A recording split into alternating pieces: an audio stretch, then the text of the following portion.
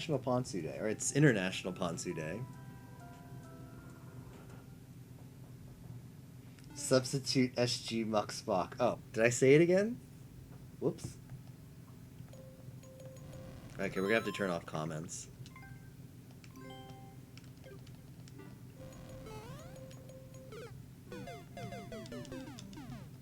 You both have ones and zeros in your names, and they both have K sounds. So I'm gonna explain my dumbness. This is tough. So I watched Feeney beat this, but I only saw the part after the checkpoint.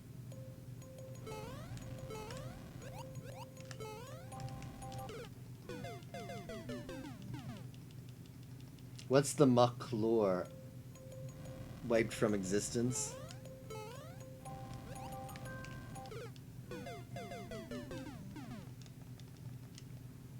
Oh, I think the name lore. I remember Muck explaining the name lore once before, but I kind of forget it right now.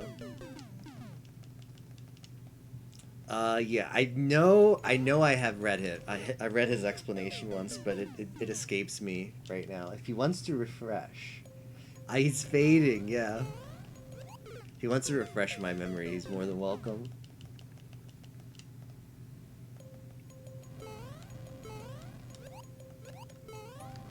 Okay.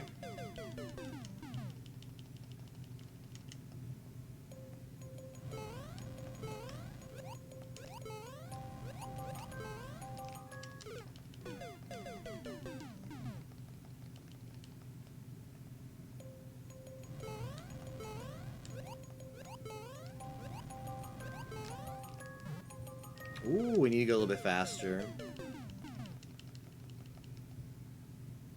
This is an interesting idea. Which one, Tapioca? Oh, the level?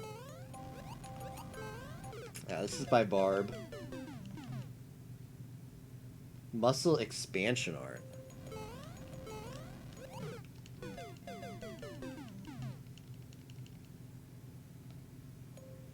The way the boots fall faster when you're in them. Well, it is, yeah, it is thanks to the weird nighttime gravity in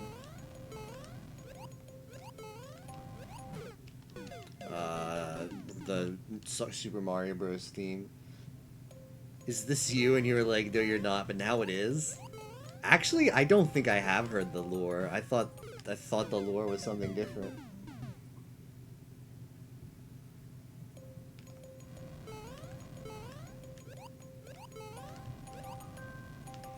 Alright, let me check this out.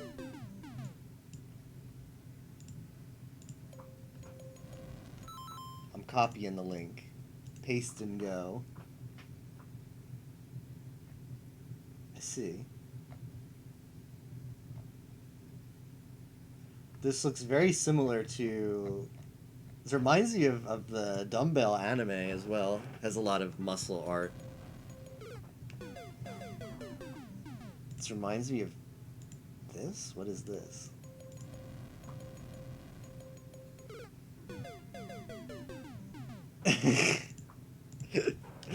Didn't Ozzy have that Luigi face as his avatar on Discord for a while? At Ozzy, yeah, I swear he used to have that for like a month. Not the full body, but just the face.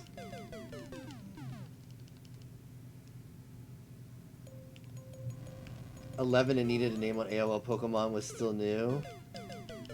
Oh. So is the muscle art thing just all bait? Wait, is that? I'm confused. I think I'm getting Omega baited right now. Either that's actually Muck, and he draws, or I don't know. I'm just call me SG40 confused right now. The muscle art is not you. But you did okay. So I think I get it now. So you named yourself after Pokemon because it was cool as an 11-year-old. Then you came to find out that DeviantArt thing existed, and now you've retconned yourself for a funny story when one needs to explain a funny naming story. Is that it?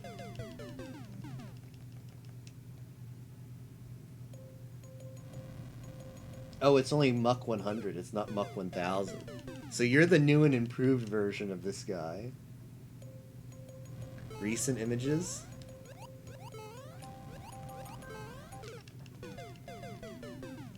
Yeah, I was joking about it being a retcon, but yeah, I see now. And see, when Micah comes back, she would say, "Here's your clean pont."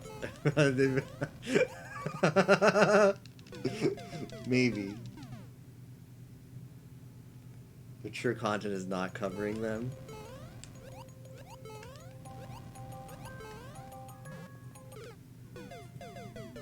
Muck chooses Muck, an extremely lame Pokemon. Ouch.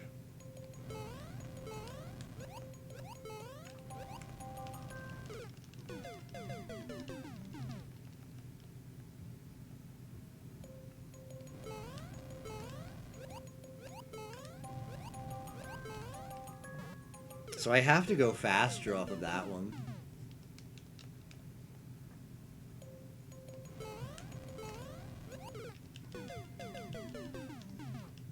To be honest, no idea.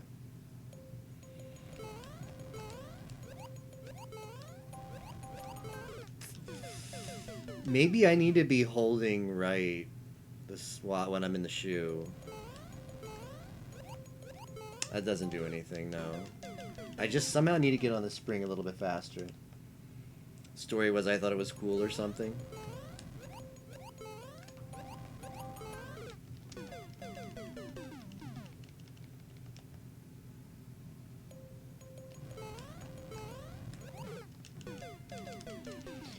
Boop boop boop boop boop boop boop.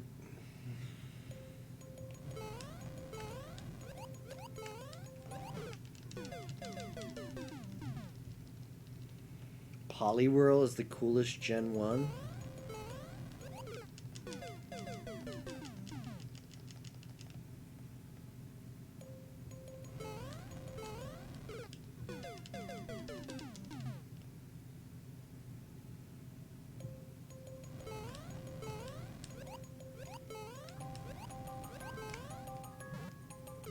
I need a lot of more height on that. Hi, I'm Tapioca.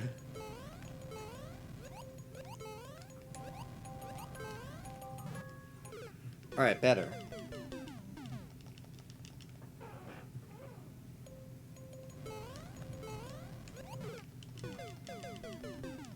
Mega Blind.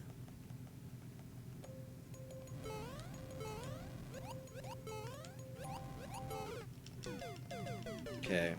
I might even not... I think I shouldn't jump into the shoe.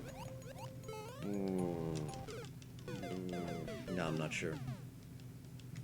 I got it that one time without jumping on top of the shoe for a little delay.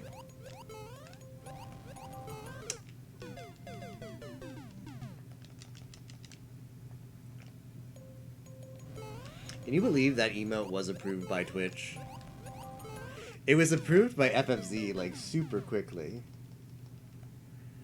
And Twitch as well. Like, I thought for sure that emote was, you're gonna have to wait for Dan Salvato to handle this one. Because they did that one for me for Best Christmas. It's an emote that's coming... I took it out of my FFZ because it's holiday themed. So it'll come back around Christmas, but I do have... that one didn't get approved. I submitted it before Christmas. It took well after Christmas before approval.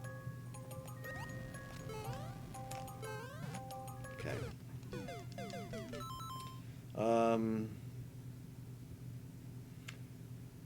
Am I just supposed to make the jump to the right off of that POW?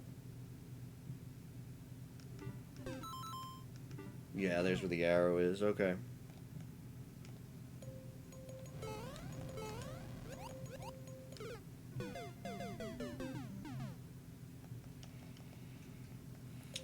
There are tons of butt emotes. Are they like, do you think like a best angle type emote would get approved by Twitch? I'm legit curious. Because 100% would commission something like that. But I haven't because I think it's not getting approved. I don't want to be a troublemaker either. Because I read their rules and it says exposed buttocks. It's not allowed. I assume exposed buttocks includes the gluteus maximus. Yeah, I mean it's a Barb level. It's supposedly one of Barb's easier. Like Barb makes very difficult, like Kaizo style levels. For anybody who doesn't know Barb, he's the same person who created I don't know, the Grand Pooh Bear 2? No, that was Panga. They created one ROM hack that they showed at GDQ last SGQ.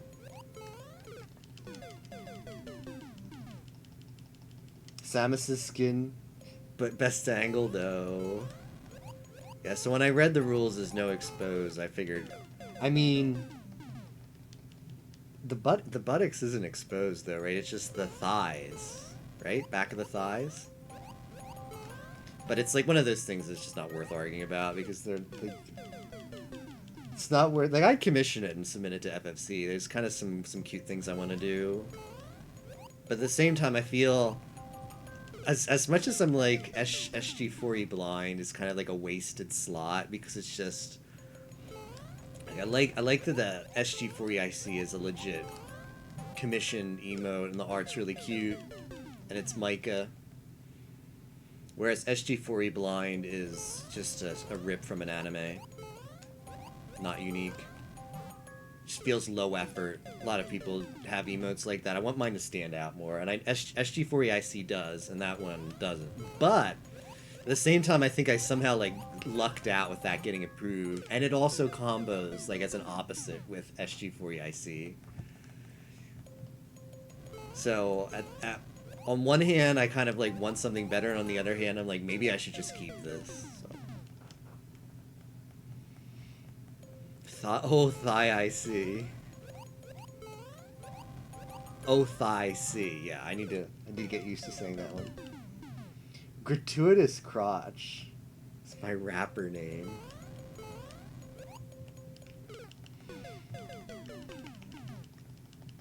Is to get more slots. Oh, I see. Even if I had more, like I wouldn't have even uploaded. Like it was.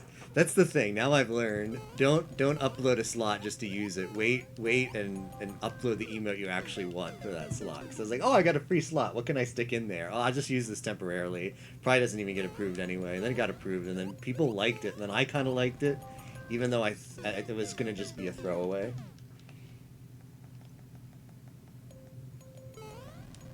Just get more slots, yeah. Weeb smart.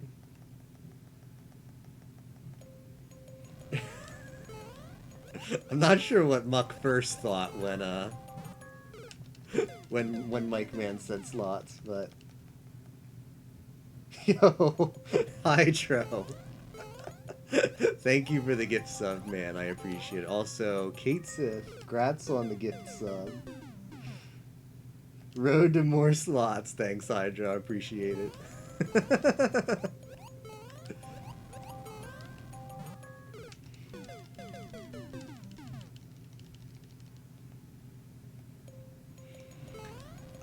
I did mention I made the meme best angle. I made one called Best Christmas, which is instead of having the Shimapan like cyan white colored best angle, I made one that was red and green. It was just took the emo, put it in a image editor, and color swapped. And it's funny because if you actually look at best angle on FFZ, the high resolution one, it is actually pretty detailed. There's a lot of texture. And I originally had Best Christmas with red and white. And the red, particularly where it lined up on the best angle recolor,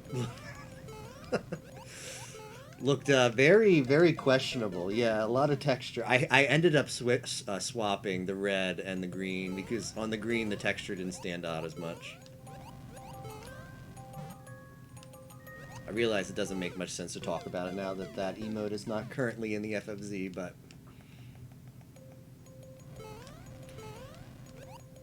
there's another emote on FFZ called I think it's just called Butt.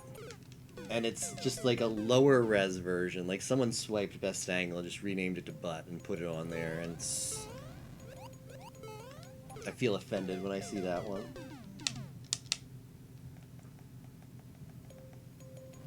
The low quality version. I think that one's added to more channels too, which is odd.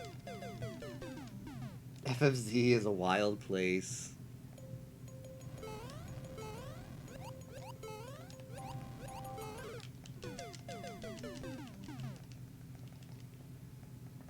Yeah, FFZ doesn't seem to be too strict about emotes, which is cool. I mean, case in point, best angle, right?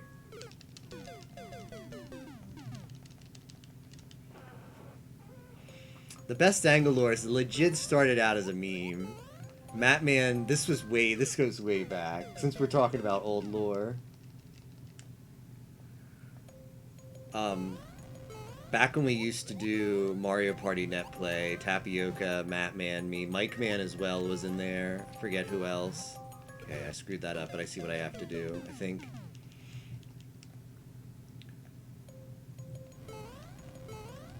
Matman usually streamed it, funny enough, at the time. Like, I think Matman, I don't know. He wanted to stream a lot of the net play games, so I was like, oh, that's cool. And he said, alright, everybody gets to add one emote to his FFZ to be like your pop-off emote. Because a lot of the times, this was before MMD even existed, right? Yeah, ye old lore. So we didn't even do voice for most of those games, so we would just like hang out and whoever was streaming, which was usually Matman. Whoever was streaming the game, we'd hang out in their Twitch chat and just communicate that way. And so Matman said, alright, everybody gets to add one emote to FFZ. And so I made sure to pick the most obnoxious one I could find. I was like, this is it! This is going to be my pop-off emote. It's so long ago that he's even removed it for, like, Matman isn't even capped at FFZ, and he's already removed best angle. This was early MMD? Did MMD not have voice chat? It might have been, Mike Ma'am. I do kind of feel like the very, very first... Yeah. I feel like the very, very first net play games predated MMD, though. Because I remember we did try to get net play into last year's Discord Wars. We mentioned it to Pi, because it had been something that we had been doing for a bit already. And I know MMD was created for part of Discord Wars, so I think it did predate it by, like, a couple weeks, maybe.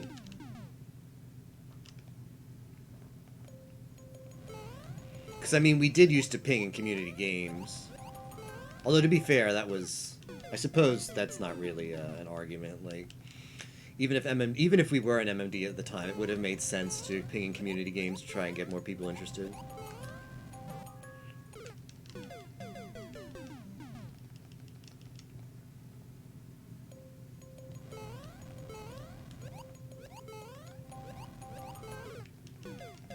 Hey, Bam, how's it going? Playing a Barb level right now. How's your night been?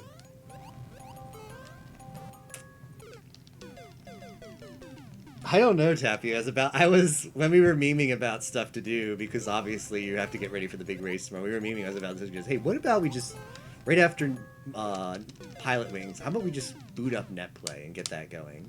I was going to offer, because we were talking about Mario Kart, I was like, what if we did Mario Kart 64 battle mode Netplay, see how bad that is? May upload a new level today. You're welcome to submit it, Bem. I might... The queue is empty right now. I'm gonna finish this level before I check the queue anyway.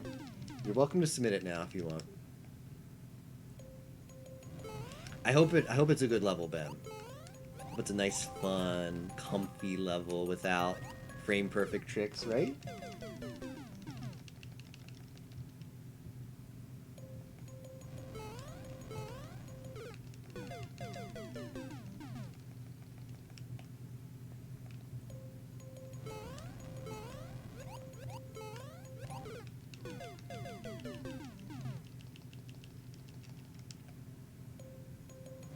So I was thinking about one of the emotes to commission next time I get emotes commissioned. Is what do you guys think of SG4E blind, but from the reverse perspective? Like the best angle version of SG4E blind, or you think that's taking it too far? This would be FFZ only. It's never getting approved by Twitch.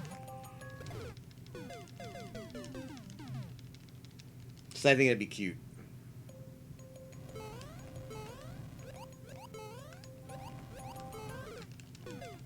LeMayo.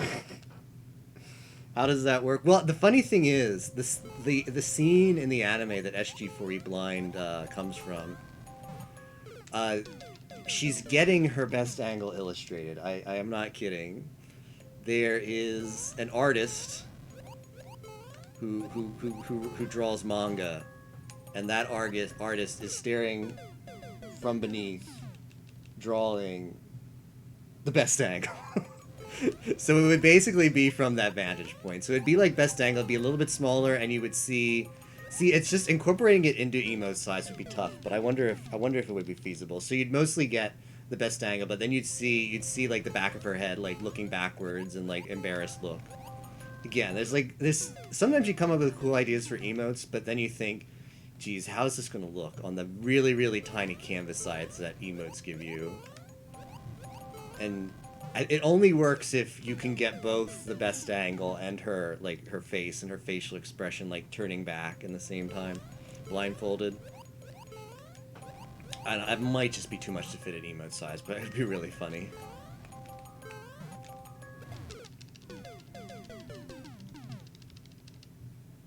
Yeah, so you'd see the upskirt and you'd see like her looking back, like basically that same expression, like I sense someone's behind me, what's going on? SGB behind? Yeah.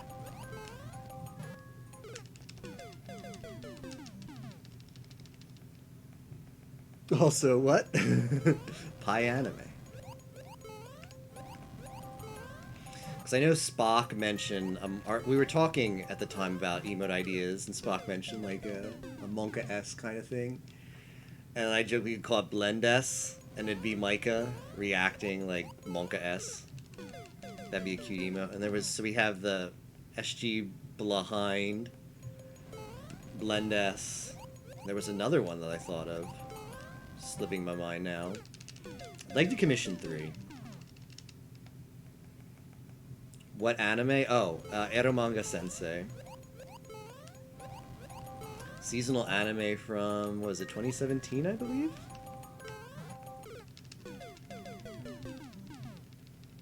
Sounds like it's worth watching. It is. It's one of my favorite shows. I think it's a very funny show. It's definitely not for everyone. It got memed on a lot the season it aired. For I don't know. Like it's not, like I guess you could just say pushing some boundaries, but it was more so. The sort of sense of humor just rubbed people the wrong way, which is fine. Became quite a meme fest.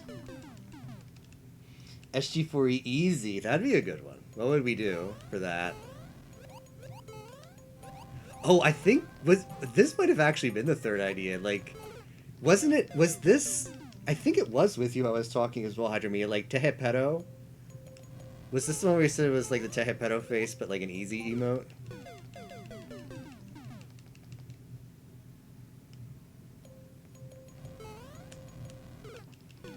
I forget who we were gonna do with that though, but yeah, like the facial expression. Easy.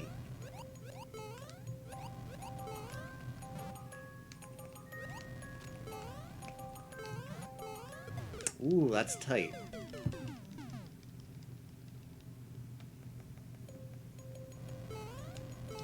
Sounds like it would be very tiny emote at this size, zoomed out to show. Yes, it wouldn't show her entire body, but the focal point would definitely be the best angle. So imagine the best angle emote, but scaled down ever so slightly to just fit someone's head from behind or in front, staring back. I don't disagree though. I think it might not work out at the end. But it doesn't necessarily have to have her whole body. Like, just imagine, like, a really, like, hunched back, and the camera being super low, and you don't actually see any of her back. You just see the upskirt, and then you see the back of her head. That would be all that would fit in the thing, in the emote. Upskirt and back of her head. Well, not back of her head, but, like, her head turning around with the blindfold on, with the lewd face.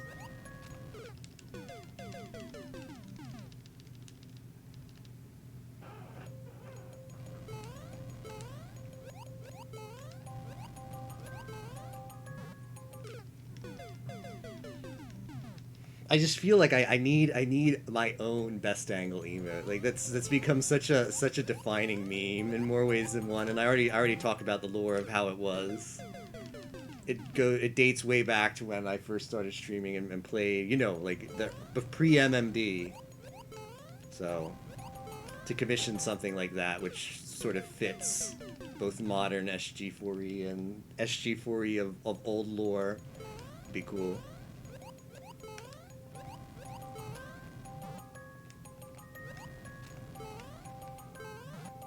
You guys think I might be super shallow with my emote ideas, but lo and behold, there's actually super deep thought and symbolism going on with these Ponsu.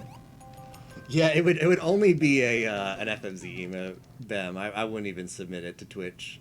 It's possible that even FFZ doesn't wouldn't accept it, but I'd still find a use for it somewhere. I'd get Discord Nitro and just have it be a personal emote and post it everywhere if I had to.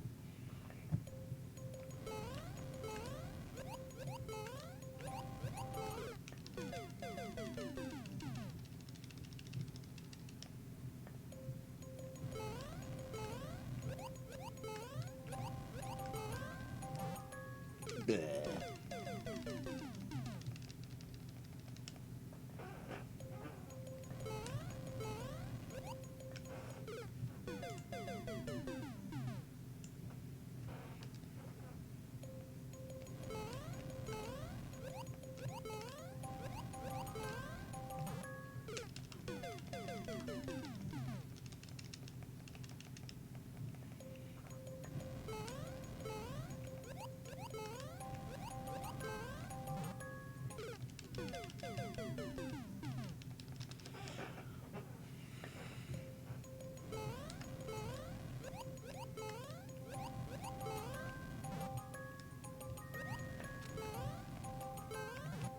Ah, so close. So future stream plans are going to be, obviously the most exciting thing is we're going to have Mafia on Wednesday. I'm going to be streaming one day over the weekend. One day probably, I'll either be streaming on Saturday or Sunday. Right now it's looking more likely as Sunday. One day I'll have to just use to get caught up on IRL stuff and just chill after that. But yeah, so we'll be streaming one day on the weekend.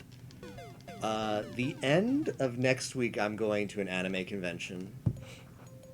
So Wednesday is going to be like the big party before that happens. Because I won't be streaming after Wednesday till I get back. It'll just be till the end of the weekend. So ideally would like to stream one day over the weekend, Monday, Tuesday, or both, and then Mafia night on Wednesday. That's the upcoming schedule, I suppose.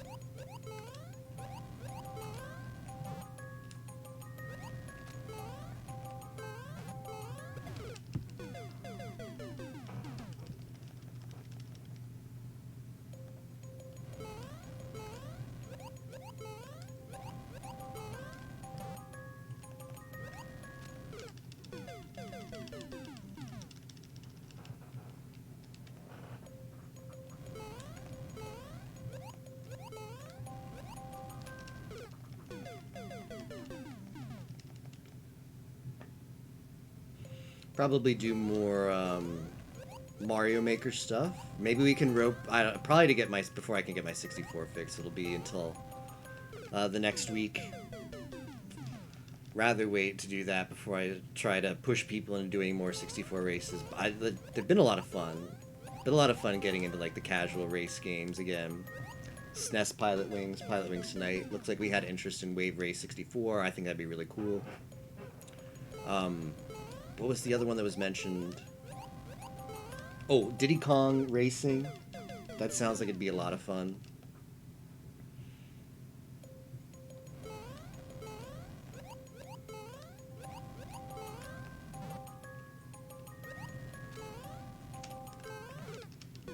Like, maybe if we could get, like, the rhythm down again. Because we used to do races every weekend. Maybe we could get back into that habit for the 64 races.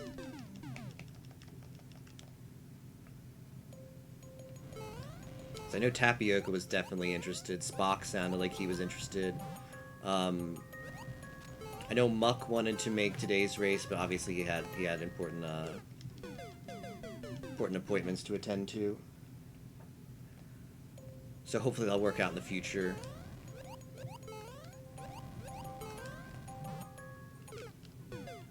Nab sounds like it's also something he would be interested in. Like, I'll race with just one other person. I do not mind.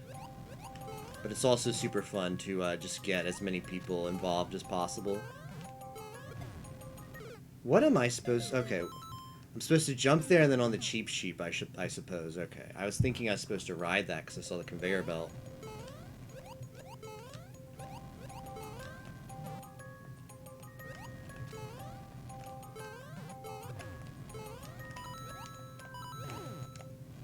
Okay. Closer.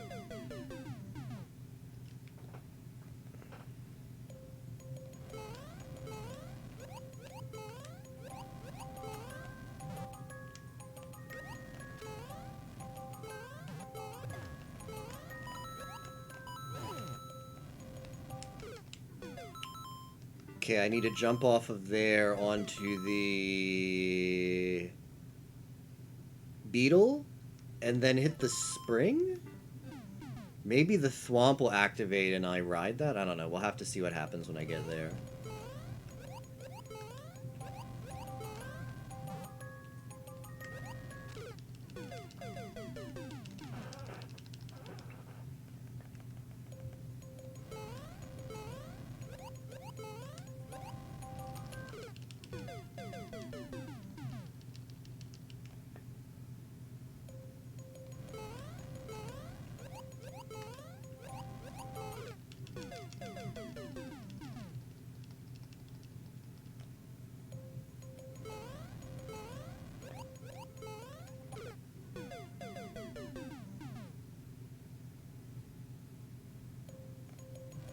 I just saw Spock's message about making marinara sauce. Is that right?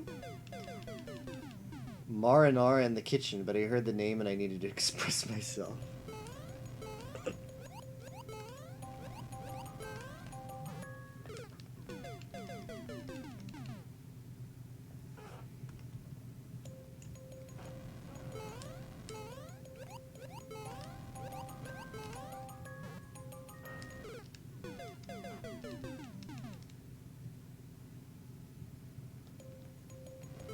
Mario Party setup probably similar to Mario Kart 64, probably.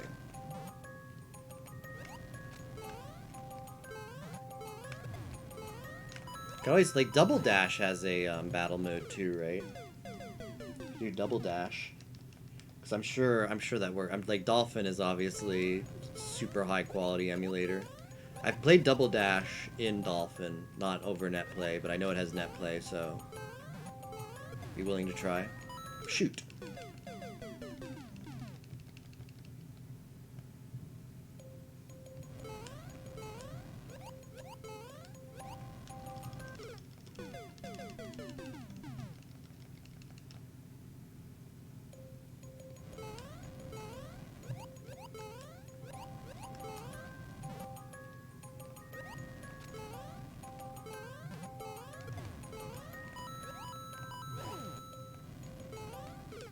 Okay.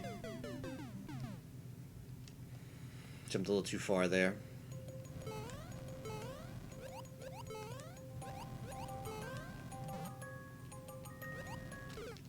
Jumped a little too short there. Trying to think of other good N64 games to race.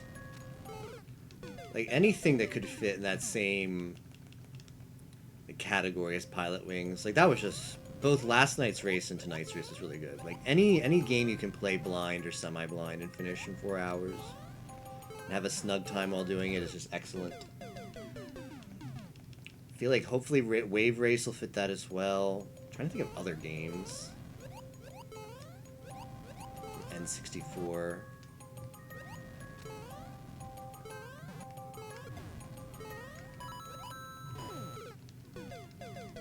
Mario Kart, 64 maybe, but not really a fan of that. Not really a fan of speedrunning the Mario Kart games. Like, Diddy Kong Racing might be fun, because it's just so different. Oh, what about Diddy Kong Racing Battle Mode? Now that's even better than... Does anybody have a soft spot for Diddy Kong Racing, the battle mode in that? I think I probably like that even better than Mario Kart 64 battle mode.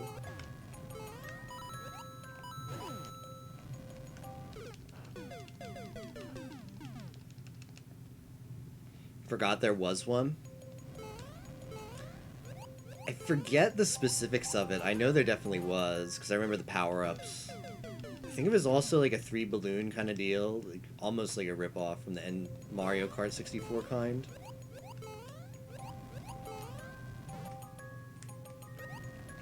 But I remember it being a lot of fun. There was one hovercraft level I very much remember, where you would do that.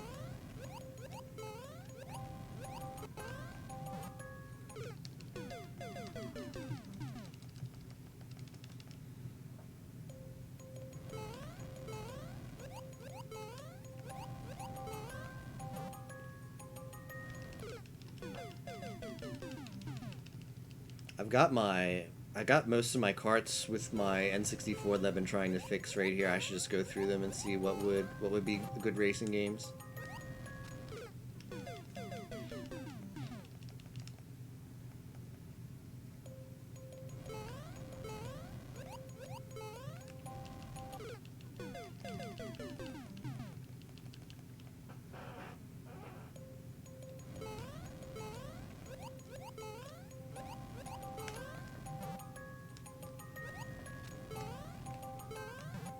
No idea how we lived there, but we did.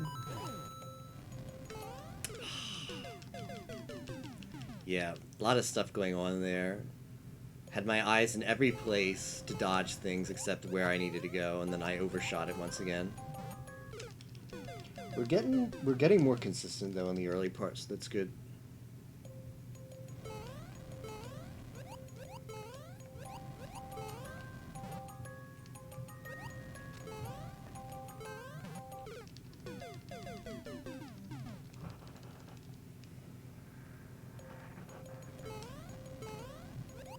There was a game I saw run at GDQ.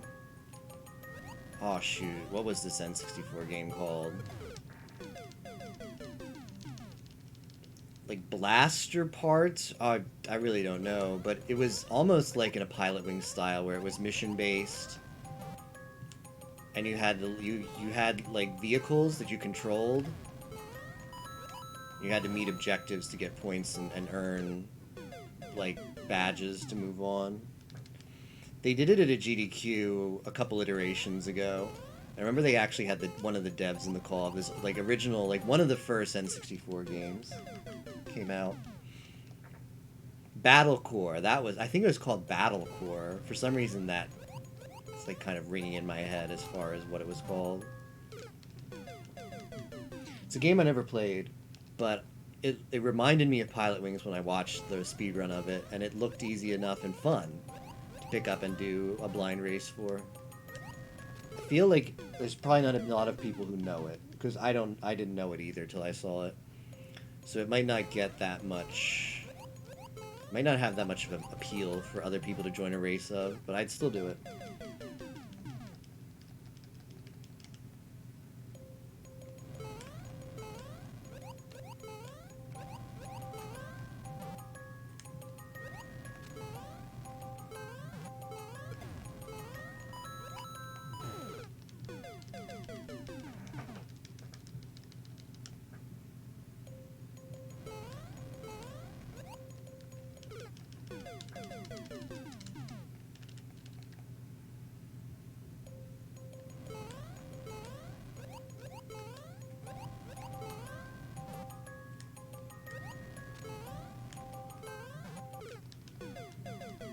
Trying to go a little bit too fast on the PAL section, or just not concentrating as much as I should, because I feel like I'm getting it more often, so I'm paying less attention to it, and that's just causing me to make more mistakes.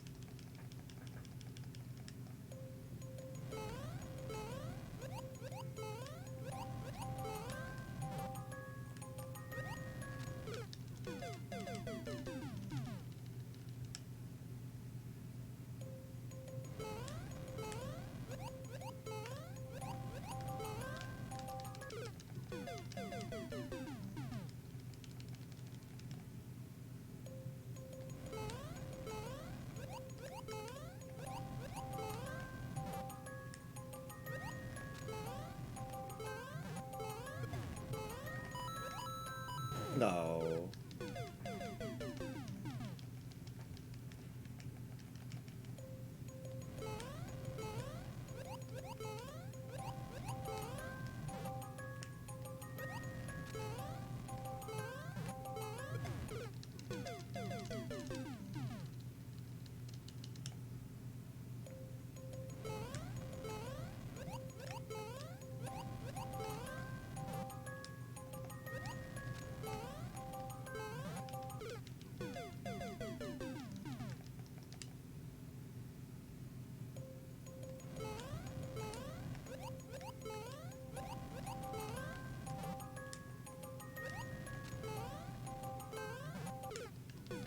Yeah, I have plenty of space to make that jump. I don't need to pull that far to the right on the POW block as I'm doing. Okay, well, I can say it out loud, but apparently I can't do it.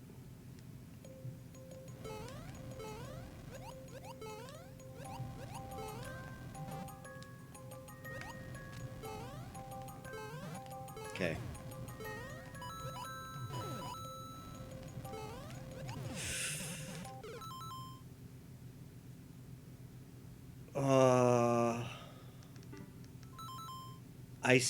Jump on the bonefish, right? And then the shell's gonna ricochet. Wait, the shell's probably gonna stay up there. I've got to jump on the Goombas, I think. I think I jump on the bonefish, and then I jump on the Goombas, and I probably meet up with the shell much later on.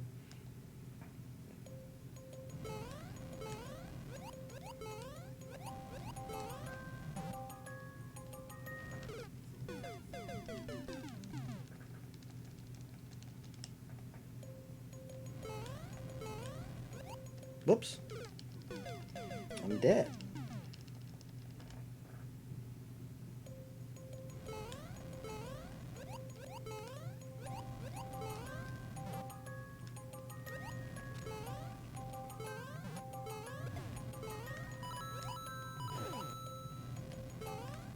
Ah, just a little bit too far. Chat got so quiet. Well, let's see, it's like, let me see what time it is. It's pretty late at night. 1:46, not too late. Tomorrow is Saturday. But, yeah, people could be getting snug right now.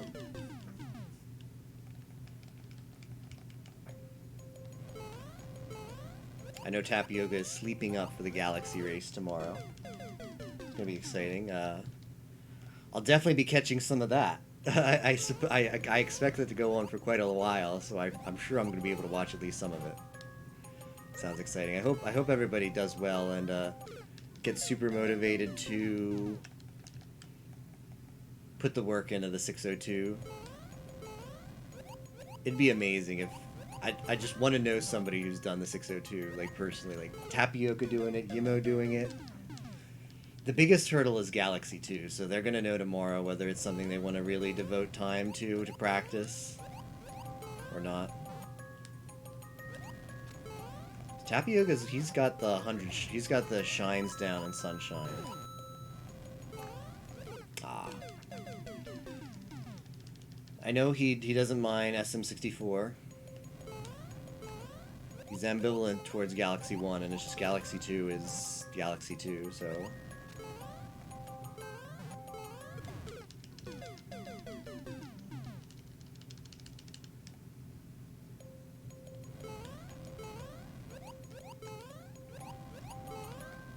I did do Galaxy 1 All Stars. That took me like 18 hours or something. I think even more. I think it was 21 hours. So I would definitely... I mean, I hadn't played in a long time. I didn't know any of the tech. I would definitely need to practice that more. Get that a lot farther, a lot more faster. Before I could even think of the 602, but also just like I don't like the 100% categories for SM64 or Sunshine. Like 70 Star and SM64 might not be horrible. And any percent in Sunshine isn't bad either. Even 96 star isn't great. It's not bad. Any percent though is good. But 120 shine, all the coins. Thought about doing that once and it was a bad idea. It just takes a while to learn them. Just like even where they are, not even the speedrun tech, but I remember for that one race where I almost did it, ended up forfeiting pretty quickly. I had the guide for the coins and the guide just, it's impossible to be descriptive enough. I feel like I need like the map printout of all the coin locations and like some text on top of that to tell me how to get there. Because a lot of the resources for Sunshine are just like, oh, get the blue coin, buy this thing. And I'm just like, well, I don't know where that is. So it's like, hunt that thing down. I know if I did it once. Once you do it once, you know where most where the stuff is. So when you read the guide again, you're like, oh yeah, I remember that, where that was. But I'd just rather play the more fun categories of Sunshine.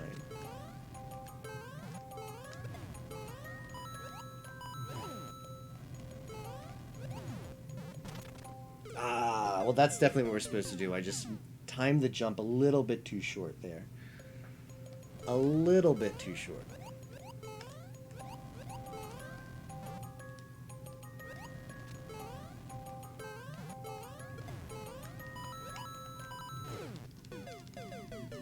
This is a pretty fun level. I'm enjoying it so far. I know it has a checkpoint at the midpoint. I watched the Dragon Feeny do this level. I know it's one of Barb's easier levels. And it looked fun. It looked fun to play with like an auto-scroller with weird gravity, but actually like fun platforming. So I was intrigued. Wanted to try it out for myself. I only saw the Dragon Feeny do the part of this level after the checkpoint though, so I do know the second half is... I do know what to expect there, as far as knowing it's not going to have something dumb like a shell jump. You can't do shell jumps in this one. This theme. But, you know, it's not going to have some kind of obnoxious platforming that I'm just going to get frustrated at in the second half. So that's reassuring.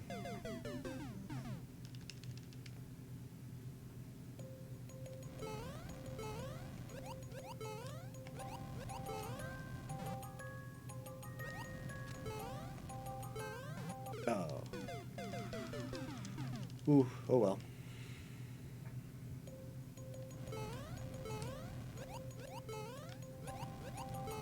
Nah, too low. Oh, I don't know how I still made it. But really low.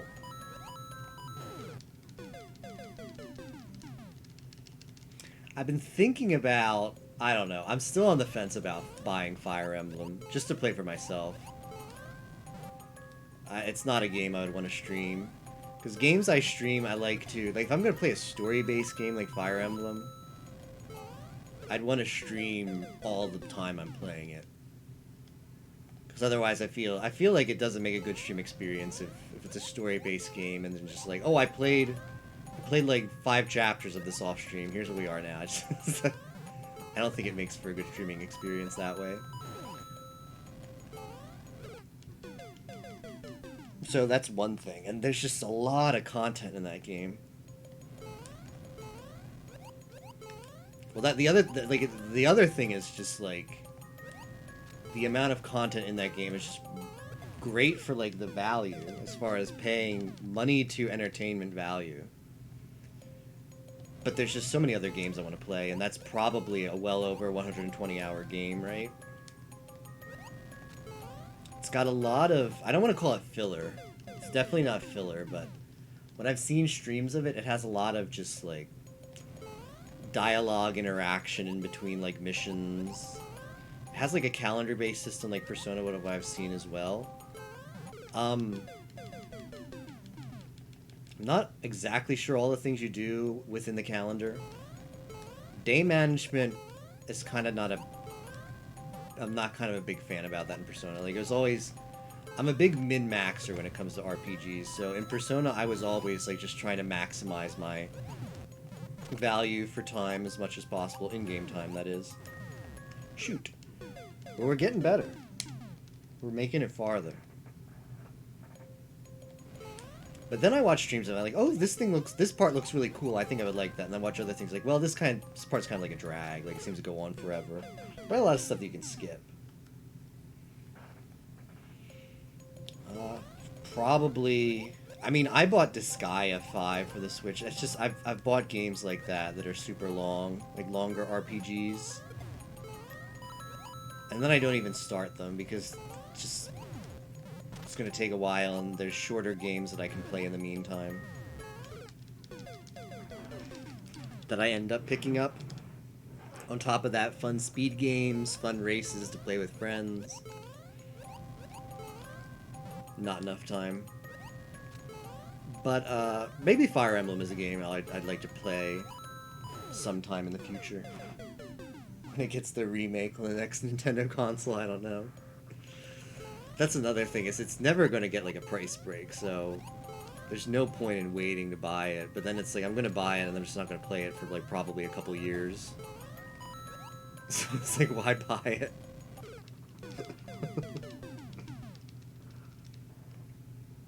It does have the waifus, though. I've never played a Fire Emblem game before.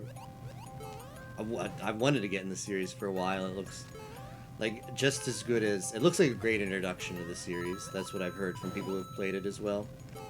Visually, it looks like a very, very beautiful game.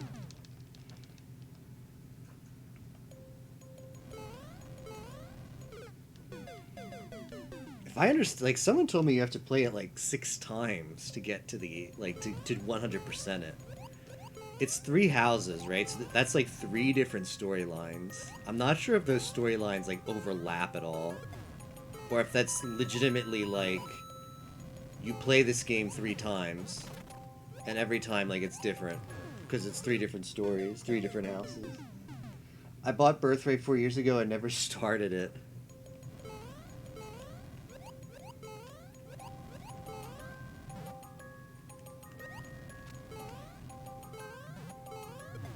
Oops. Kind of tough to justify buying another, plus all I want to play is Mario Maker still. Yeah, like, this game has very easily hundreds of hours of content with the... Well, plus playing, like, this... I feel like a game like this is very much like a hype game. Like, I know... Well, for me, for Mario Maker 1, I played it a lot when it came out, and then I didn't play it hardly at all. That's probably the same thing that's going to happen with Mario Maker 2. There's always going to be people creating new levels for it and people playing it, which is the same thing that happened with Mario Maker 1. Regardless, though, I think like the first several months after it comes out, though, is when it's like super hot and it's like what everybody's talking about. Everybody's making levels, and that's another thing. Like, it's been fun to play Tapioca's level. It's been fun to play. Like Mux made a level a few days ago. That was fun to play. So it's a game that's a lot more social than other games, and I think that makes hype more important for this game than maybe other games. So Fire Emblem 3 Houses, for instance, like, sure, it's a game that a lot of people are playing right now, and a lot of people are talking about as well, but I feel like if you wait several months before playing that game, you don't miss out nearly as much on the quote-unquote experience as you do with Mario Maker. I don't know, there's just like a lot of stuff. Like, if you're into Panga levels, I feel like, just to give an example, like, say you like super difficult Panga type levels, I feel like maybe like the satisfaction, or I don't know what to call it, coolness factor of, for example, watching Panga create a level on his stream, and then when he's done, booting up your game and playing it, like that freshness, that super freshness and like liveliness. I don't know what the good descriptor is besides those words or hype that this game has. It's just so much different from pretty much any other game. I'm guessing there are some missions...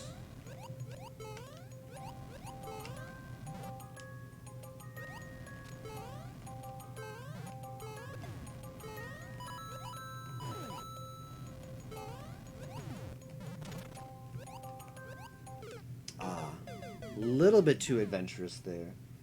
that are similar, but you're seeing different perspectives. I see for each of the houses.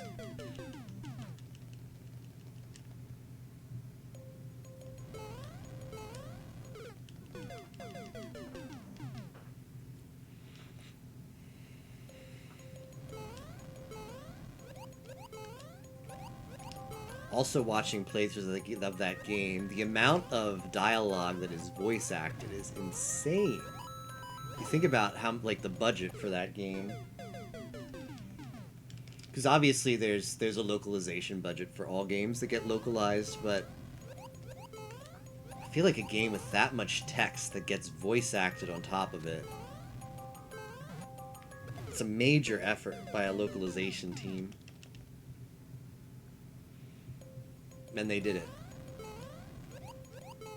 And you do that for what? Every language that it gets localized in too, right? So there's probably like German, Spanish, French.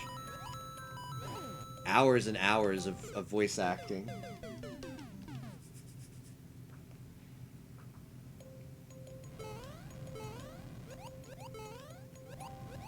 So on top of just creating all of that content to create, you know, 3 stories worth, 3 houses worth of game,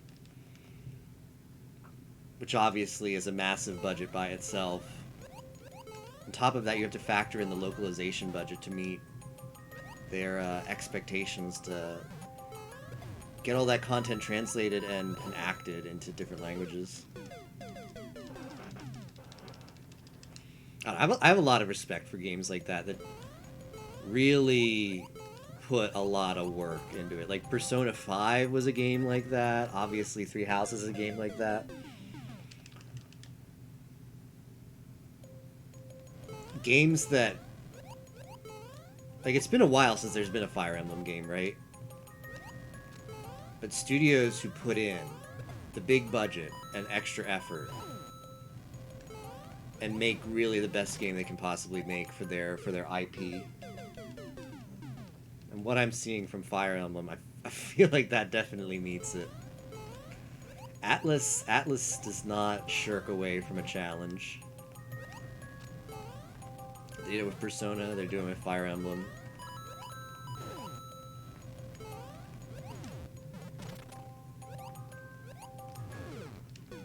So it feels bad when I say like Fire Emblem seems fun, but it just seems it's so many hours of gameplay. It feels funny to say that as like a negative thing about the game, and it isn't. It's just a negative thing about me like wanting to pick it up right now. But big respect to studios who create games like that, who create games where it's like the entertainment value for the money. Like if it's a 120-hour game, which is what a lot of people who play like you know, a longer play of Persona where you're not just trying to beat the game as fast as possible, try like explore things. Like a longer play of Persona is between 90 and 120 hours. Persona 5, I mean. That's the only one I've played. Game sells for $60, right? So that's 50 cents per hour of entertainment. If you go to the movie theater, you get 2 hours of entertainment for like, depending on your theater, $12 to $15, maybe more. So $7.50 an hour versus 50 cents an hour. Like, great deal.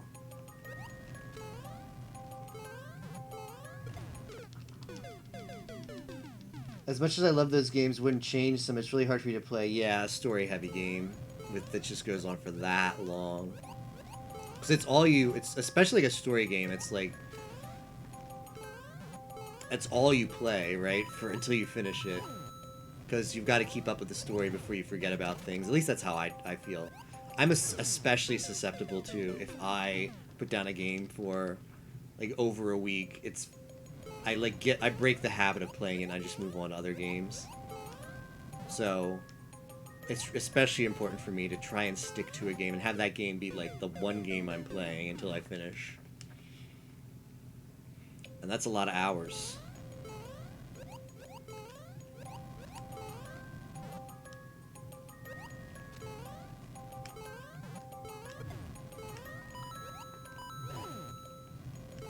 I'm unclear what the DLC is gonna be. Haven't played Breath of the Wild, Persona. Yeah, Breath of the Wild was also the same kind of game for me. As far as just dedicating hours upon hours. There's still plenty of shrines I have to do in that game. Never play the DLC for Breath of the Wild, even though I have it. I started it, but it's just... it's like I can't come back and devote another, like, 30 hours or whatever this DLC is going to take right now.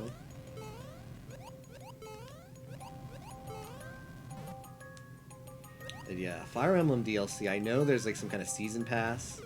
I'm unclear what the DLC is going to add. Did beat Persona 3, took almost a decade.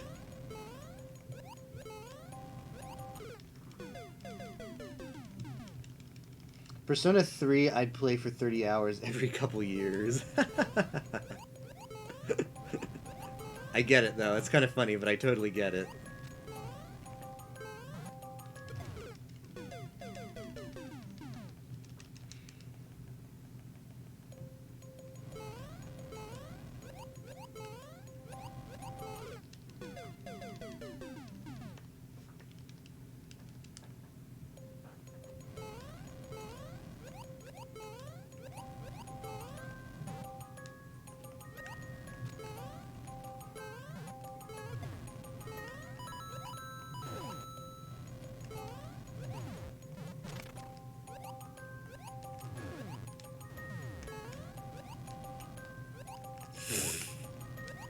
Bastard. Give me this. Give me this! No!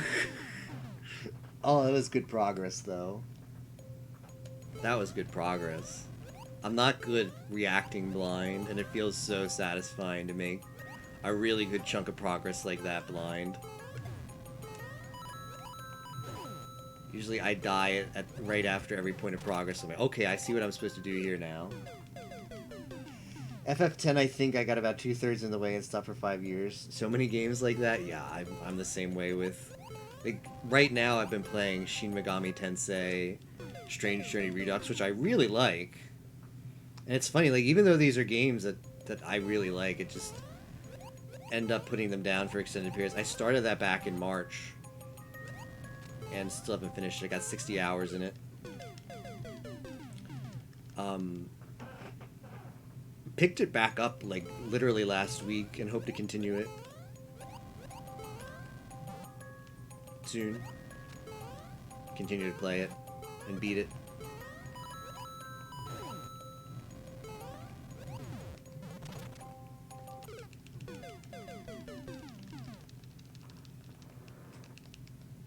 There's just so many things that compete for your attention nowadays.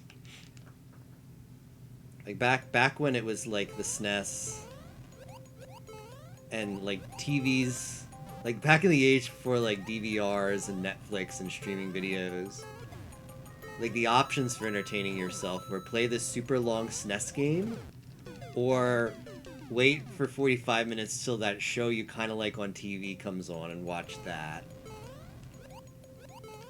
With commercials. So it was like, sure, I love a really, really long game to just keep me occupied, because I don't have that many options to entertain myself. Pre-internet days, even. That's... I remember a world pre-internet. That's how old I am. But, it's just nowadays, it's like Twitch alone. It's just like some nights, like I'll eat, I'll feel a little bit sluggish after I eat, because sometimes I'm like that. I eat something like really good. I'm like, I don't really feel like playing a video game now. Let's see what's going on Twitch. You boot up Twitch. You're like, I'll just watch Twitch for 30 minutes, and then I'll continue that game I was playing. You end up spending like 5 hours watching something on Twitch. You're like, well, time to go to bed.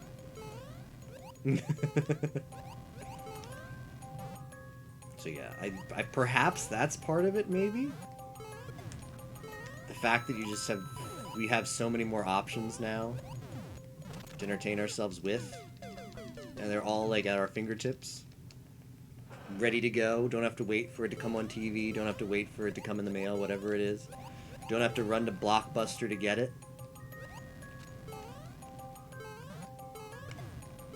That yep, easy to put down games and forget about them. much more so than back when they were a thing you really dedicated a lot of time to. Hey, Kate Sith. Yes, enjoy the emotes and the gift sub, Kate Sith.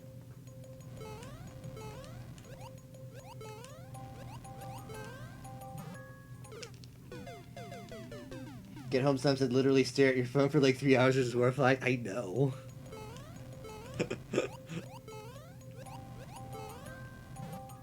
I'm personally, I'm really bad where I'm like, I have to work on this. I get in these spells where I have to like code something for work, and it's just one of those, you always feel it too. You're like, I have to do this thing because I should. But it's one of those nights where you know that your just body is not going to be nearly as productive. You're not going to be thinking as well as you should be, so everything's going to take longer. And then it does, and this thing that was supposed to be super simple ends up taking 3 hours because you were just having one of those sluggish days. That's another thing that takes up time.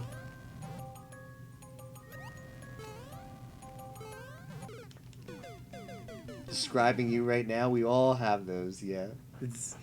I don't know if it's developers more so than other people, but there are so many times where it's like, I should work on... And it's not just like work projects, too. It's also like, for example, like the Q website.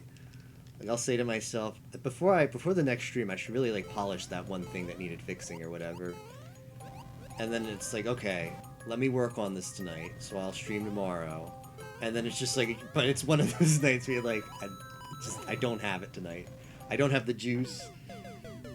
I don't have the mojo to get this coded efficiently, and it ends up taking 5 hours. When if you were like in one of those modes where it's like, all right, I'm ready to do some dev work, would have only taken maybe an hour. Rip Blockbuster. Feel like that a ton. I'm glad I'm not the only person, because it's not something you typically talk to a lot of people about. Like, you ever get in that mood where you're supposed to be productive, but everything just takes forever? It's not something I bring up very often with people IRL. But I'm glad I'm not the only one. Feel productive when you actually play video games, which is insane. What you mentioned your phone, Muck. Do you is that mobile games, or is that just like, I don't know, apps and stuff, like browsing internet or whatever? Or is that app games? Like gotcha stuff, I'm curious.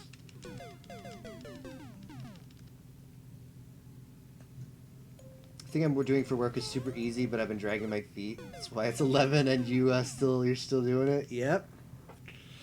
100% understand. And if it was like a certain other day, right, and you just felt like super productive, it would be super fast, but it's not, because it's like you don't get to dictate whether you're going to have a productive day or not. Your mind's going to let you know. And I don't know, I've thought about sometimes, like, when you realize you're having one of those days, just say, screw it. Let me play video games, and cause it sometimes happens when I'm not like actually on a deadline. Like, I could put it off for another day, but it just sort of works out where I set aside the time tonight to work on this thing or whatever it is. So this is the night I'm working on it, in spite of knowing it's not going to be a productive night. Maybe I should learn to be less stubborn and just say, you know what? Let me just relax tonight, and probably tomorrow I'll feel more productive if I'm not on a tight deadline. I don't know.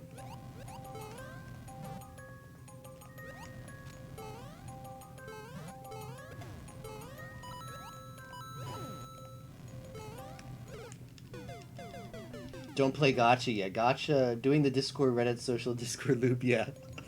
I do that as well. I've had to sometimes just like close, like not just close Discord, but like quit Discord. So you don't even get the pings. If I need to be really productive. That's another thing, that because you can't be, even if you eliminate Discord, you can't eliminate the internet, right? Because you need Stack Overflow for work. I should really like download a there's got to be some kind of browser plugin that hides the like hot Stack Overflow topics. Because I'm sure I'm not the only person with this particular problem, but I end up looking something up on Stack Overflow and I see what looks to be like a curious or interesting topic, and the related or hot topics column in the side. And then there goes 45 minutes to an hour. There's gotta be a browser plugin out there that'll hide that for me. Like you doing, Grease Monkey. Also, how's it going, Eska? I've just been ranting for a bit. And since this is a challenging platform, I've just been glancing over the chat every so often, but I see you there. How's it going?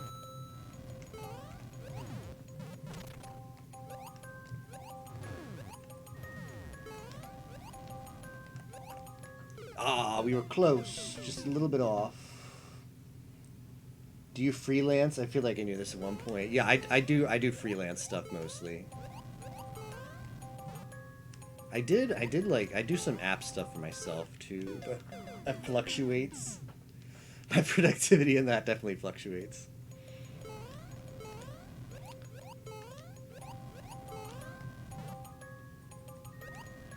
But yeah, I love working for myself. I love being able to set my own schedule.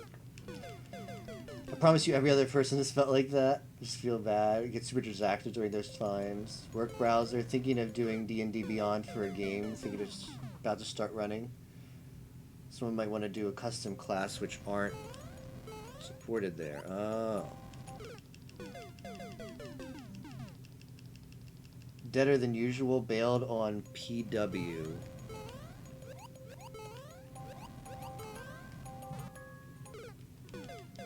Earlier and just slept. What is PW? I'm dumb.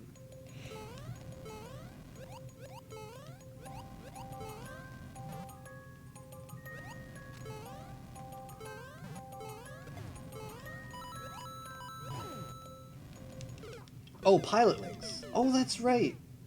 I forgot Eska said. I forgot Eska said that he was oh wait, it is Eska, right? Yeah, it was Eska. I don't want to confuse Spock with another chatter accidentally again in the corner of my eye. Forgot Eska said that he was maybe going to hop in Pilot Wings. We were talking about who was interested in this game when we were in the race. Who said they were all going to join? Like maybe Nabs. Yeah, that was right. Eska was interested too. Well, you're in luck, Eska, because we might do. Like we had a lot of fun, so we're gonna do more N64 stuff. Like I think Wave Race is gonna happen soon.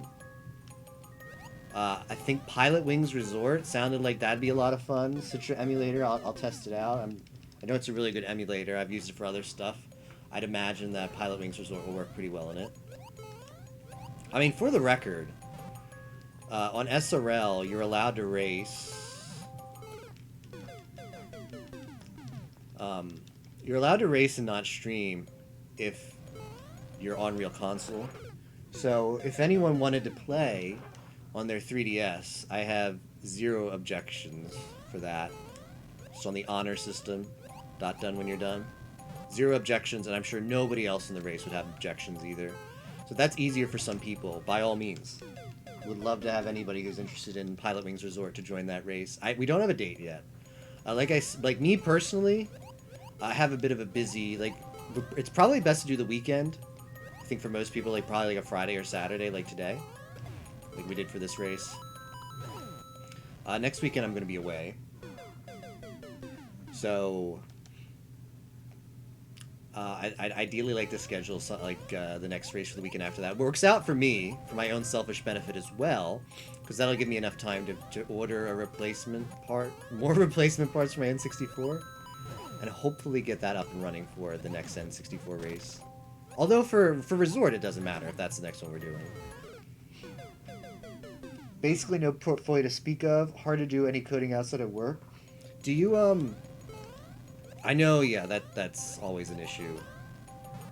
I mean, Mafia GG, you are always welcome to, I don't know how good a reference of some random guy by the name SG4E on the internet is, but more than welcome to put Mafia GG work on there. I know it was talked about before, just putting a credit section on the website. I don't know. Some people are weird about being associated with their real names online. I 100% get it. I don't even know myself if I want to put that out there. Not that I don't mind being associated with the website, but if you're streaming, I feel like it's just better to not have that linked anywhere.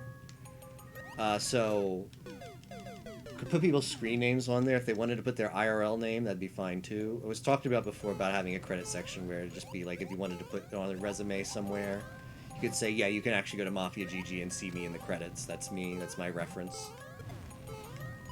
Open source stuff can sometimes be cool to work on. For resume stuff. I'm not sure how much companies care about that, but hey, it's a decent resume item. Portfolio, whatever have you.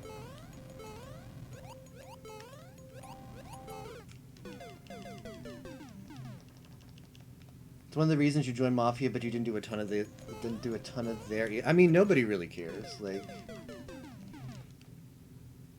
I doubt anyone would have zero qualms if you wanted to just call your whatever like title you want to give yourself for a resume. See zero objection to anybody towards that. When I was in college, we had like this like dinky website. It was a bunch of graduate students as sort of like basically like a resource online for our field of study, run by graduate students to make us look like super, like, I don't know,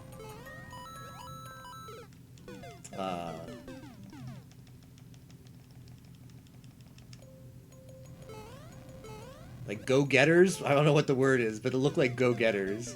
And we were just like, hey, if you ever if you ever need to like call yourself the president of this organization for whatever job you're applying to, we'll just we didn't have any kind of like structure inside or any kind of like voting or anything. We're just like, we'll just change you for like a couple months on the website to be president until you get the job.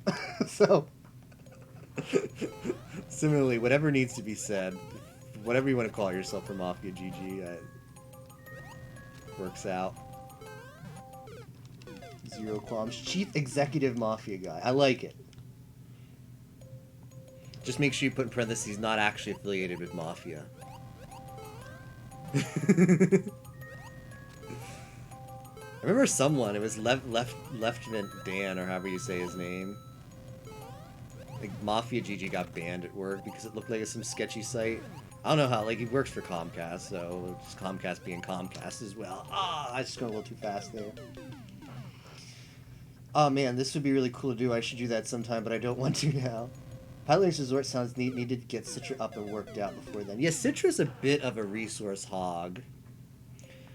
You can probably run it on some of like the like not so high settings and it might work out okay. I'm fortunate enough where I just turn everything up and my computer's bulky enough. It has nice bulk. It's got that dev bulk to run most things. But I just don't care. Citra's like under very active development though, so they're always making improvements. Pilot Wings Resorts shouldn't be too intensive. So yeah, hopefully we can get a good race of that going. And again, like I said, zero qualms if anybody wants to race that on real console. Kind of dying off as long as you don't put the exact address. Yeah, that's probably true.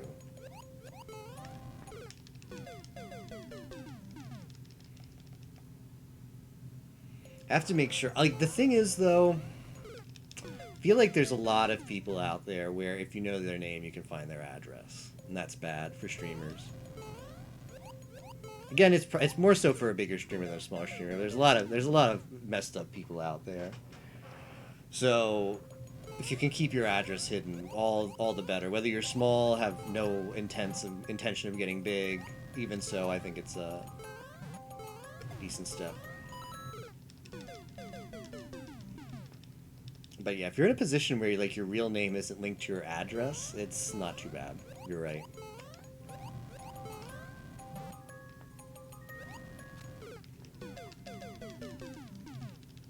I'm not actually sure in my case. I'm not sure how linked my real name would be to like personal stuff.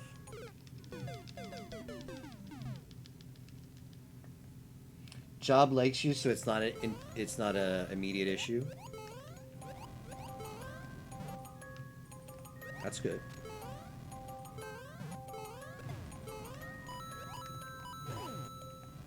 Okay, I'm dead. Mafia's getting more comfortable with the idea of doing stuff with people like that. The credit stuff? I'm dead again. Take more initiative for yourself. I have a strange thing about that word that I can't say right now. I'm pretty open, but then there's a few places that I use throwaway names. So like Hentai Haven, you're saying? Funny thing is, like, SG4E is out there, I'm not gonna lie. I have zero, like, maybe that's the thing. I have zero qualms about, like, I think my Sad Panda account is SG4E. I know my Nya account, which is a big anime, not so legal anime site. I'm talking about rights. I'm not talking about like like artwork or stuff. But yeah, I use SG4E there. It's like like Nya comments are something special. Every once in a while, you have to post in the comment section. But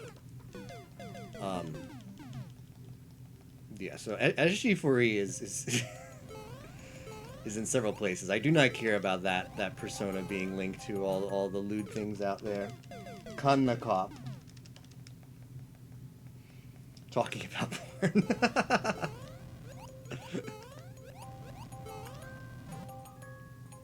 Apparently Sad Panda died and now it's back. But I just recently tried looking at Sad Panda. Because I had Pixiv. Pixiv is pretty good. I just used that.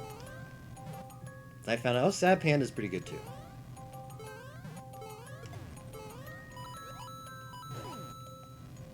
When Pixiv just doesn't have enough of the tags you're looking for.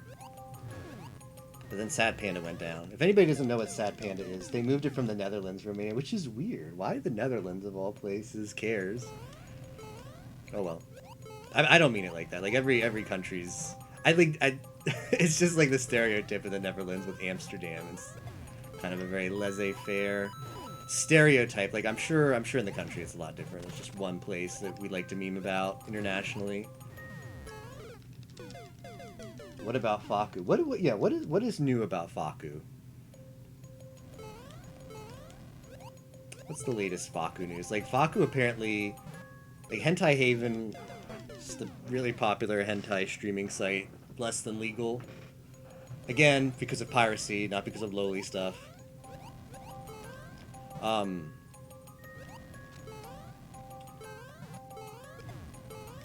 Faku is trying to legitimize them by buying them out. Netherlands ban. Is that recent? I see. I mean, that's what Sad Panda was, so. Yeah, so there's this website.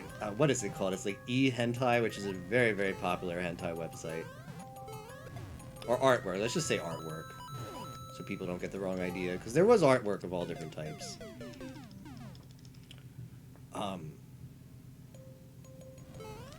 They have another version of the site called, and this is like hard to figure out. You've got to be like the inside of the inside. You got to like know people to know all the details about this, because everybody just refers to it as Sad Panda. But there's another version. There used to be another version of the site called X Hentai, which is basically the same thing, except it's where they put the lowly Shota stuff and, I don't know, the quote-unquote extreme content, which I'm not exactly sure what falls in there, but I think, like, I have ad block. I guess eHentai actually had ads on it, and X Hentai was meant to be the place to keep separate from that so advertisers didn't feel in an awkward position if there's lowly Shota stuff there. RIP Netherlands. So, like, skateboarding, my THPS hentai, yes, that.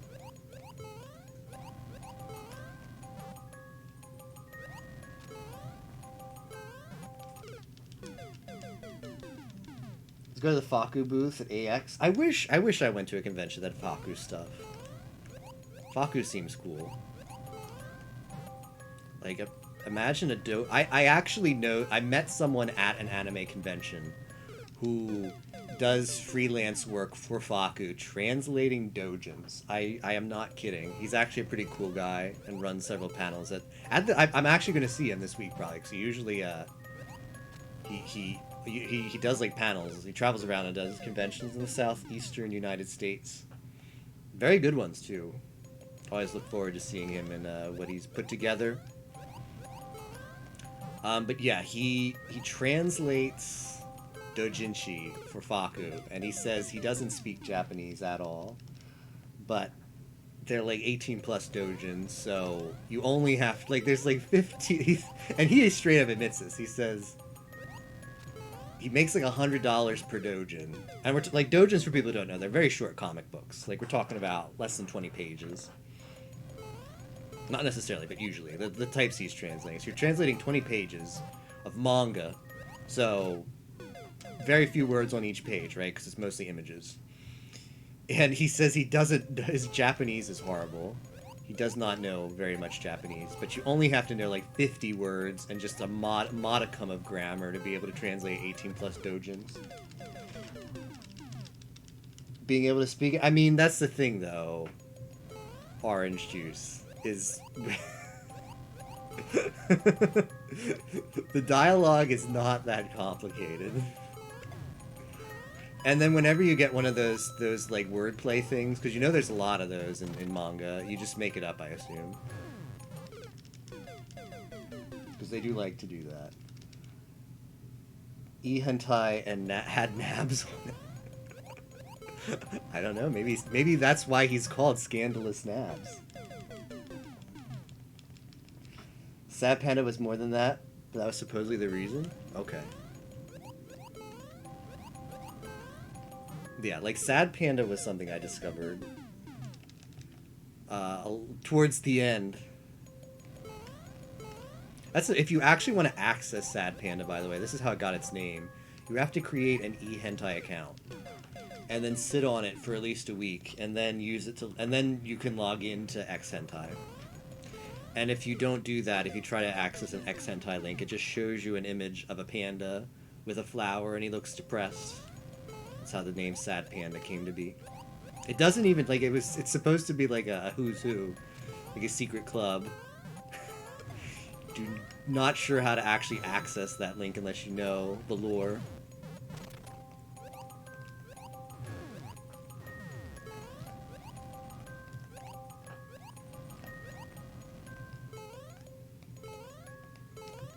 Ah, it's just a little too slow.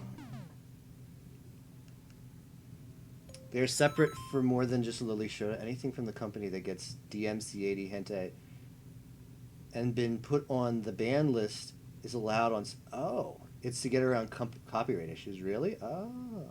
Yeah, it only takes one Google search to figure it out. But you still got to do the Google search. I didn't know. I knew there was a way to, like, submit... They were, like, banned artists because they didn't want their work on there. But I didn't know they just put it on Sad Panda. Turns out that was the extreme content all along. Image shows server for eDentai a couple years ago. Wow. Let me read the rest after my next death. Whoops. Hey Brady, how's it going? Submit, you're close, Brady. Unlimited money to download raw files from them forever at this point. Oh right, because they have that whole like RPG thing where you can unlock different things and increase file download limits. So you're probably right. You're probably like max XP for hosting the image server, right?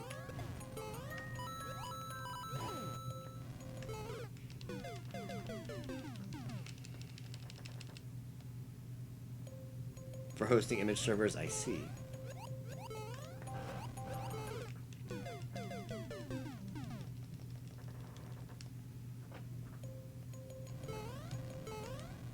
So is it like back up running now, or are they still working out some of the migration issues? Sad Panda. I'm surprised they don't. Isn't it like, I suppose it might not necessarily be run by a US guy. I figure there should be zero issues with just hosting the server in the US from the beginning.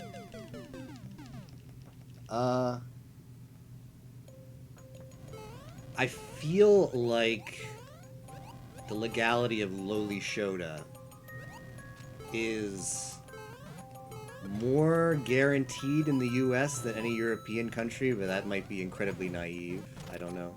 I don't know much about European politics, so I'm just kind of surprised that they kind of didn't take the opportunity to move it somewhere else outside of Europe. We're in Japan.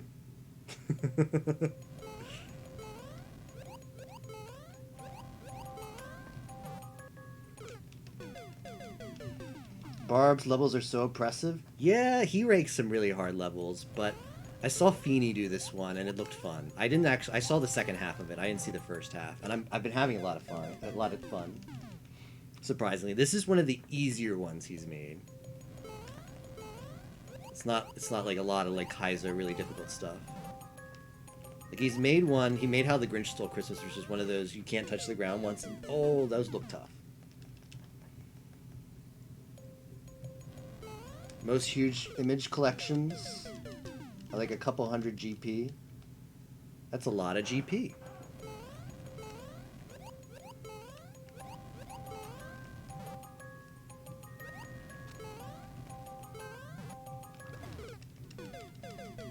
Watched him make this one. Yeah, I think this is his most recent one too, right? Watched a bit of Barb's 24-hour stream. Barb seems like a cool guy. It's being worked out apparently. I saw people say it was up and down earlier. Okay. Like, are the old links gonna work, or is it gonna be like a whole new thing? Hopefully the old links will work.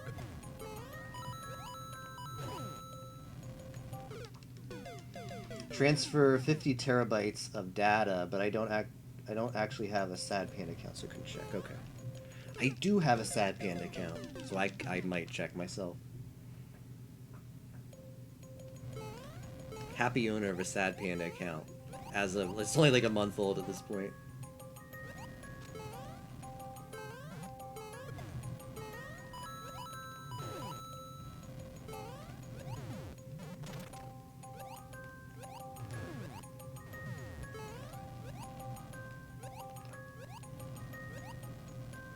Okay, go fast, SG. Go fast, SG. I was not fast enough. I might be able to skip one of those pals. I'm not sure. I'm not 100% sure. I definitely need to get moving faster. Gotta get my button gear. Feel like there's not much of the first half of the level beyond that.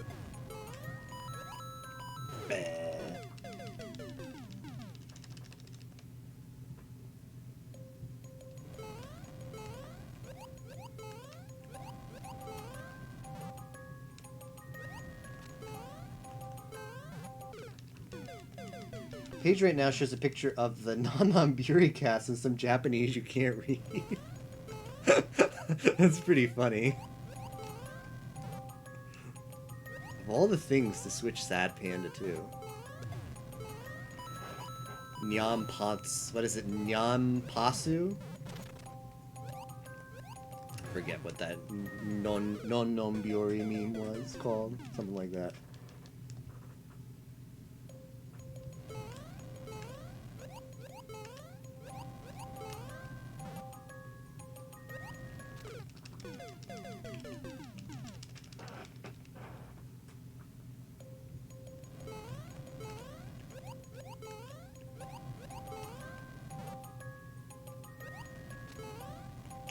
But yeah, I'd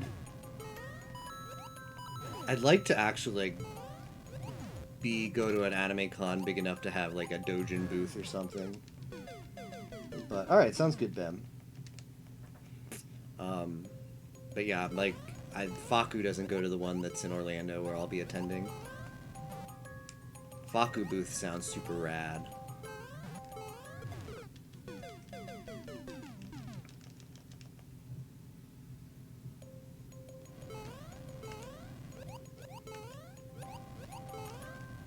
As far as I know, they're the only licensor of doujinshi, of translated doujinshi, right?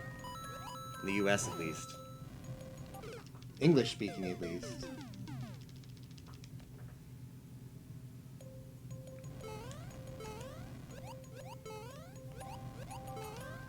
Trihex used to get Faku swag. I guess, I don't know. Maybe the mainstreamification of Trihex was the rip of that, but That's pretty cool. That was pretty cool watching the unboxing of the Faku. Oh yeah, what exactly are as someone else had mentioned that they had issues with Faku, but they didn't want to elaborate, and if you don't want to elaborate either, that's fine. But I am kind of curious about the scumminess. Legit.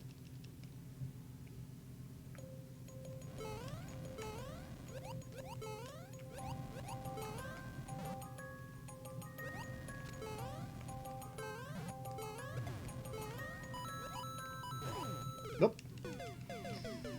Site we were discussing sure looks like it is up right now, so I think its demise is overstated. Awesome. Well, maybe they got it restored finally. Trihex stayed with me. I remember you said that, Buck. You used to be modded in his chat right before he like purged a lot of mods to like cut down the nut or whatever. Imagine going to Anime X with Trihex. What an experience.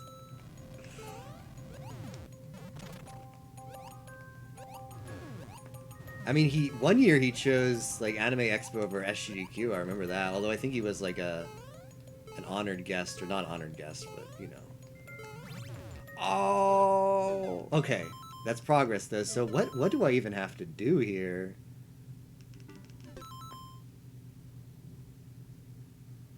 I jump back on the one behind, and then the wide. What do you guys think? I think I have to jump backwards on the one behind, and then that one will fall. And then this one will... No, wait. Maybe if I had landed on it a little bit sooner, I could have just jumped... No, but how do I... Wait.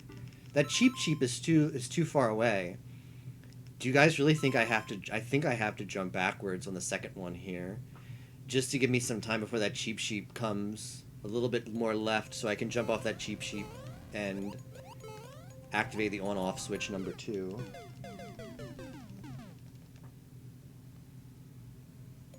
He was a guest of the Faku panel. There's also another streamer, Yui. I think it was Yui SC? SC2? And she was sponsored by Faku as well. They were the two, because I remember Trihex used to raid her. She would unbox Faku swag too. Still pals with Faku, talked about on a stream. Oh, I didn't know. That's good to hear. Recognized your e-hentai account? Cool. Very briefly, a Trihex mod. Hung out with him at Anime Expo last year.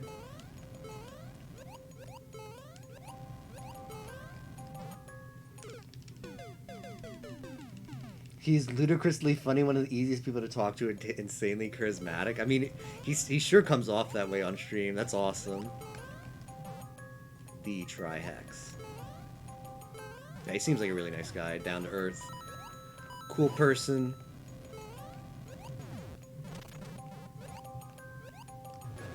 I mean, I know he's talked about before also, like, Twitch being... When he, like, Mario Maker 1, that was sort of like his breakout moment on Twitch. Like, he'd always been big before, like, Yoshi Island runs and whatnot, but that was the big, like... I don't know, like, influx of people to discover him. And, he talked about, you know, like... having a lot of, like, satisfaction being able to, like, buy Christmas gifts for his parents, buy them a new, like, television... because of his success off of Twitch, which I know for a lot of streamers also. Streamers who want to make a living out of it. It's a huge milestone to be able to, like, prove themselves. Like, I don't think it was, like, a negative thing that his family gave to him, but I'm sure a lot of streamers still feel like... I mean, Twitch is very much taking a risk. There's a stigma to it, like, how do you make money off of playing video games? Go get a real job, right? For the people who want to make it a living.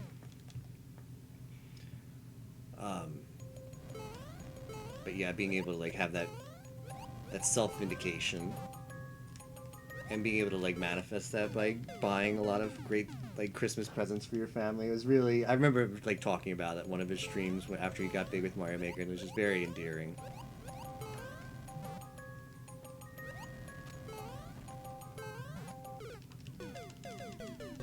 This level is terrible. It's not too bad. It's a Barb level.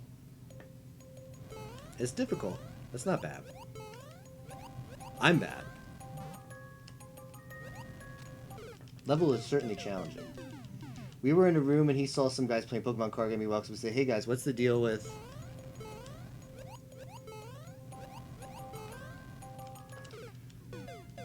What's the deal with Pokemon cards these days? What's the matter? One of the guys goes, "Are you Tri-X?" What's the deal with those Pokemon cards these days? He used to play a lot of Yu-Gi-Oh, right? I remember him telling a lot of stories about back in the day being like the one black kid who played Yu-Gi-Oh or something at his school.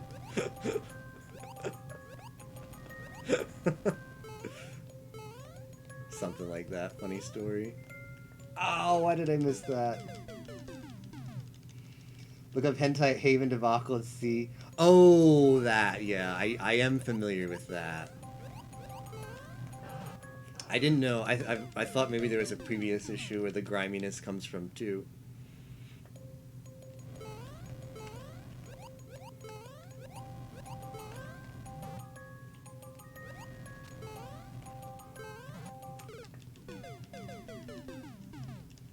It's been 8 years at this point, so I have no idea if he even remembers you, but he's a great dude.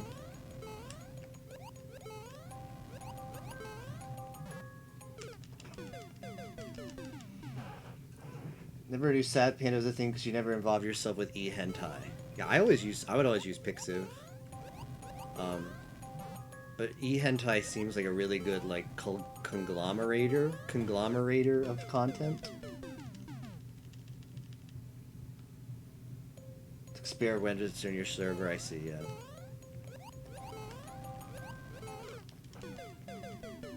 Deserves a success, definitely. I believe a dude sent Soda Pop in a free...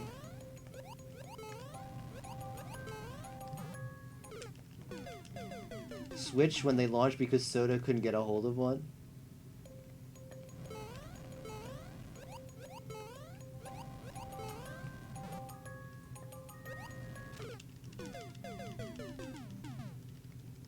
He was still on the Yoshi Island grind. I talked a bit about trying to...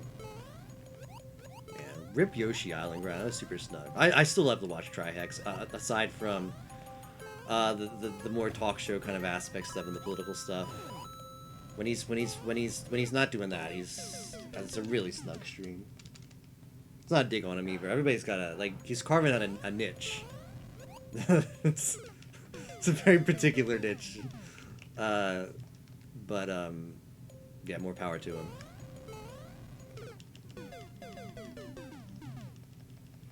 Awesome to see him take off, yeah.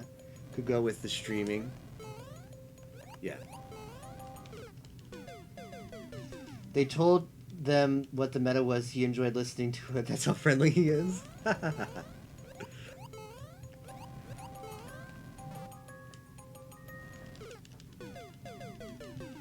There are previous issues, just not personal ones. Heard a lot of things similar about Baku. Oh, that's a shame then. When is Dojin.gg? It's the joke me and Tapioca always like to make with each other when we just don't like how a service is handled. We say, when are we just gonna make the service ourselves?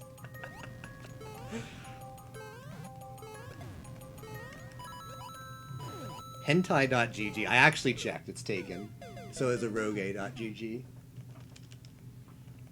Oh wait, it's not actually. .gg isn't taken, but .moe is taken for both of those. I think eroge.gg and maybe hentai.gg are available when you lawyer up.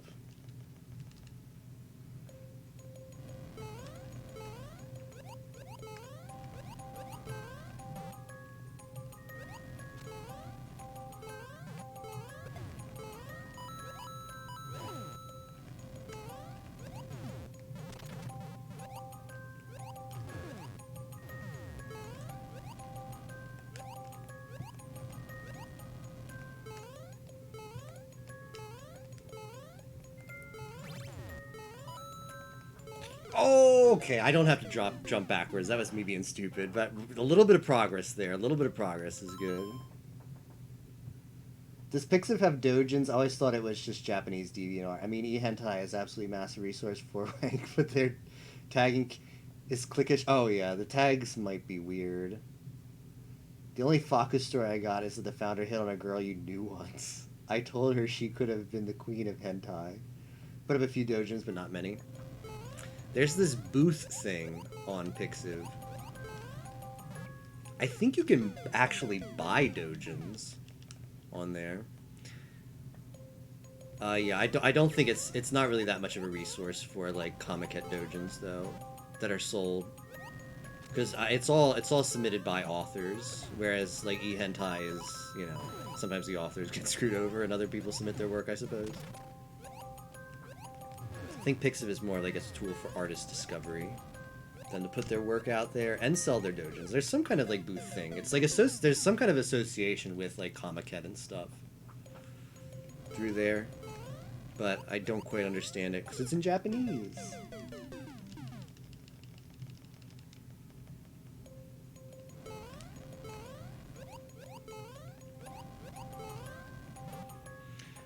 There's another site that I checked out recently called Damboru, I think it's called. Damboru.us. But some of their content is locked behind a paywall, which is a bit of security blah. DL site is one of the bigger selling places. I have heard of that one, never checked it out. I should. I want paper dojins. I own a few, but nothing replaces the.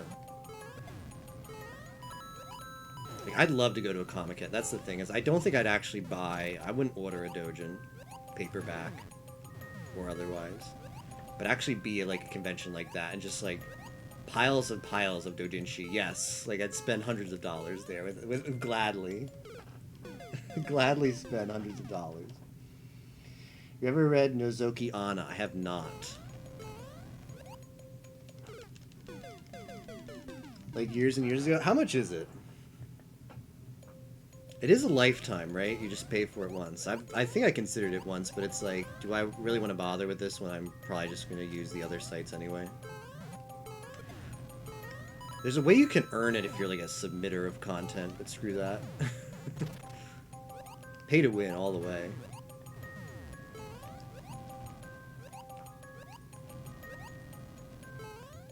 That's too long. Yep, took too long. Maybe I could have just done a little bit slower there. Probably still had time.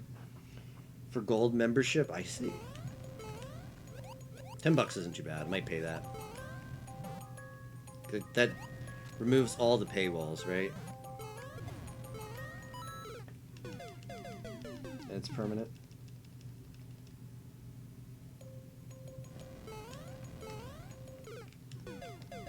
Remember reading parts of the beginning, then noping out. Finally went back and read the whole thing, and dang, what was the noping out cause? Give us the dirty details. Were you not a high enough level weeb at the time to appreciate true culture? Oh man.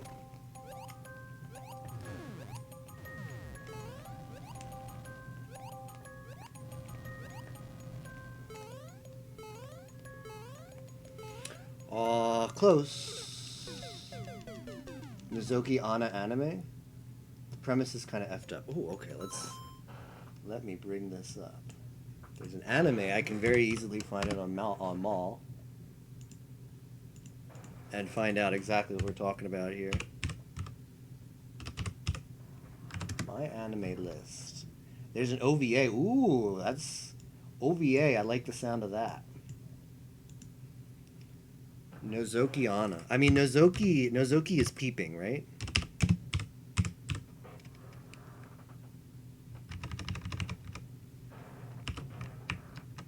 Manga and OVA. I could just read the manga synopsis. It looks cute. Vocational technical school students, school dorms.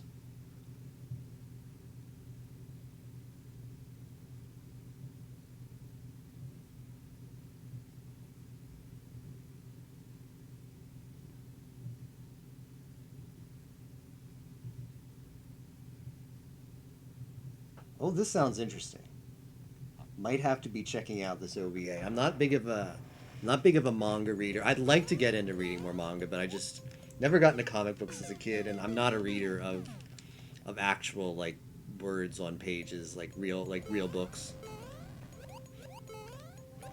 And in spite of trying to like read more manga, Just never happens. But an OVA, now that's something much more likely for me to pick up. So I might check that one out. Looks good. I like the premise. Covers the 3-4 chapters. I see.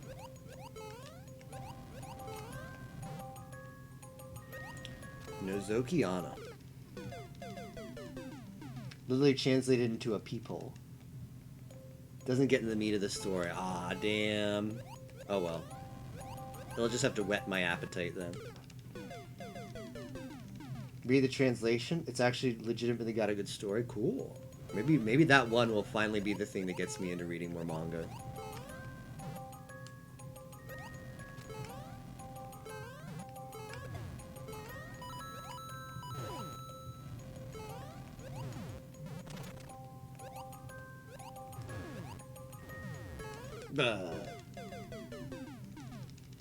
You read more than you watch. Interesting.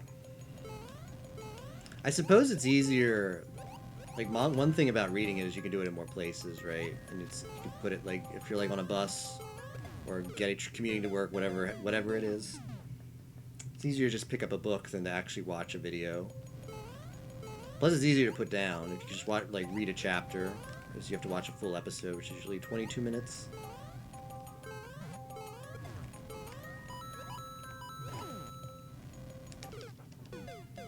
Anime can feel slow. Yeah, that's true. Often way behind. Yeah.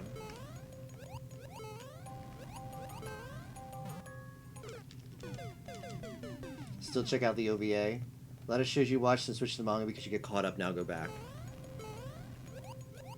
Yeah, I know recently a lot of people probably did that with Kaguya-sama.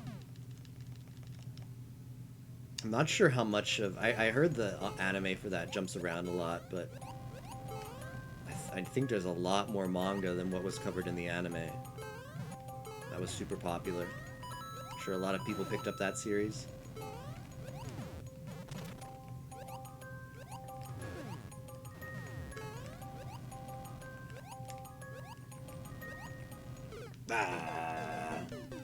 Hunter x Hunter Berserk. More recent releases. There's no 2-3 here wake like Attack on Titan. Don't you mean Attack on Aotina or whatever the one fan subgroup insists on? Still call the manga releases of those more consistent.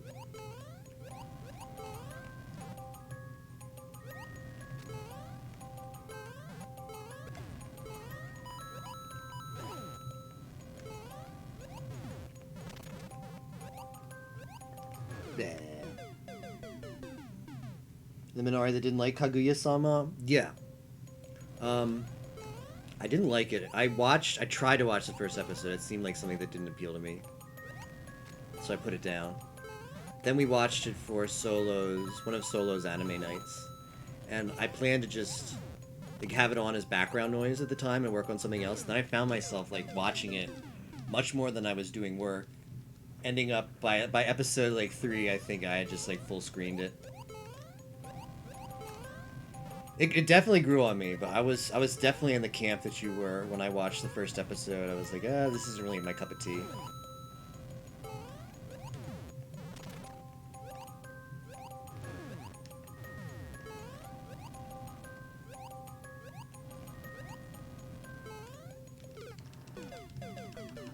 Watched all of it, but only liked one character, her maid. Aw, what about Chica?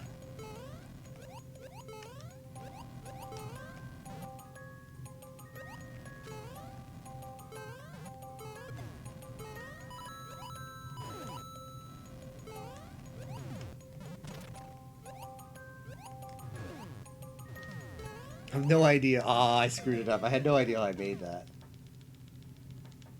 JoJo part tonight, and I should cancel Crunchyroll.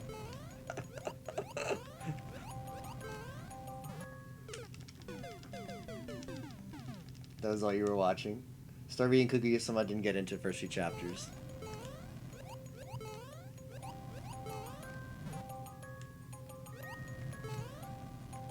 Does anybody ever read light novels? It's a question I pose to you. Can you even get a lot of light novels, besides SAO, translated in English?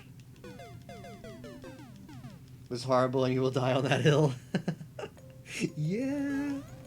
If Chica wasn't cute, I would 100% agree, but Chica won me over by her ditzy and cute personality. It's fake ditzy sometimes. She knows more than she leads you on to believe, but yeah. Ton of light novels translated in English, okay. I actually wasn't that aware of that.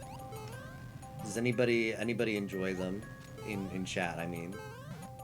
Anybody, since we're talking about manga and anime, I'm curious about the light novel side of things. Anybody read a good light novel recently? Because I knew some of them were translated. I didn't know exactly how many were.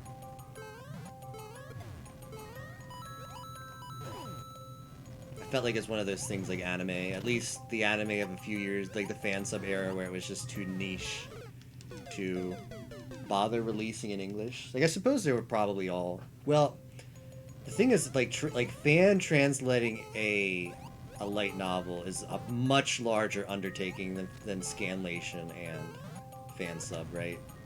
So, was there ever a fan translation scene for LNs?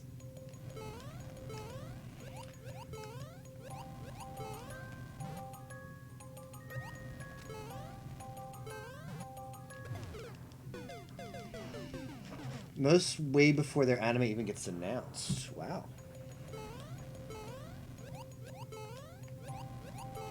Just didn't think the international community was worth marketing towards light novels to. But I appear to be wrong. Sometimes I want to get a new manga, I'll go find the site, filter the genres, just find something that looks interesting.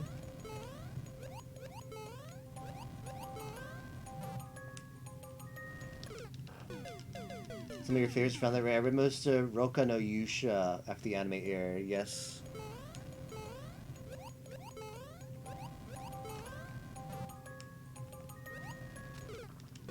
There was and still is. Wow, I'm impressed. A lot of motivated people out there, which is amazing. Amazing weeb community. Remember, Crunchyroll would never have been a thing if it weren't for fan subs. I mean, that's not digging on Crunchyroll, that's just to show I have a lot of respect for both. I have a lot of respect for the legitimatization that Crunchyroll has done, because that makes anime just be a lot more accessible to a lot more people and help people discover it. And then I'm also have a lot of respect for the fan sub community. Just some of the fan subs that you see. It's sadly a dying genre because of simulcast, and that's just how it is. Like, it's neither good or bad, it's just how it is. But massive amount of work went into fan subs. I mean, you still need the fan subs for some stuff. I'm looking at you, Macross. It's a manga about a high school star.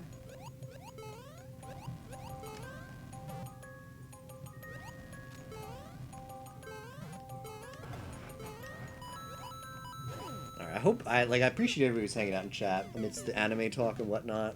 Hope the level. I'm having a lot of fun. Like this was just like a chill day. Like, we did the race earlier. That was the main focus of the stream tonight.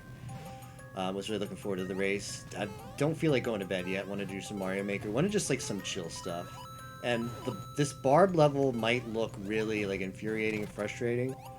Oddly enough, I'm having a lot of fun playing it. So thanks for hanging out, guys, and hope you're enjoying the level as much as I'm playing it in spite of all the dying. Okay. I think I was supposed to... What do I even do? If I hit that, maybe something comes down? I'm probably supposed to hit it twice. Oh, if I hit it twice, that spring comes down. Wow, okay. I see. Well, that is progress. It's farther than we made it before.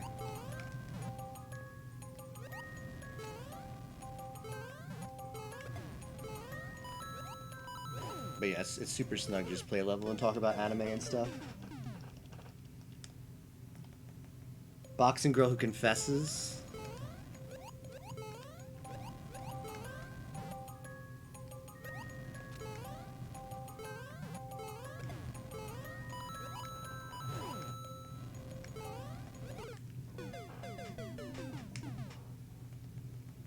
To the shrimp of the club who's never won a match. The shmup of the club. I think I read that wrong. Shrimp, okay. It's funny and cute and not obnoxious like most romance manga. Did anybody watch Blooming Into You or read Blooming Into You? Yagate Kimi ni Naru? This is a Barb level, yep. Speaking about good romance manga, I think that was a manga before the anime. I think that was its source material, not an LN.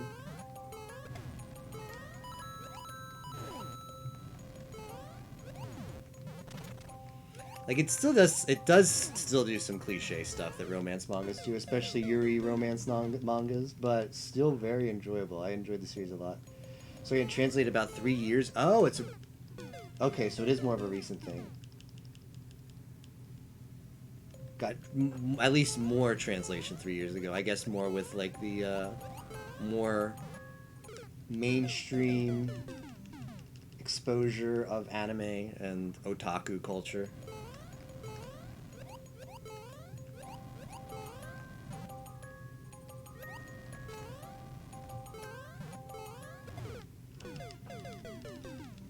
Laying around reading one day, Overlord ReZero, No Game No Life. I see. Sounds cool. Don Machi. Might tell him to do the fan subs just because. Well, I mean Shonen especially, right? They like go all out for the for like the attacks and stuff. Just because of all the names change. Oh, for copyright issues. I heard something about that, but I'm not caught up. I haven't seen any JoJo, so I didn't read into that. But yeah, something got changed in the localization, right? It's for the level map, man.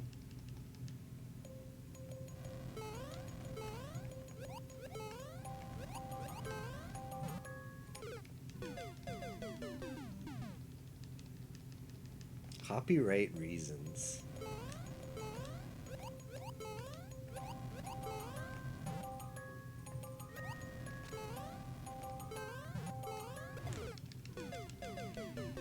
And stands the power of the series of musical references without spoiling a lot of the names are famous. Oh, I see. Well, that kind of sucks then. Man, maybe I should have, for Solomon's group watch, maybe I should have hunted down the fan subs. I wish I would. If I had known that, but it was just like that's the one thing that I is because I'm a bit of perfectionist about the group watch. I want to make sure we're always using the best stuff. It's really hard to like preview fan subs or preview subs for that. So I just go with what looks to be like the most popular release. And that's usually the Crunchyroll subs.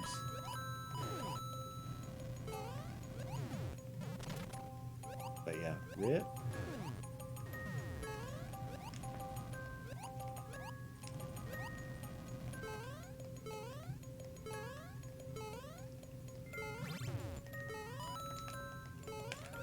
No! I think I need to jump there. I jumped a little bit too late. Current story on eHentai and X-Hentai is they shut it down, moved over to Moldova, brought it back up. Okay. Leaves the character yelling, "Kill a queen," and the subtitle is saying, "Deadly Queen." Doesn't bother you much, it's not ideal. Temboro is still quitting in 2020 though, so who knows what will happen then. I'm not familiar with what Temboro is. I guess that's like, is that Domboro? Is that just a different Boro website? Is it the same thing? It's different from the one where you pay the $10, right? 6 bullets.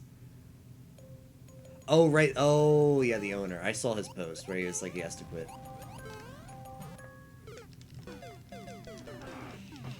Hopefully someone will pick up the torch.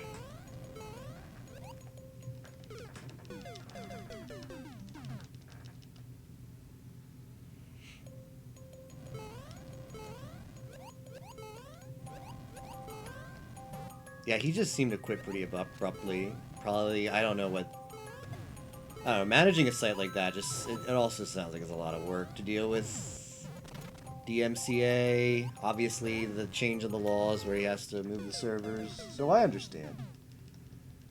Bad Company, Worst Company was one of the worst. That's pretty funny. Has Bad Co in his outfit.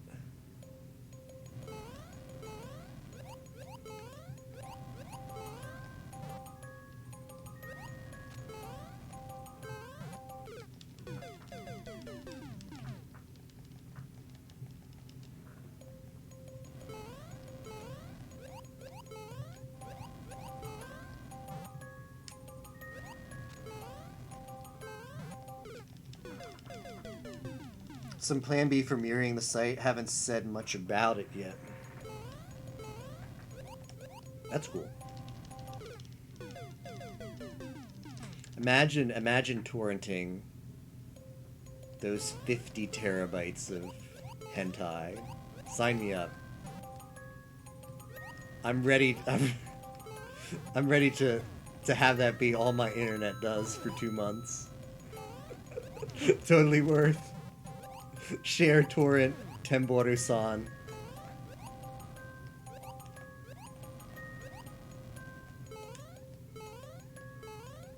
Bleh. Hook it up to my veins.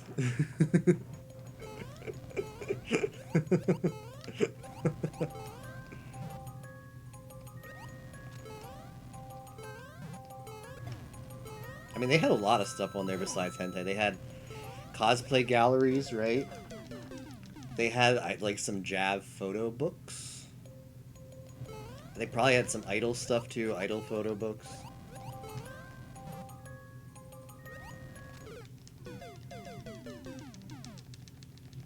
Tapioca won the race. Well, Spock finished before all of us, but he was late, which is funny. He got a late start, but he wasn't in the race channel, so rip. But yeah, Spock finished first, then Tapioca, I suppose. Tapioca got all the SRL points, though. Name of this game for a while, this DGen chat probably knows. One dating sim that had one sequel. Everyone that worked in the hotel wore bunny ears, and you were the sommelier? That's a tough one. That aren't even hentai adjacent on there. Simply do not exist in physical form that can be purchased anymore. They had more than just hentai and stuff, looks like out of print books. I know, yeah, they had like, yeah, I do remember looking up like anime books. You know, like they sometimes release those art books with anime shows. It's like, I don't know, I suppose you could order them from J-List or whatever, they probably have them. But, yeah, reminds me, I have looked up one of those.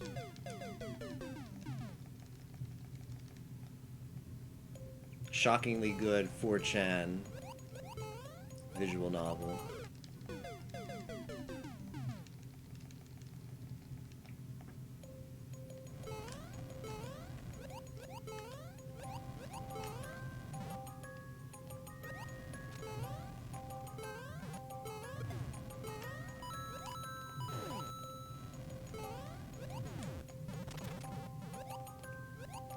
Blah. Big on torrenting sites for a while.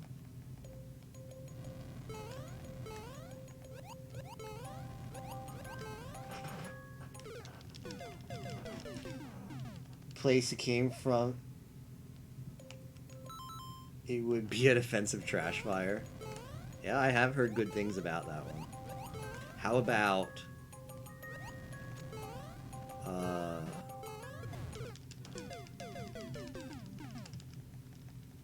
Eroge Echimo Gemumo Hapyaku Sanmai?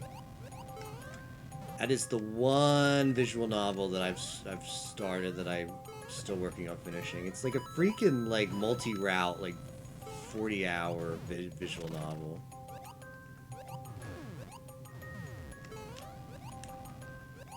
That's pretty good. Hey Ben, welcome back. Echina Bunny-san. It's called you. Echina Bunny-san wa Kirai. Isn't that translated as pervy Bunnies. Do you hate pervy bunnies? Isn't that what that's translated as? Took you like 30 hours, probably. I see.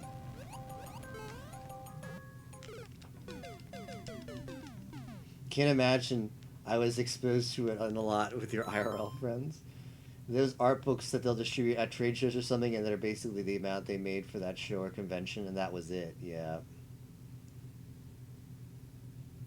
Hey, Arts. Thanks to the Bochi Claps.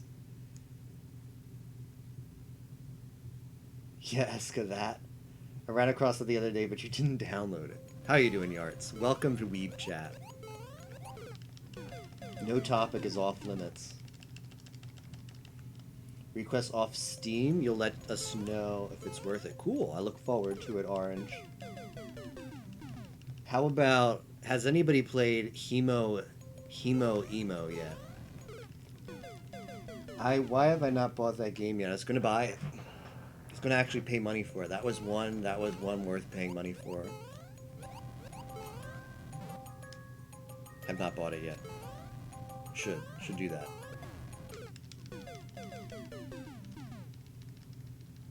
How big would they be?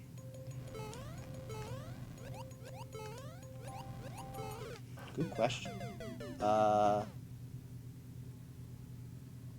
happened to it? Oh, here you go. Does that work for you, Yarts? About yay big. Did Dyer lose in that game?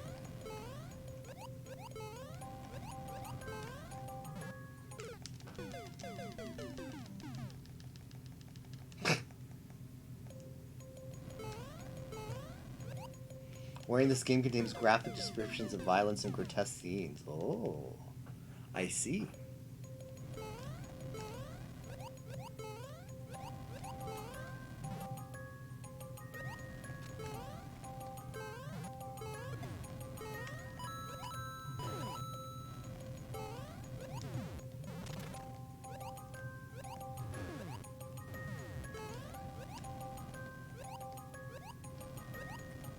Oh, man. Pretty average. You don't think you'd be a curvy girl? I would definitely be Justice. First thing that popped up after the Compile Heart and Ideal Factory logo. Weird. Surprised I haven't seen a, Compile Heart and Ideal Factory constantly send me emails. Or I get, like, those games always go on sale, so surprised I haven't seen that one recently.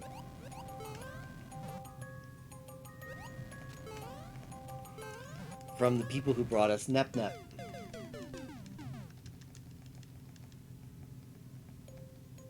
Can't probably miss it.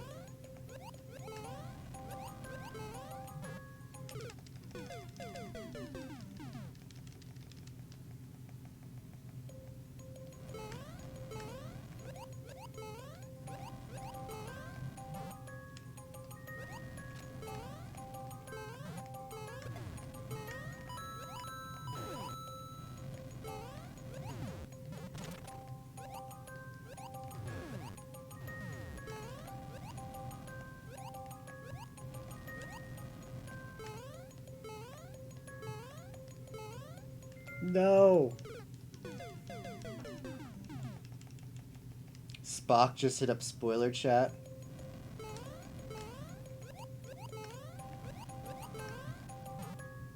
Forgot spoiler chat was a thing. I have that muted. Then it could go some places.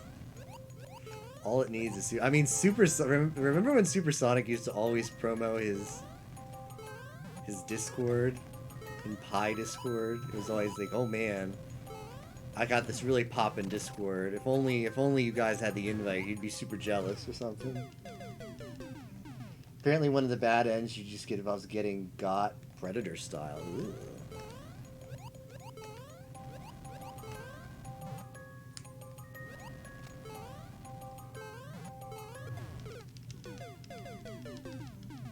Have them all muted. It's mostly Mega Morty and Chuck Batman. What a combo.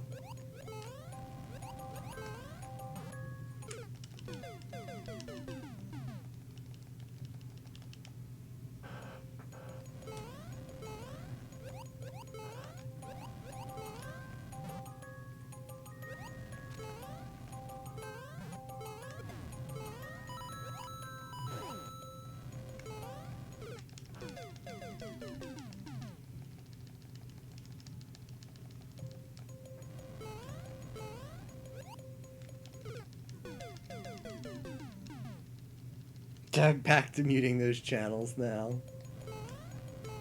I mean, I think spoiler channels are a really good idea, but I always mute them. Like, they're a good idea because, for whatever reason, in every like streamers, like whether it's a blind playthrough, there's just people are obsessed with they have to spoil. They need that avenue. They need to be like, why is streamer XYZ not using strategy A, B, C? It's super easy, and then he can do all these other things. So the spoiler channels give them that avenue. Why do people? Give me an offer you can't say no to. Oh, I'm all ears, Matt Man. I'm ready to hear this offer. Teach me.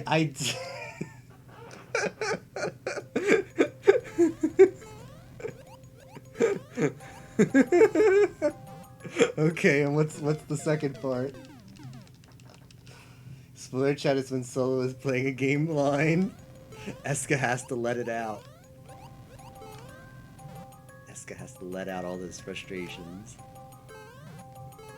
about Solo doing silly stuff.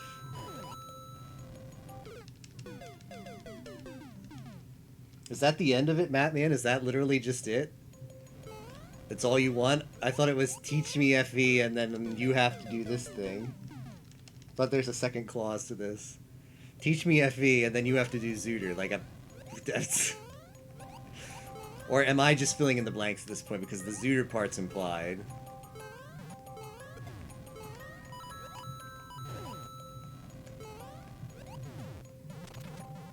I'm dead. No second thing. Wow. Alright, you're on, Matt Man. That's the end of it. If the alpha and the omega of the offer is simply teach me free enterprise. You want free enterprise, right? You don't just want the vanilla game. But if that's it, I'm down. There's no strings attached. No strings attached. Free enterprise hookup. I'm in.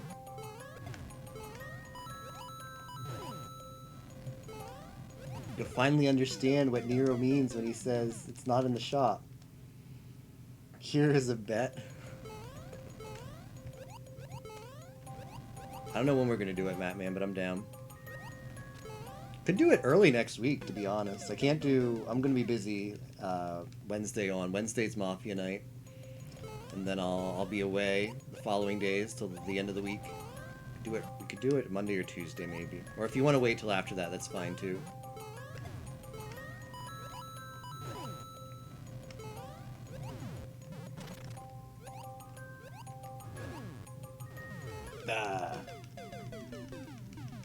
Gonna write tests, but I'll check it Monday. It'll be fine. Pushing code at 12:20 in the morning. Yeah, leave the test till next time. Teach me how to Dougie. Maybe there's a second thing you need to race me in. Final Fantasy IV sometimes. What's the second thing you want me to race you in Final Fantasy IV? Are we doing legal percent runs, Matt Man?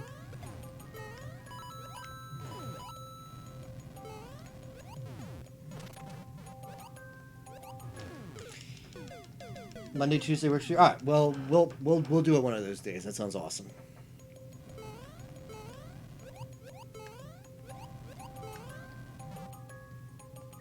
I will hit you up.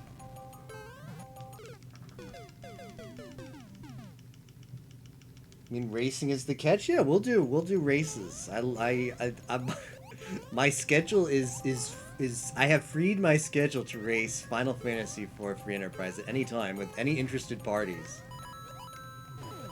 So I'm down. Starting a new game in hard mode because you want the game to kill you. Nice.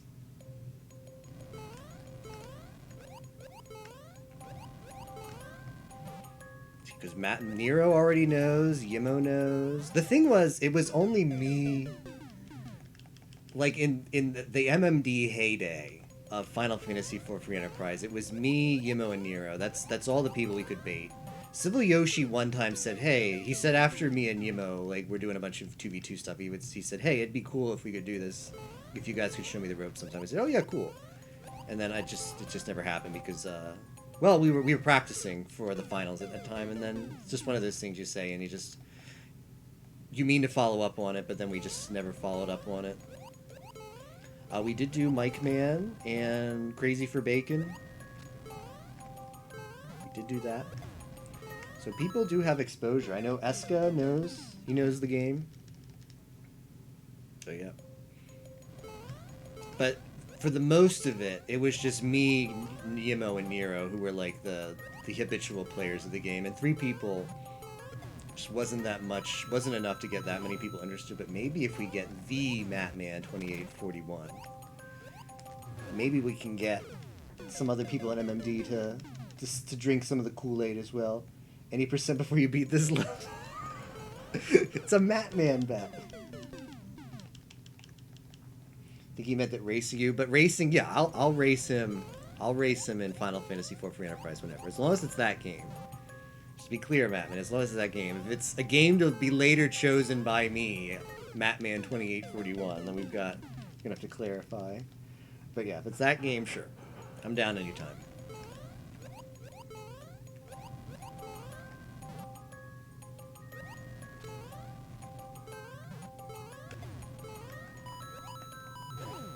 Sure, we have Kate Sith, too. Kate Sith could be down for some races. Oh, why am I missing that shell? For a while, I should have had a timer. I should have had a timer. I was under the impression it wasn't that bad. The warning about violent death. Impaled and dying. A nasty death. Ooh. Strats and flags, yeah, you know enough to get through. They changed a lot, but it's not bad. A lot of, like, the old flags have equivalents that are pretty popular. You know, like the J items and stuff. But, more or less the same game. There's definitely, like, equivalent flag sets with the new flags and the old flags. So the new flags give you a little more, freedom to customize some stuff.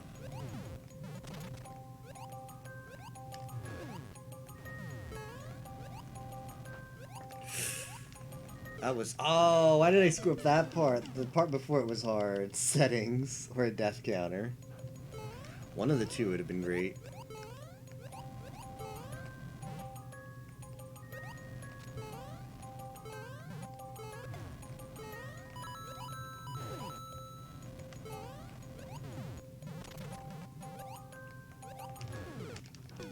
Can even race on Splits.io. Tapioca was telling me today. Like, Splits.io just released, like, a Speedruns Live equivalent where you do it on the website, you connect your Discord, and then you just go in the browser. And you race. Connect your Twitch. Did I say Discord? I meant Twitch. Connect your Twitch, and then it's like Speedruns Live, but minus the IRC. And maybe it'll get some of the, get some traction. It looks pretty well done. But it doesn't have SRL points. That's the one thing that doesn't have going for it. How will we farm SRL points on there?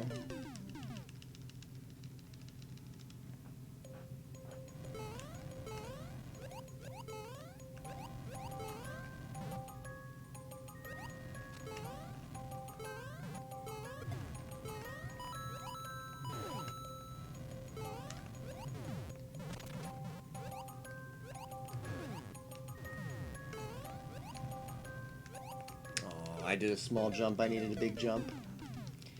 Big yump.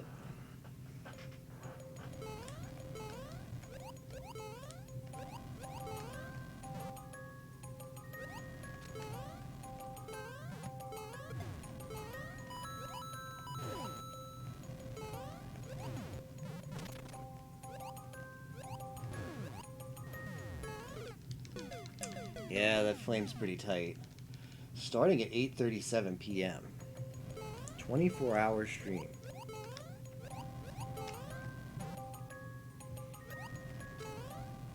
Yeah, you're right, Spock. We need I think that's next on the Micah to-do list. We'll have it be where you can, like, set... Like, starting off with pilot links, like, we need the customization for that command every day. Game you're playing is not stream-friendly? I mean, my understanding is it can be as violent as anything. Just can't be lewd.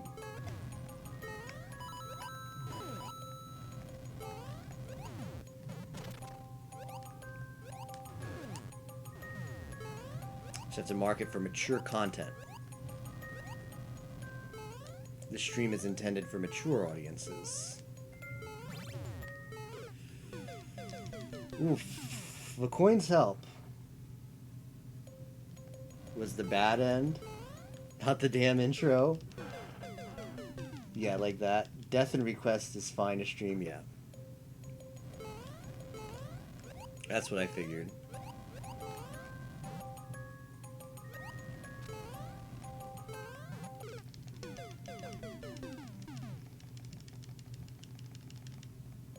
You will have... What is this FM clause? If there is an FM race to farm, I will bail? Oh, okay, that's fine. Like, literally, we, like, I can be very flexible on when you actually want to learn, man. It's probably going to take several... You're going to have to play the game several times to get used to it, but... Yep. Can help you out whenever.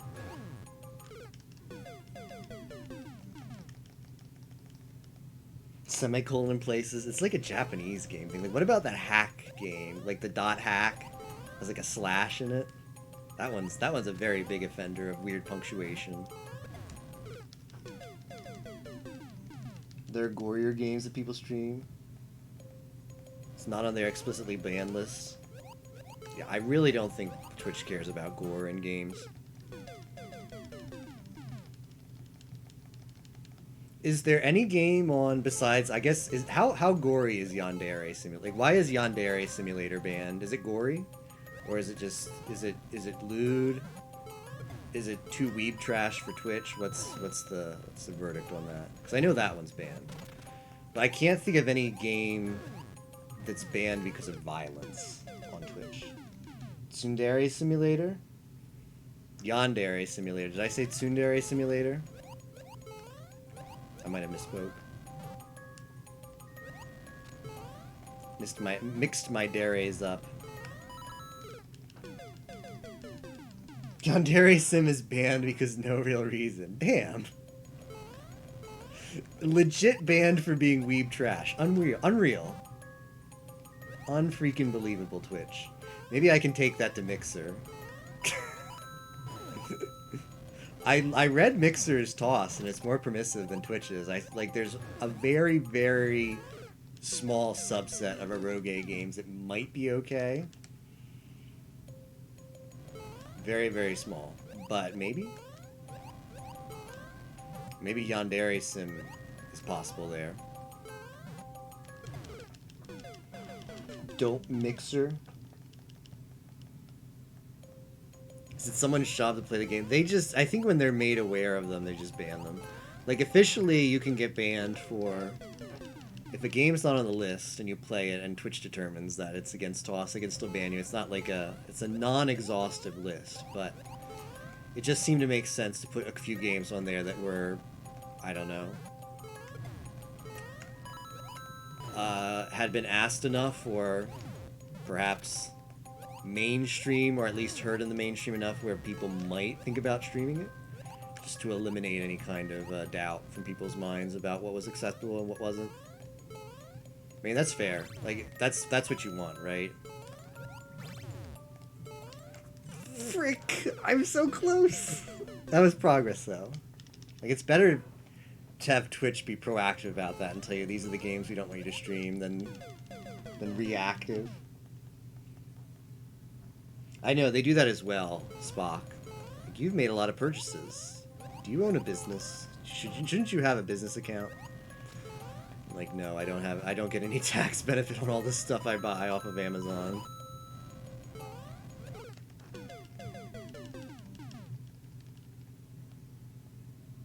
Yeah, I assume it's what Orange says, Spock. It's just if you have like some purchases are tax. I don't know, like businesses um don't have to pay sales tax if they're like resellers. There's some place some qualifications where you can not have to pay sales tax if you're certain businesses.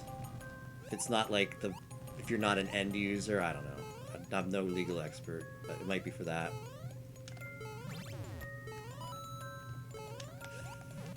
Ah, shoot. Well, that's definitely the pathing, though. We're getting better. Gonna claim some PC stuff? Well, I mean, for your deductible, yeah, you're welcome to claim that.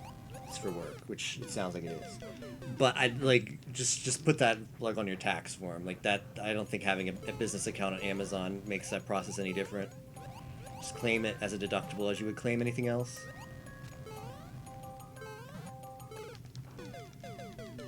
Does have nothing to do with business. Yeah.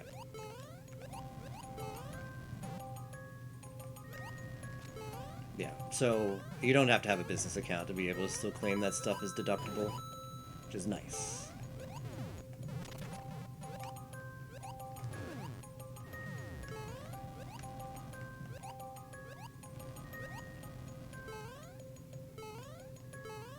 If you're a streamer, I guess your game should be deductible, right?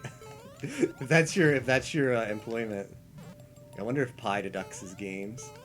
Ah, I'm close. Okay, we're making progress. I mean, this is a business expense, right?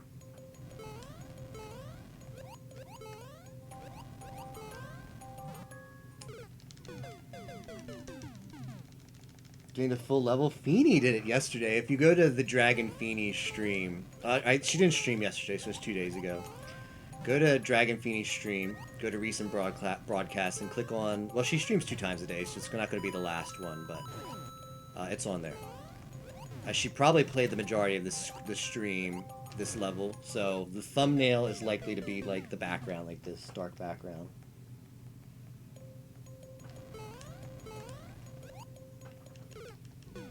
Yeah, they should be legitimate deductions. Knows how many games Pi asked for free or is given. They should be legitimate deductions. It's kind of one of those funny things that where you're in a position where you can actually claim video games as deductibles. I just find it humorous, but yeah, it should be deductible. If you're a streamer, it's your job. That's a business expense.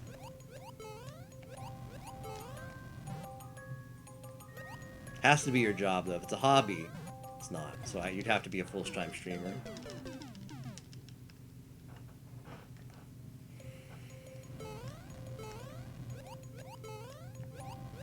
Obviously the PC, but for a lot of people, your PC could probably be deductible. Business expense.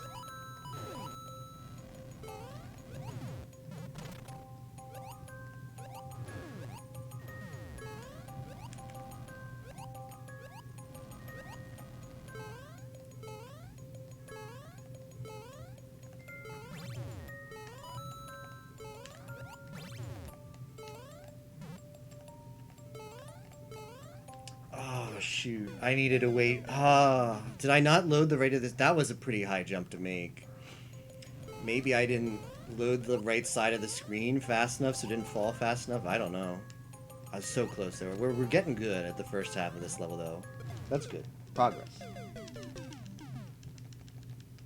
Any game purchases? I've seen multiple big streamers talk about it.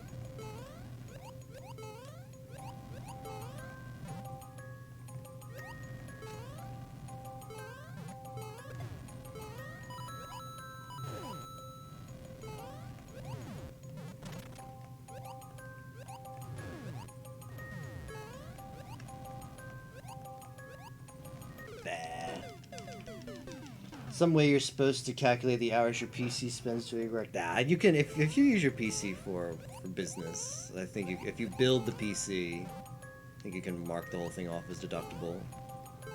Or if you buy the PC, if it's for work, if you do work on your PC for a non-insignificant amount of time, I think it's fair to call that a deductible expense. IMO, no tax expert. If you get audited, do not not contact SG4E. Hey Taker, how's it going? Vert Cup.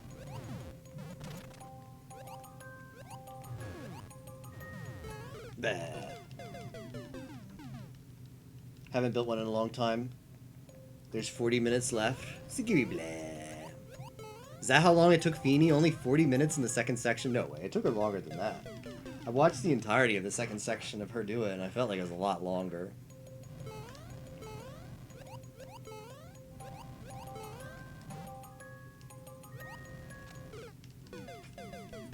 Sigiri blah.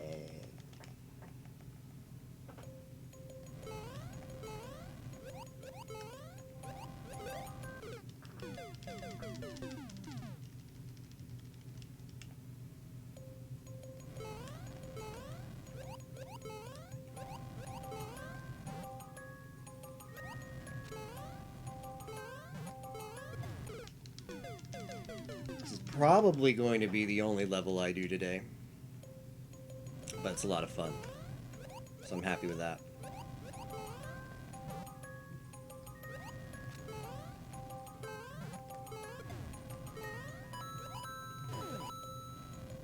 Ah.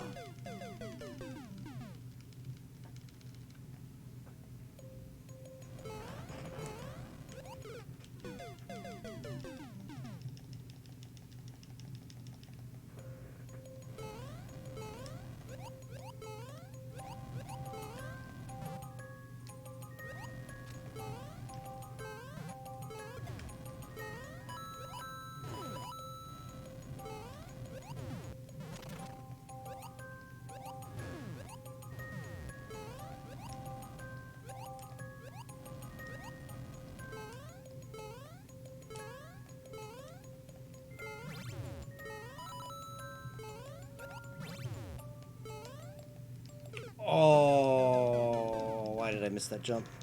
It is a side scroller though, so I can't. It can't be right. That always loads at the same speed. I'm pretty sure. So it's not a matter of not loading it properly.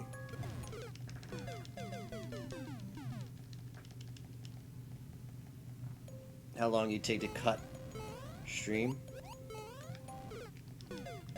Okay. That assumes I'm as good as Dragon Feeny, though.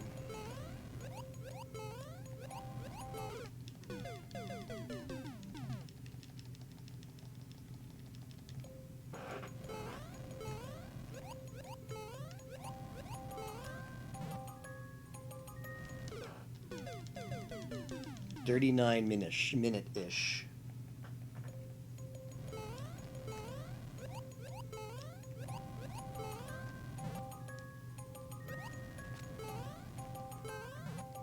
And she beat it once and then died to the troll at the end. So did you factor out that time? There's no way it took her that long. I mean, I was watching the stream and it took her longer. We're both full-time Mario Maker streamers. But does she stream Dead or Alive volleyball or Senran Kagura pinball?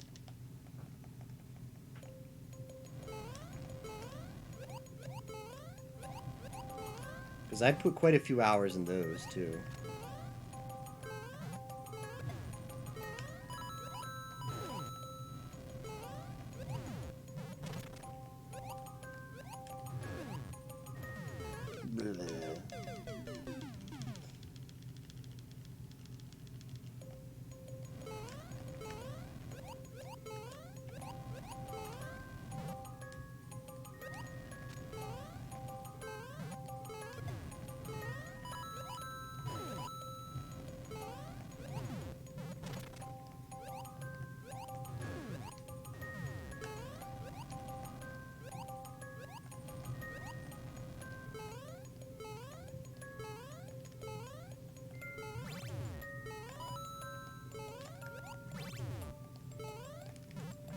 I knew it. I knew it when I saw that I landed that far on the left of that spring. I was gonna bonk. There's flames you have to dodge. You're making sure you're landing in the right place. That's tough. That's rough. When am I playing poker again? Seeing how bad you were yesterday? Probably never, to be honest, because we found out the tech at the casino is you just save scum at roulette to get all the money. And I'm only interested in getting money at the casino. Like, the casino games are really bad in Senran Kagura. Because the AI is really weird. And they're still casino games, so... they're games of chance. And they're not that fun. Like, there's a lot better... like, poker clients out there than Senran Kagura. Or not Senran Kagura, Dead or Alive Extreme, I mean. Sexy hiking speedruns. I'm unfamiliar with the sexy hiking run. Oh wait, I think I did see. Someone posted a link in speedrun Reddit. I didn't watch it though. Unless I'm thinking of something else. Do elaborate, Tager. Convince me to run this game. This one ugly game. Never mind. If it doesn't have a high kawaii factor, I'm not interested. Sorry.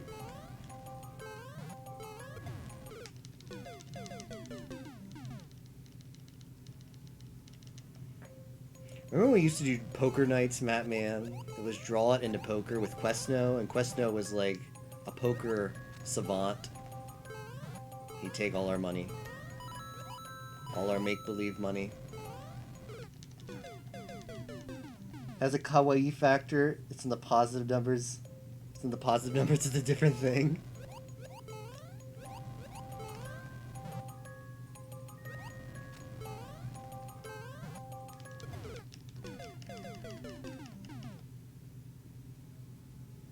That game was rough.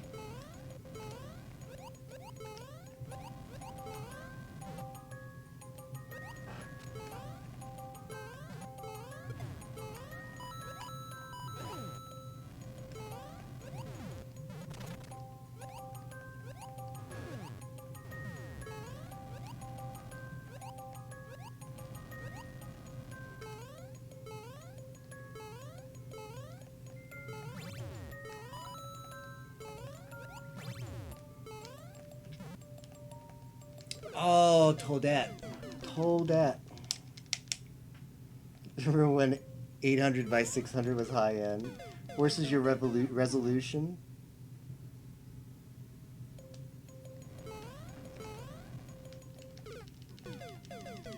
Muck, when is Kramer's Hentai Adventure, or that one Flash game you found? When are runs of that? When are you gonna speedrun that game? I'd totally watch.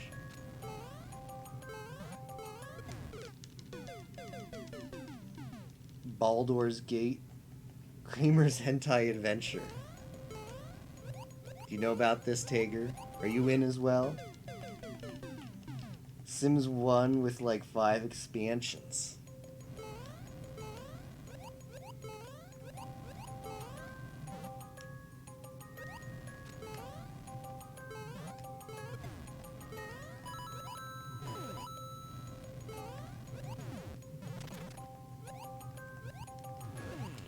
Oh, that was close. There isn't a lot of meat on the bones there, Jerry.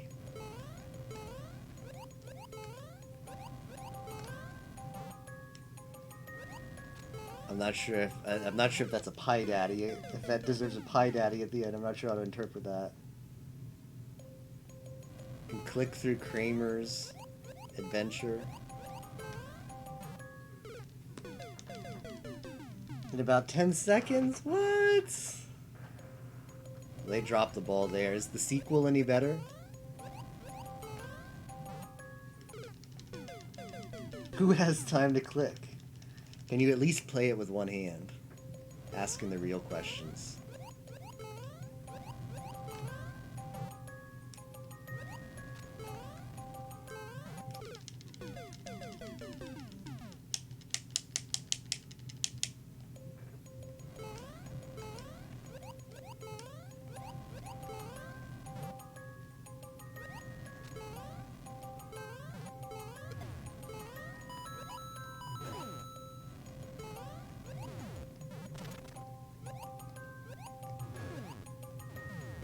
The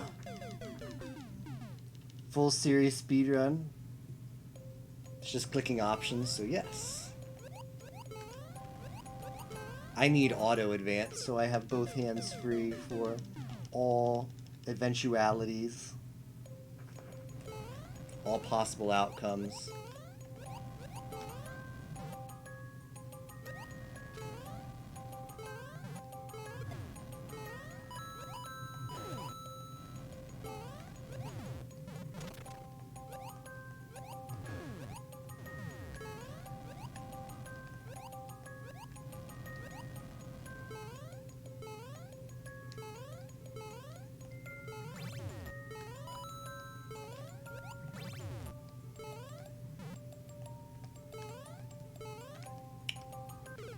So close. So close. If you like low-res hentai gifs from the 90s, blind races on Flash adult games, that's what I'm talking about. Sounds like a fun time. Vibrate with the game.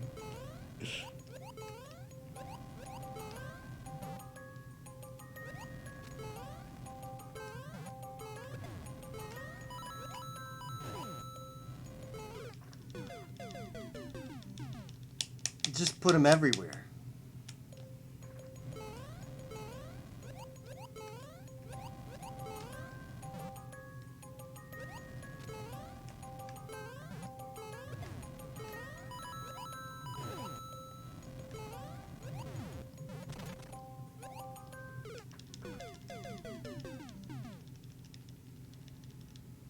Old-time management hentai games? What are the management hentai games? You're talking about, like, is that like Honey Pop or Honeycam Studio?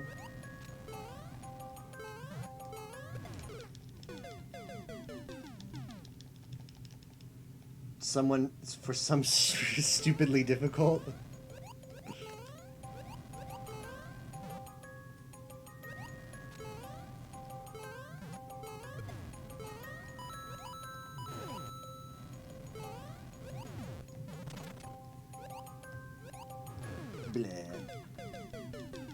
Oh, I might not have heard of these then. Give me the lore on the hentai, the management games.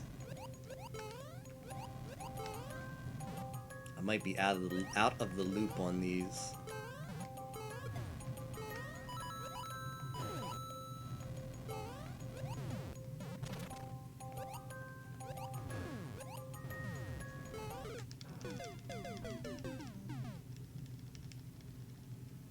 Money and life and time of day mechanics.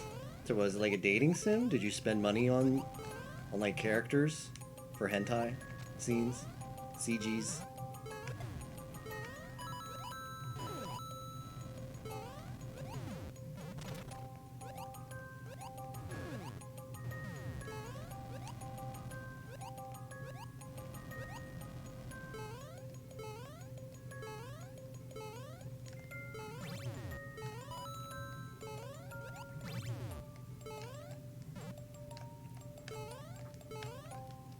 I need to be running towards that third one.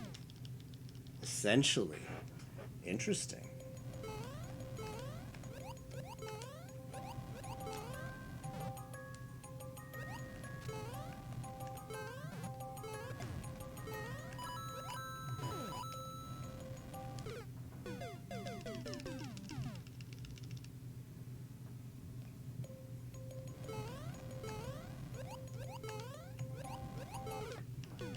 Go to school to get smart, then your job for money, go to gym on the weekends, spend money, increase your strength, etc., etc. And what do you do to get the hentai? Don't tell me you have to maximize all those crappy stats. Talk to girls. Care about different stats? So you have to bulk up, is that what we're saying? You have to have nice bulk.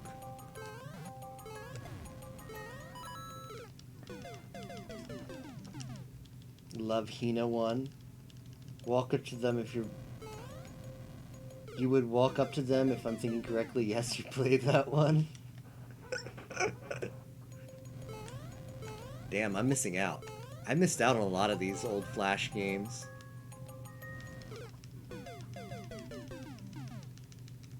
Not exactly excited about it. I think you were 15.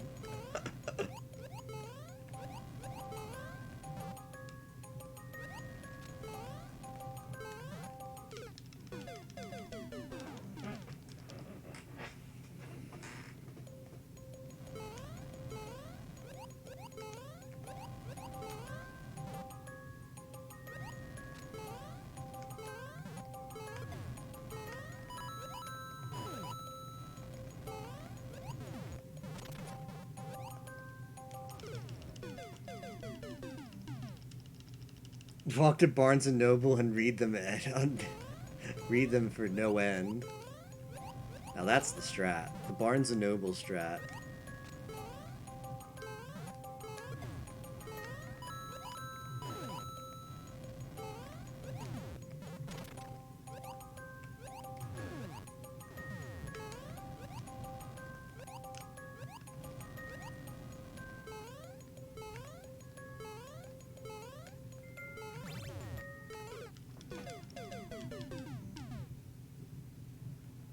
Use copies for the nostalgia.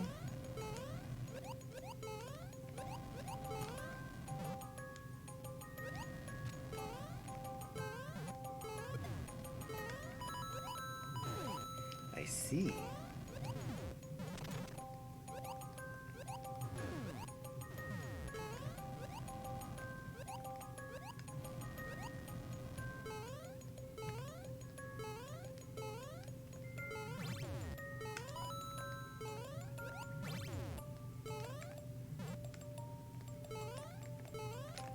Oh, closer and closer. Doesn't quite hold up. Was it trend-setting harem? Can't hold their own weight anymore. Lose their firmness. Are we still talking about books? I'm confused.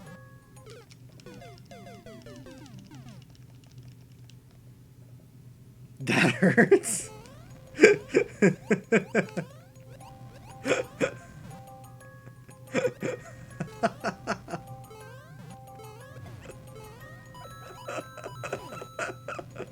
Oh man. I'm just asking. I'm just asking a question.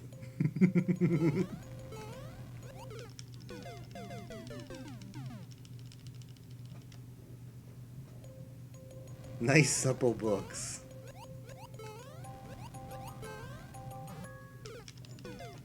Slim Zab.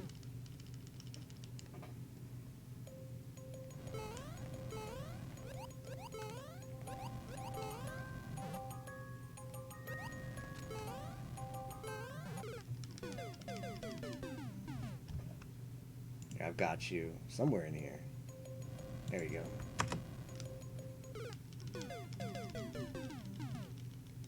That death was worth for the Slim Sab.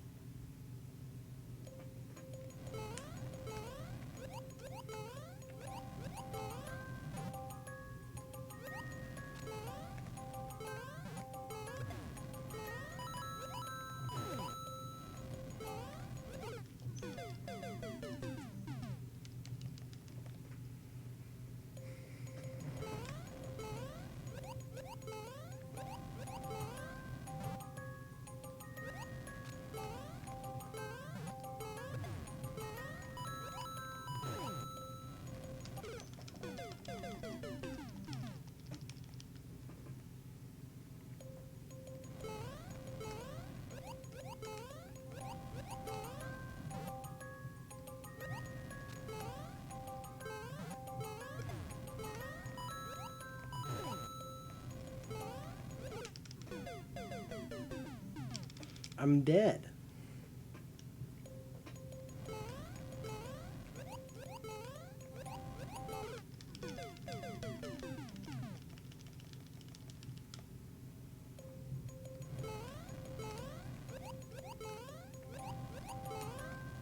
Do you ever think about, like, how Nintendo's difficulty algorithm works for new levels? Like, does this level just get dumped off in normal? Like, imagine being the poor soul who finds, like, this level in their endless normal queue.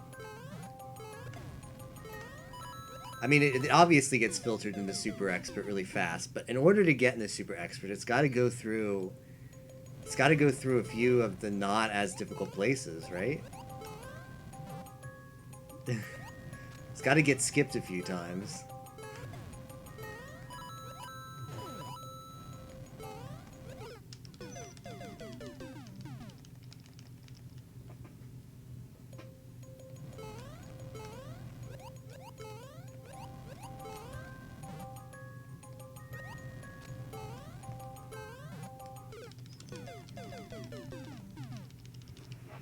Alright, let's get settled in here. We're making mistakes on the early part. I'm not sure why. Might just be getting rusty? Reflexes getting a little bit tired? I'm not sure, but hopefully we can work our way out of it.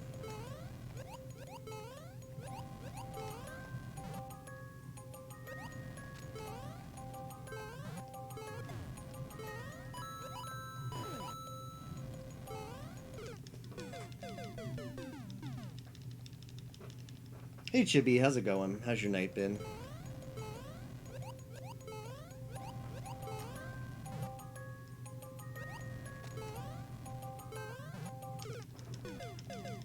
Yo, Captain. Thank you for the raid, my friend. How are you tonight? I assume more trails practice. How did that go? Thanks for the raid. Welcome, guys.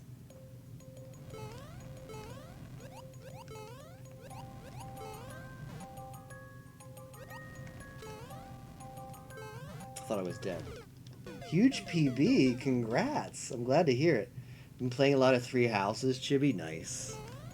Game looks fun. I was talking a bit about it earlier. I feel like one day I will play it. It's just, oh, it looks good. It looks really long, and I don't know if I have those hours right now. I'd like to hear a big PB. That makes me happy. So congrats.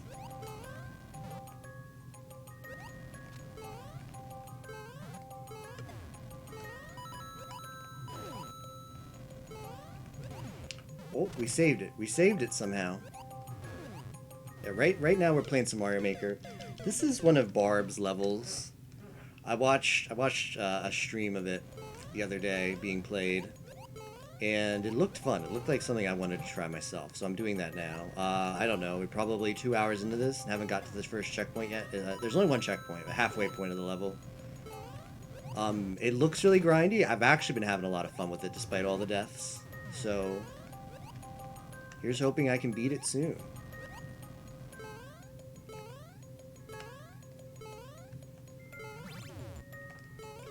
That was... It has actually been several minutes since I got back to that part right there, and I just blanked. I had a mental blank right there. I was supposed to move forward, and in my mind I was like, wait, do I go back here? No. Whoopsies.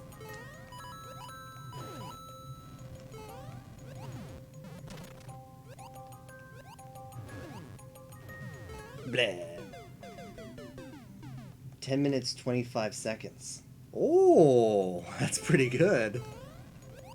That's pretty good. It's a juicy PB. Time to cut off from the previous personal best. Very good. It's like a peanut butter and jelly with extra jelly. Or I guess extra peanut butter. Oh.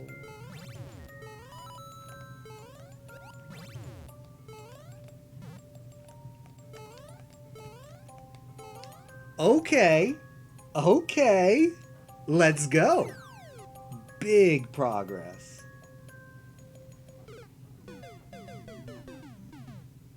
Super impressed by Three Houses. That's good to hear, Chibi. It seems like everybody's enjoying it, which is awesome. Uh-oh. Okay, well now things get a little bit tricky, don't they? Gotta figure out the timing here.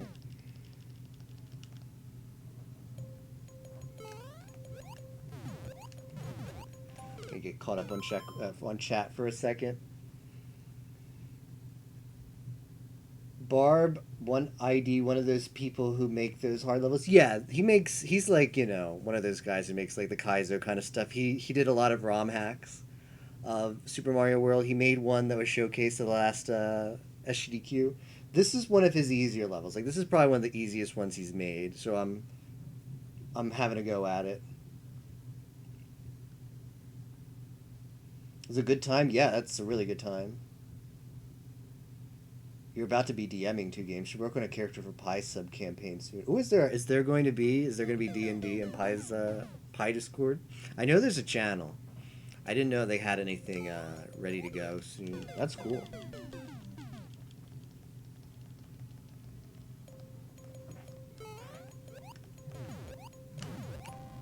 Okay, what do I want to do here? I think I just keep moving right, and eventually those shells will meet up with me. I'm hoping. I don't know when we're going to... You'd like to D&D one day? I've never D&D'd myself. Huh. Gotta figure out where I meet up with these shells. Probably here. Okay, that's where I meet up with the shells, and then I've got to get to the spring. So we just got to keep working on this till we get the timing down. It's a good checkpoint. Because this is not intuitive, so this is going to take a few tries. So it's good to put a checkpoint right before a section like this, where you just sort of have to feel it out. We need to somehow delay more time.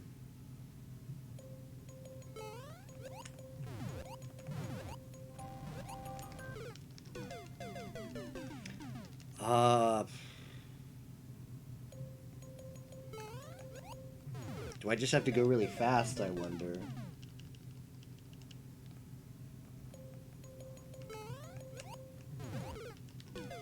I feel like I need to get those shells farther to the right faster. The only way I know how to do that is... Yeah, there's just no way, right? Oh, I have to go faster to beat that flame, I think. There's no way I'm beating that flame, is there?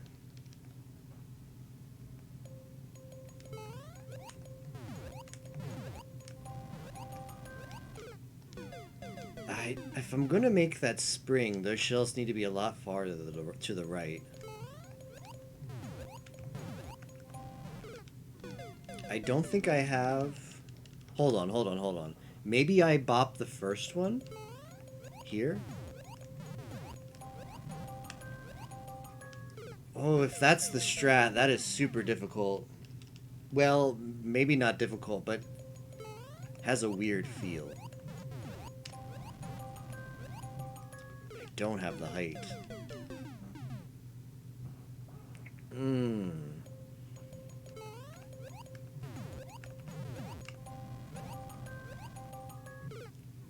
Can I delay longer? Do I just have to delay? No, delay, you can't delay because it's an auto-scroller. But I'm gonna get hit with that flame. Hold on.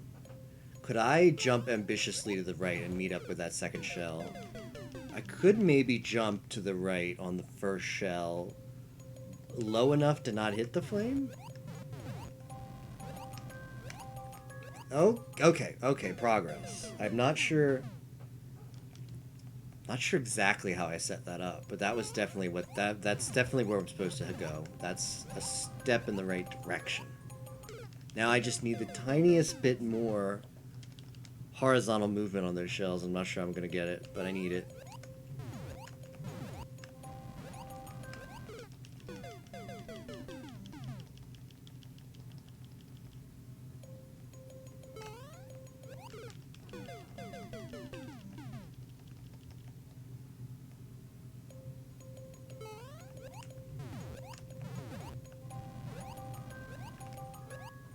Okay. Okay. That was closer. If I could just needed a little bit more to get over that spike.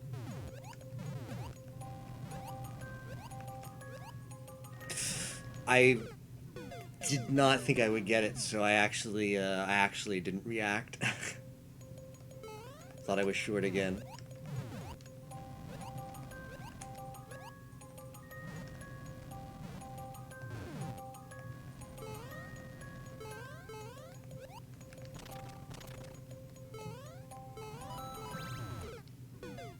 Okay.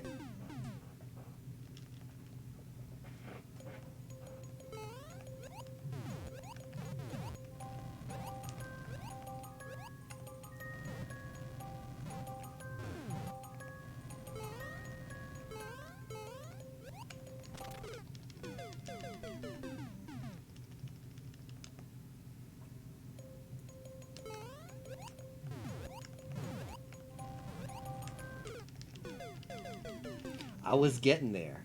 I was gaming. I was gaming a bit. It actually it's actually easier than it looks though. That particular section. We did make a lot of progress though, which is good. We saw a lot more of the level on that attempt.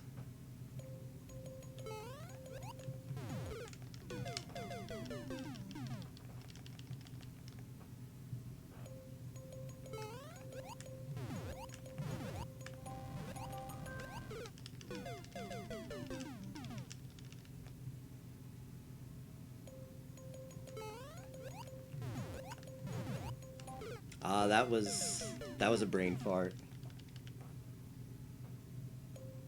Time to call the lettuce. Hey, Justin.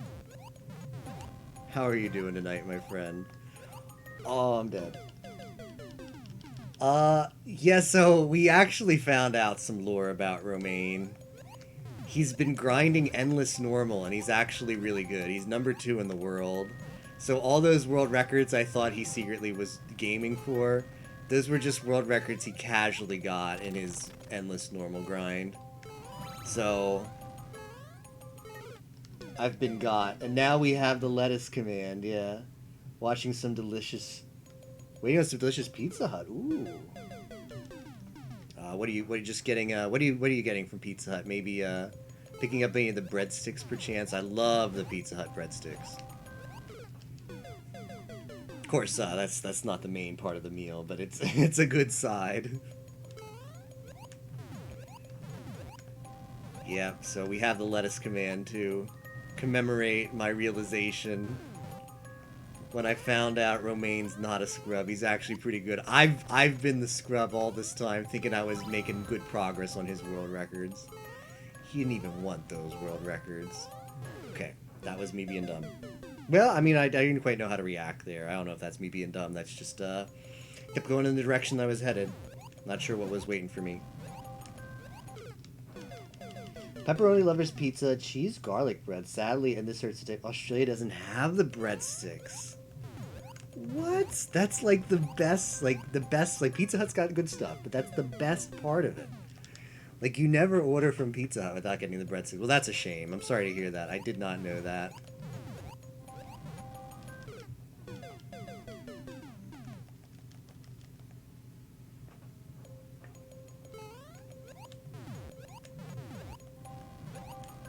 The only breadsticks that come close to Pizza Hut's are Olive Garden's breadsticks.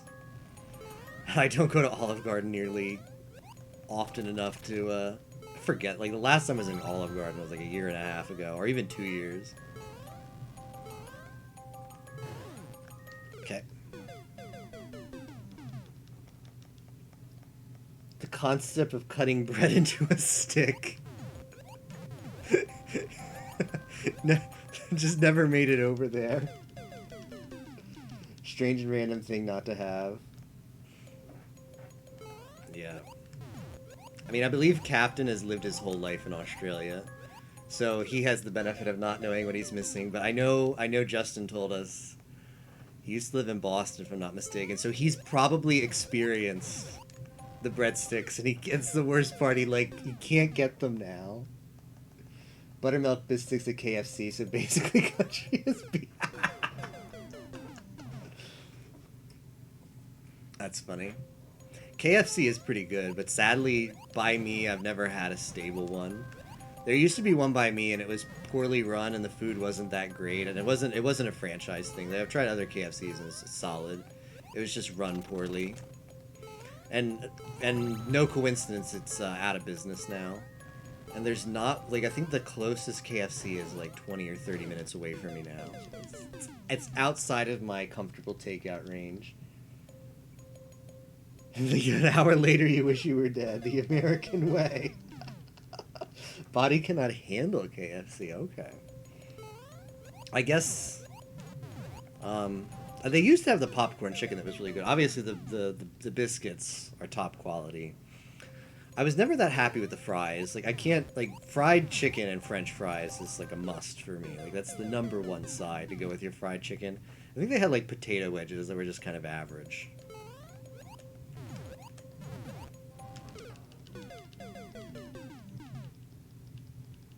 The things it does to your insides. I guess it was fortunate. I haven't had that much of a problem with it, but I'll consider myself lucky. My least favorite fried chicken. Wow. Okay, so maybe it is a franchise thing. I just thought that it was kind of a low quality at like my local restaurant before it went out of business. And when it went out of business, I figured, oh, that must be why. It just didn't live up to the par of the franchise, but none of it is natural. What's the best place for fried chicken then? I'm a big fried chicken fan. I prefer my fried chicken not fast food. Like, there's some restaurants, like any restaurant that has like fried chicken tenders on the main menu, not on the kids menu, on the main menu. It's a really good sign that it's actually gonna be high quality. KFC fries, just a Gary Blay. Yeah, they weren't that good. So there's not that many fried chickens that I like from fast foods. The restaurant ones are better. If I had to say Chick-fil-A. Chick-fil-A fried chicken's pretty good. Besides Chick-fil-A, I really do not know. French fries are homemade ones. Homemade French fries are hard to beat.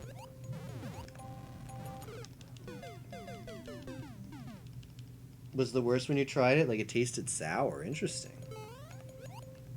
For me, Chick-fil-A is like the best fast food option. Popeyes is alright, yeah. I agree with that. It's another franchise that unfortunately is not close to me, but when I have gone into Popeyes, I've liked their chicken. It's pretty fresh, and they've got good sides. I like boneless stuff the most. I know Popeyes and KFC does bone-in stuff too. Except if it's wings. I like my wings unbreaded. I like my wings just in sauce. It's the only kind of chicken I like with a bone. Otherwise I like boneless.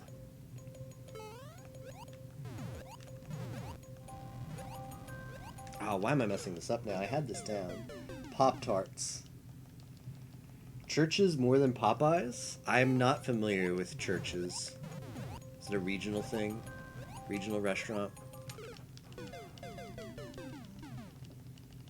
Must be.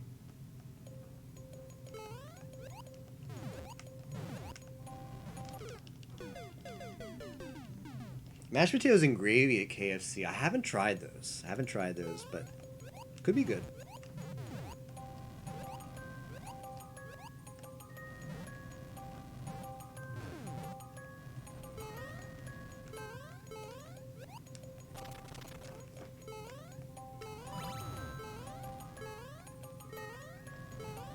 Ah, ruining your sunny disposition. Yeah, boneless is just like, why have bones? I gotta eat. I just want to put it all in my mouth.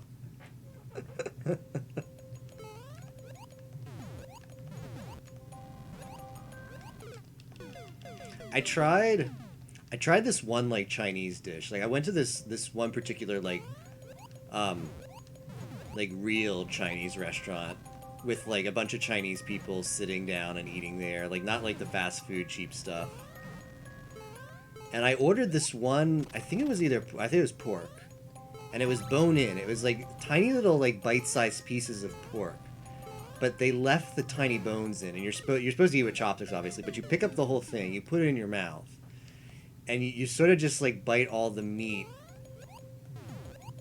off of the bone in your mouth. And then you just like take it out of the bone out of your mouth with the chopsticks. And I can eat with chopsticks, but that was a little bit too much dexterity for me. The having to remove it from your mouth in like a polite way that didn't look gross was beyond my chopsticks dexterity. And also just it felt really weird to have a bone in your mouth. But it didn't taste bad.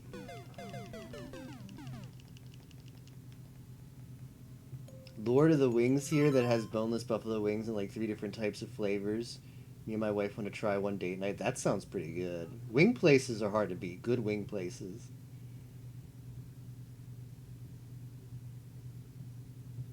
Only lived in Houston. Is it a Houston thing? I know what Velveeta is, yeah. Keep hearing about putting bones in your mouth and getting curious if I'm missing something.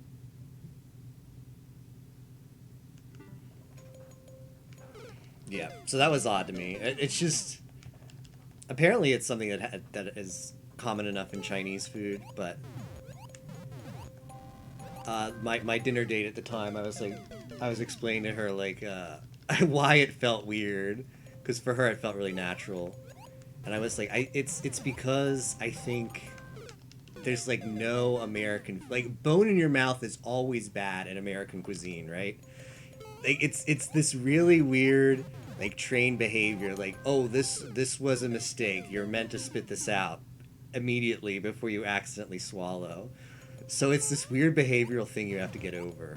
Train your mind, like, this is okay, I have a bone in my mouth, but I'm gonna eat around it and I'm gonna spit it out when I'm done.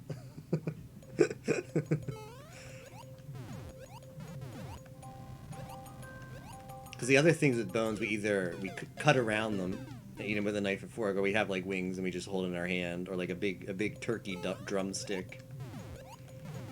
You hold the bone. You're in control of the bone the entire time. Bone's not messing with you. You got a good hold on it.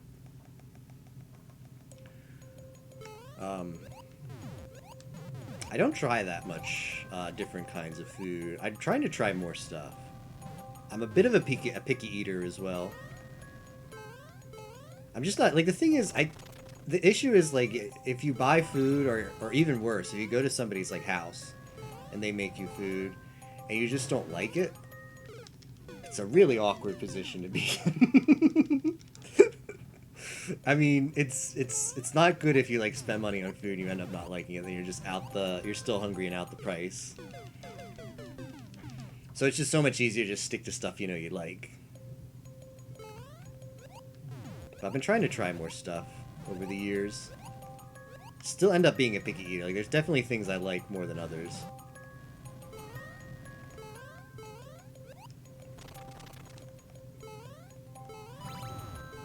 Chicken #1. I'm a big chicken eater. It's hard to go wrong with chicken. It's hard to make a bad chicken dish, IMO. Ah, getting closer.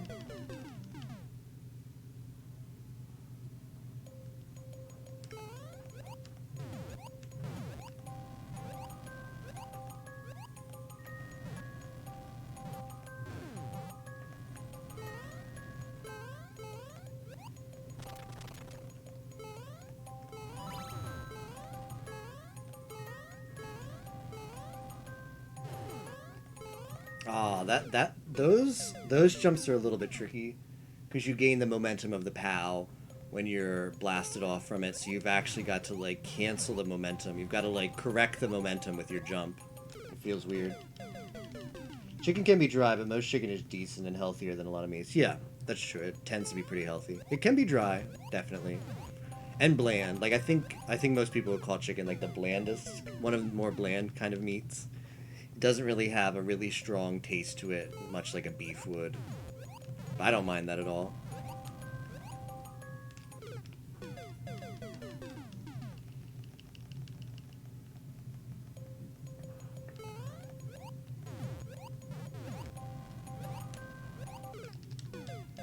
I don't eat any seafood. I tried seafood once and I just sort of had a, just like a bad reaction to it. I don't even know if it was a seafood. It could be anything else that day. I tried lobster literally one time. And felt kind of sick after. And not necessarily could have been the lobster. It could have been other stuff. But I just haven't really eaten that much seafood besides that. Even though seafood is pretty healthy. Seafood is some really healthy stuff. Gives you a lot of good nutrients.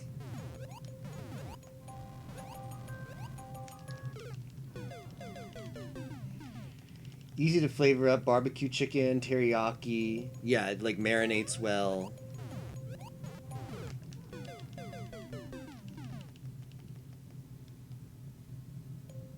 Zed is streaming it? Oh, cool. That's nice. Tomorrow at noon, or is that midnight? I assume noon, right? Noon PST? Or midnight PST? Gotta be noon. It's late night is too late PST, I think.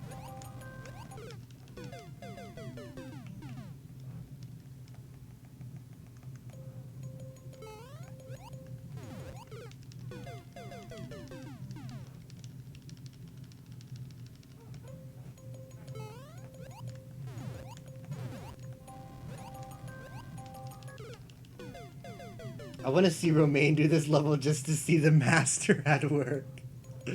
What if one day I can get like in contact with our friend Romaine and we can discuss the lore?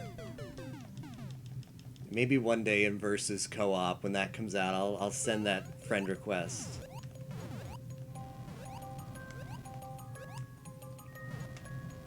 We can find out more about Romaine. What makes him tick? Why does he want to grind endless normal levels? Where did it all start?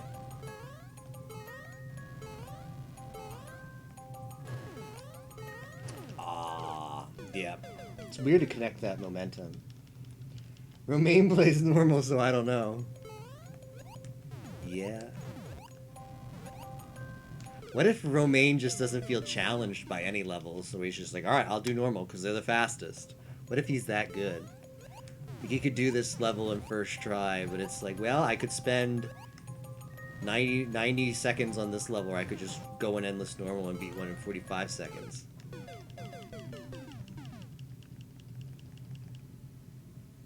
If we could talk to Romaine, the deep lore. Too bad Switch, like, Nintendo Online's communication features are bad. Like, I don't think you can even message someone, right? You have someone's, like, friend code. Can you even send them a message? I guess you can't get their friend code from... Well, wait.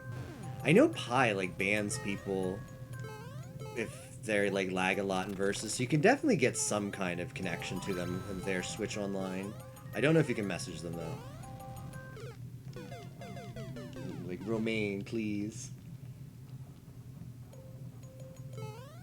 Let's be friends. Give me the strats. Make me your disciple. Now the Hatter wants to try Pilot Wing 64. I mean, we talked about that all week. We talked about that all week, though. But I'm down. I'm down for a rerun as soon as I get my 64 fixed. Would totally run that game back. Add it to that list of games we're gonna race again. That's funny though, how we just literally had been promoting that race for over a week, and after it happens, oh, I would love to enter this Pilot Wing 64 race. Oh well, it happens.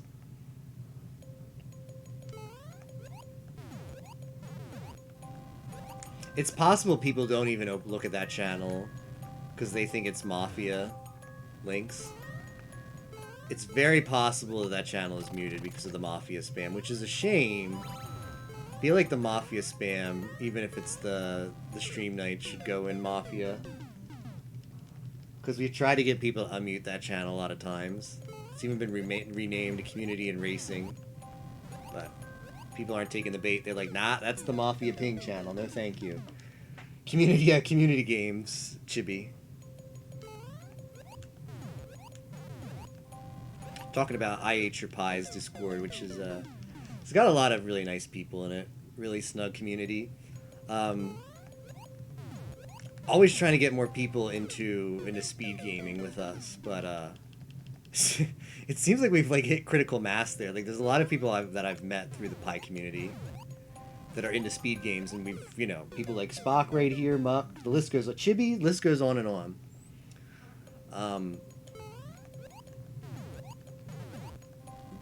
But yeah, it's like we've recruited everyone who actually wants to play, and there's no one left. There's no one left to play our speed games with us. We hit critical mass. The community is like a size of 1,000. I think we ended up with maybe like 30 people from there who on and off will play some speed races with us. By us, I mean like, you know, me, Tapioca, the usual group. That's it. All the racers have been recruited. But now the Hatter. The Hatter has thrown his hat into the ring. So we'll have to get him. We'll have to get him racing next time. I mean, maybe he's up for Resort. That probably is going to be the next one. I don't know. I feel like it's just going to be one of us is like, all right. As usually, honestly, coordinating races is tough. It takes a guy like me, Yimo, Tappy. It could be anyone, but it generally is one of us. To just be like, all right, we're doing this race. It's going to be at this time. It's going to be a lot of fun. Hope to see you there. Ideally, you talk to some people, like what I did, like Spock really wanted to be in this race. We tried to find a time. Tapioca said he was interested. If you can get a group of people who are flexible, work out a time with them.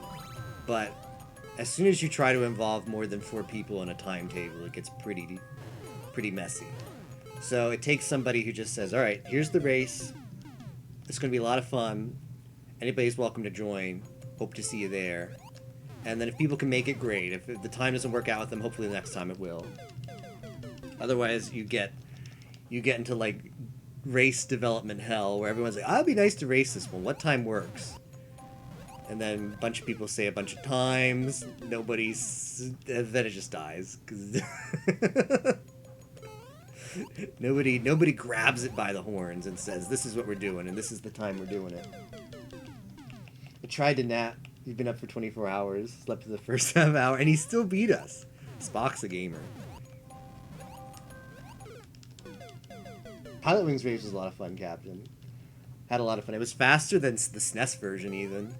I was upset because I couldn't get... I bought a replacement part for my 64. For whatever reason, I checked the power supply on it, and it doesn't work anymore. Well, it looks like it should still work, but I don't get the LED to light up on either the replacement board or the original board. So, I don't know. Either it went bad between the week before when I ordered it and now, or just something really weird happened. I don't know. But I'll have to buy a new power supply. I should have just bought the new power supply, too. I should have just bought a bunch of new stuff for it, because that's another part of the N64 that can fail pretty easily. So having a backup's never a bad idea. Just slipped my mind. Emulation wasn't that bad, though.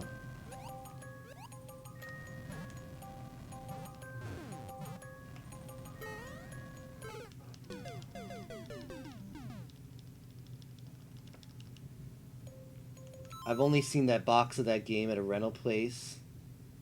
As a child, it looked terrible. It's surprisingly good. I've never touched it. I might want to get in on that. Wasn't the original board bad in the first place? EverDrives are expensive? Yeah, EverDrives are expensive. Sadly. Capture cards are also... I mean, there's more affordable ones. What kind of stuff are you looking to capture, Chibi? Are you thinking about capturing, you know, the red, yellow, white wires? Or are you talking about capturing HDMI? Because capturing the red, yellow, white wires of retro consoles is pretty inexpensive, fortunately. But HDMI can be a little more pricey. Probably a Switch, okay, yeah.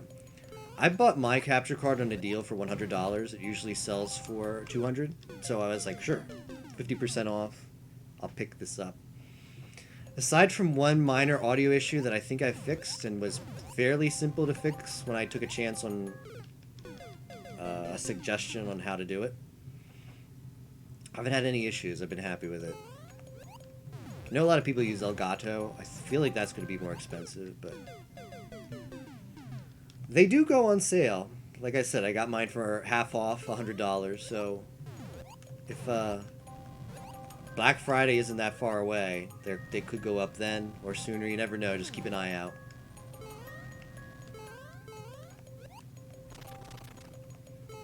You never know. They might release like a new model, and the older model might be cheaper. You can get a deal on it. Capture card was just donated by a viewer. That's a it's a really good deal. It's the best way to get one.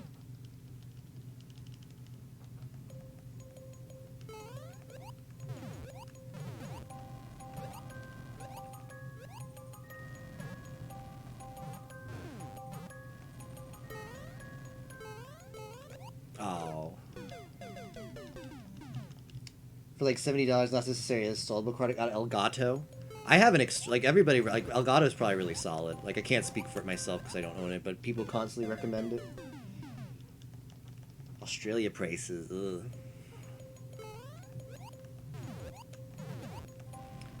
I have an external one and it works fine because I can't cram anything else inside of my computer. So I had to go external, and I have zero problems with it. So, like the capture quality, how it works is it encodes on the card and forwards to the PC. So it's like encoded on the card. So you're kind of limited in your encoding options. But I think the output looks fine. I'm happy with it. Could be a little bit clearer. Could have more control of the encoding. That would be the only minor gripe. But the only way to get that is probably with either a super expensive external one or going internal. But external works fine for me. Be capable of an internal one?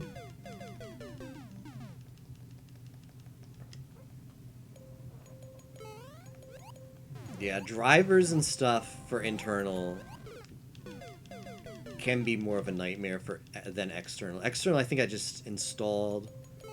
I installed the CD that came with it, and I was up and running. Well, that's not true. I had a weird audio issue before that, but that was...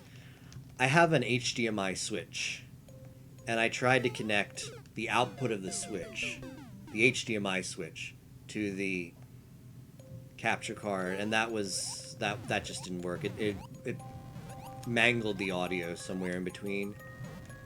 Which is a minor unfortunate thing. I would have loved to be able to switch and not have to like unplug and like I only stream from Switch now. But like for example, if I wanted to stream a Wii U game, I'd have to unplug and replug. And the whole time I can't actually use my HDMI switch because that HDMI port is occupied by getting closer. It's a refurbished work computer for a real estate company, not what you would call a rig. I see.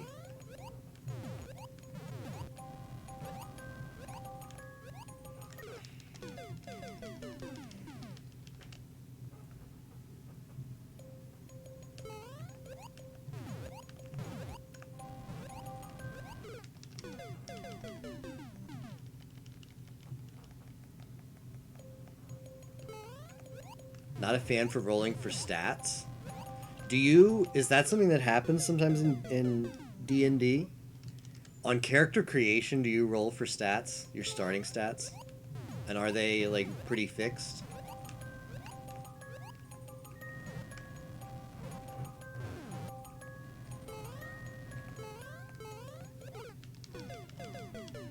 Some people?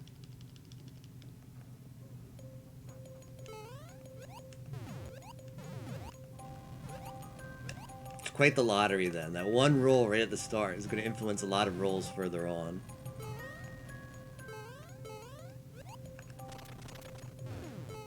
That was weird. What is that doing? That respawned. That cannon. Weird.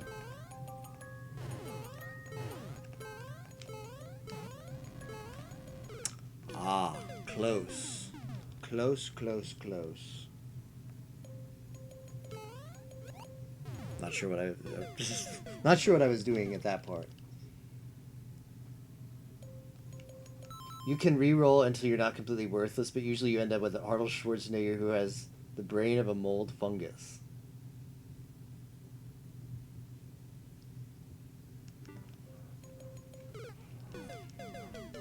I see.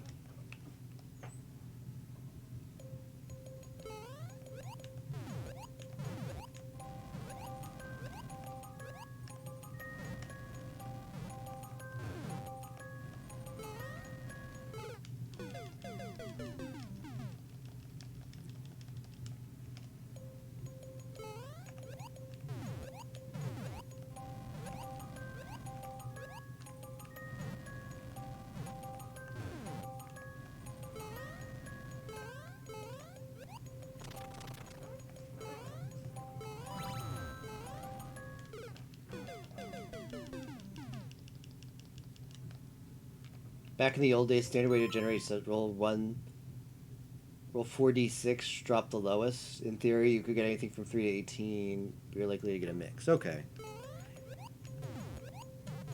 It seems like that at least takes some of the randomness out, so that's good. Like, you want it to be a little bit random, but you don't want to have the opportunity to just get really screwed on stats. At least all of them. Then have someone else roll really lucky. So if it's you discard the lowest ones, that works out better. It makes more sense. I like it.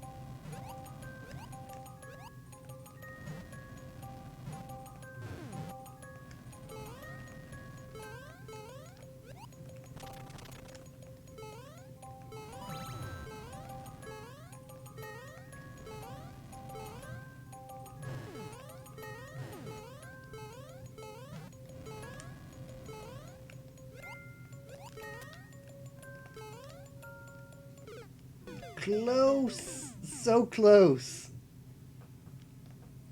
So incredibly close. That pipe's the end there. It's okay.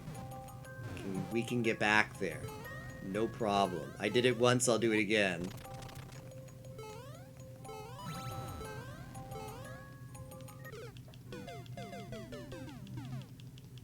Preferred to get 50 points to allocate them as you want. That seems pretty good too. Gives you more. I mean, it lets you customize your character better, which is great. So you can design the type of character that you want. If you want to go like high int.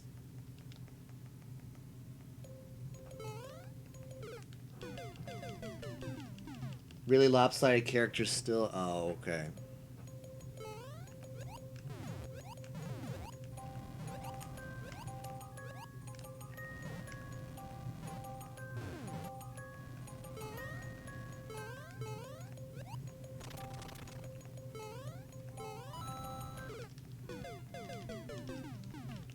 New standard is point buy. Still talking about rolling. Still talking about rolling for stats.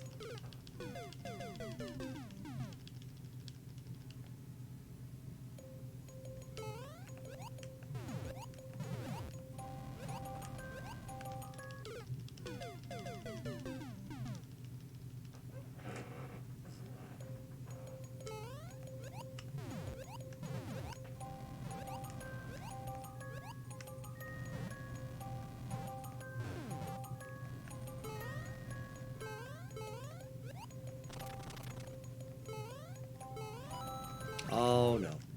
I missed it.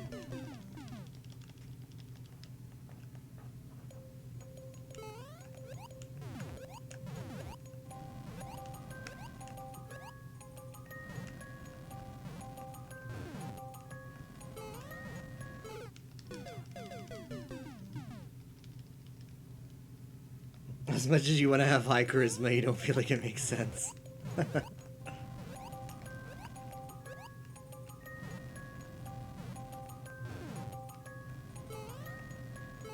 What are the what is that called in D&D?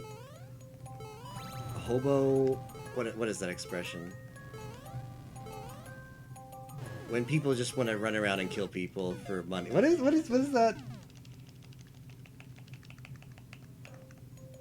I was gonna ask, what are the chances that...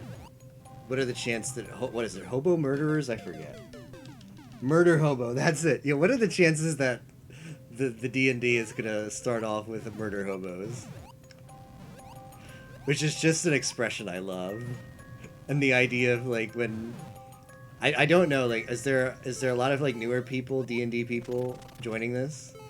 Because doesn't that increase the chances of murder hobos? And who doesn't love some good murder hobos?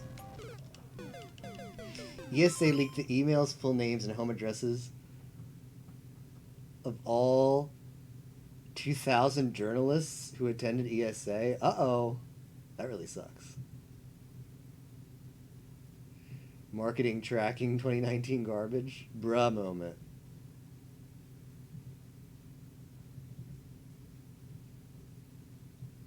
It's a good thing no one hold irrational hatred for game journalists. What exactly is a murder hobo? I think it's... Because you can do whatever you want in like an RPG, right? So the idea is, we're a bunch of people starting out our campaign. We don't need to acquire lodging. We want to get some money. How are we going to get some money? Why don't we just kill people? Let's kill that guy over there and get some of his money. That's how we'll progress. That's how I understand what a murder hobo is. It's basically kind of a... I think it's common but among new players. Again, I have zero D&D experience. I think I saw it as like a joke on like a D&D website or on like a TV show about how like D&D with a lot of new players can go. And yeah, it's like the idea like, oh, everything is like open. We can do whatever we want. Let's get some money. How are we going to do that? Well, we can just kill people for it. So let's just roll the dice and attack people.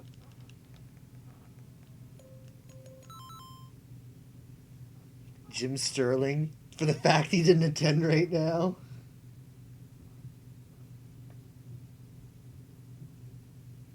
Not worrying about real world consequences because you're playing the game. I mean, it is a game. But I mean, I think what the... Like, doesn't that campaign end pretty quickly? Because doesn't the Dungeon Master just be like, oh, you've been caught by the police for murdering a bunch of people?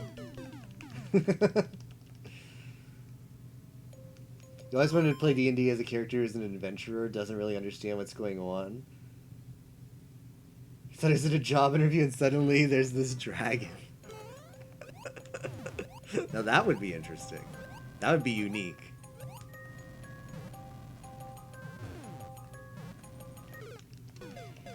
But hear me out. What if he were a murder hobo instead?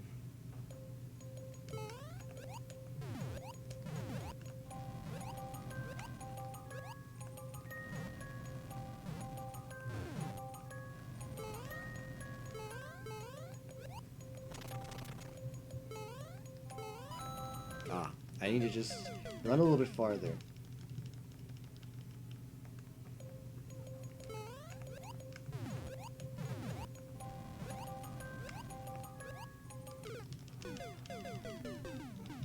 Making good pace on this level. We're finishing soon. Definitely.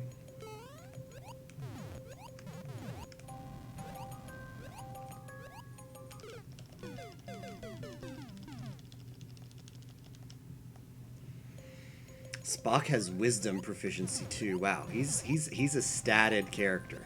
The Spock guy.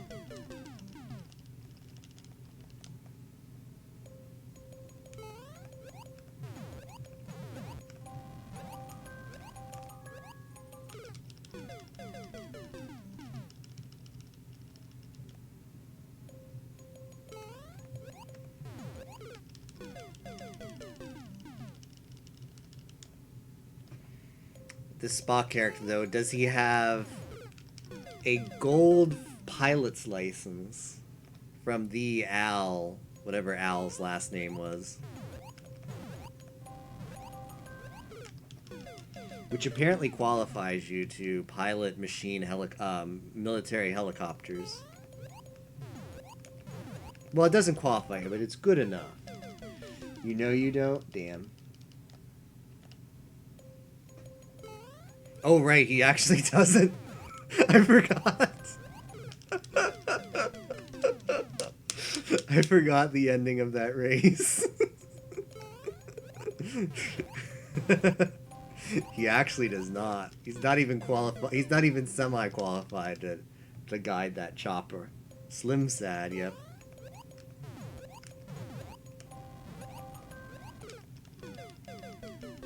Two points away.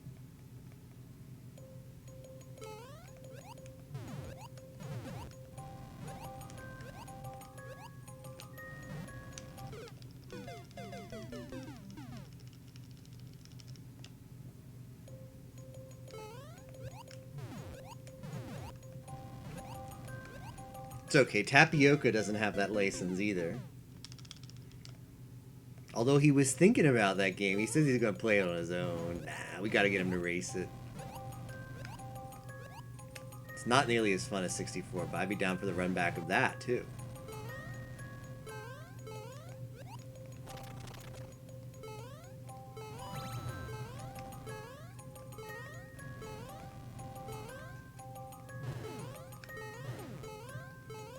Oh, Toadette. A little too high, Toadette. The real strat is apparently ignore all the objectives, land on the bonus platform for each one. Actually, 100 and sometimes a minigame? Where the hell is the bonus platforms in these? I didn't even know that was a thing. Is that what they do? Is that how Dark Eye has the 16-minute time? He's a dirty bonus platformer.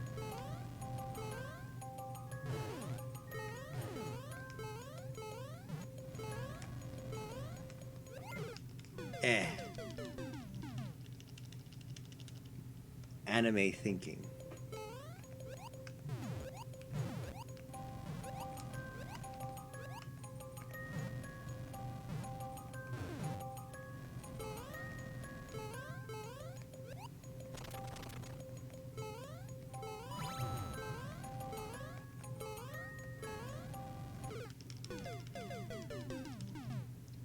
Oh, the things that are moving around the target are bonus platforms. I thought that was your takeoff point. Okay, so that's not actually free. Never mind. That's not actually free. I thought it was like a hidden. I thought it was like the Birdman stars in the 64 maps. Like it was like an Easter egg, like hidden but not hard to get to.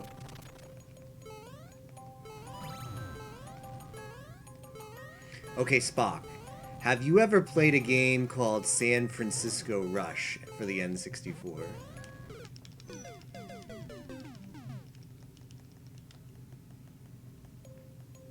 Yes. I remember enjoying that game a lot as a kid. I wonder if it'd make a good race. Because I remember it also had those kind of like secret places that you could explore. They had like hidden keys to unlock cars. That was a lot of fun. I never knew where to find them. So I remember having a lot of fun exploring and finding like really weird parts of certain courses. And I also enjoyed wrecking the cars, because as you like crash the cars, it would take damage, and that looked cool.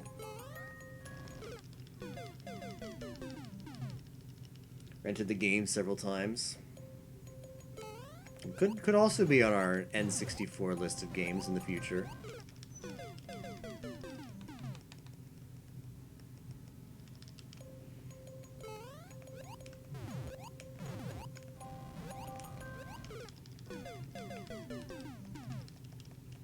I think it was Sandy. I don't know if it was called San Francisco Rush or San Diego Rush. It was one of the two.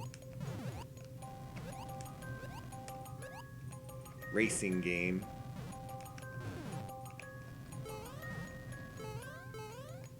I really liked it. It was like one of the blue cars. It was like one of my favorite colors of blue as a kid.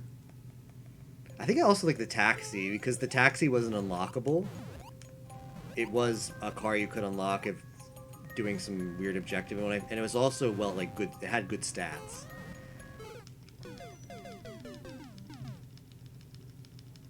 San Francisco, yeah. I think that's the one, yeah.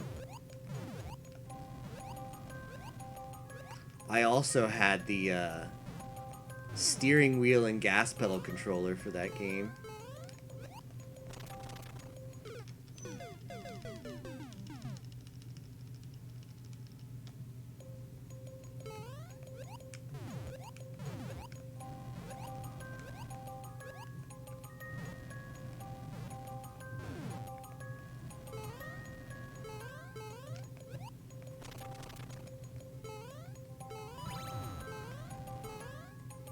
Blah.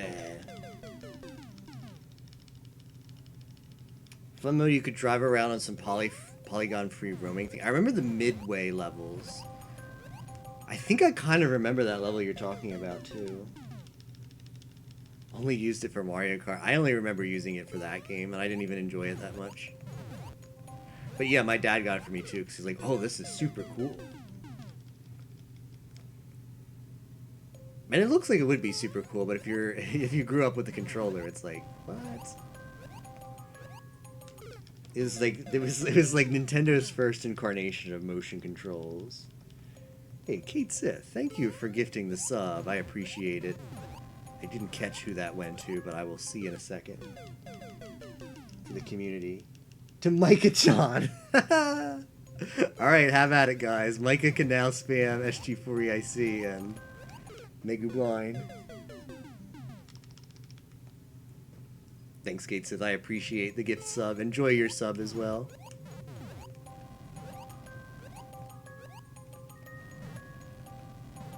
I know Micah enjoys it too.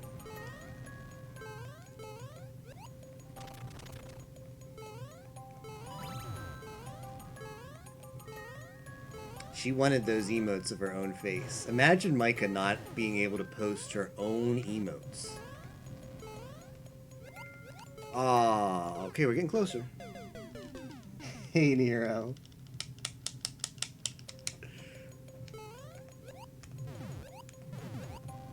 Good morning, Mr. Nero. Oh, I think he's off to work.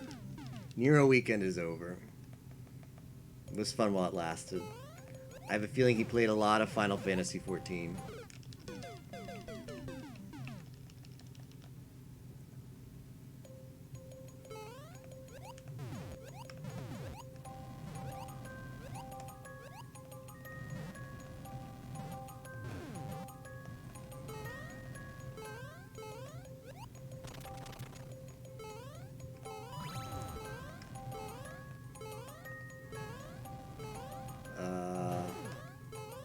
Okay. I needed to wait a little bit longer for that POW block to be above the...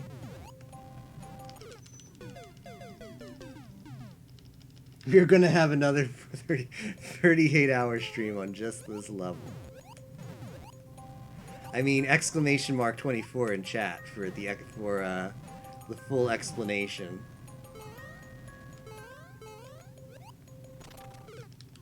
There it is. Hey, Mayheim. Welcome to the stream.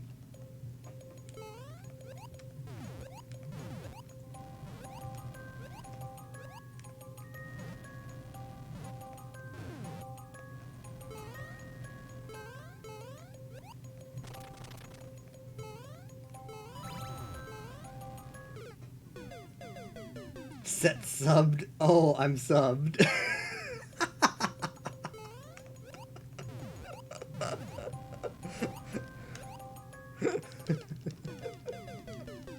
Rip Japanese children. So legal percent, huh? Yeah, legal percent races coming soon. The Nero and I will reinvigorate the category once again.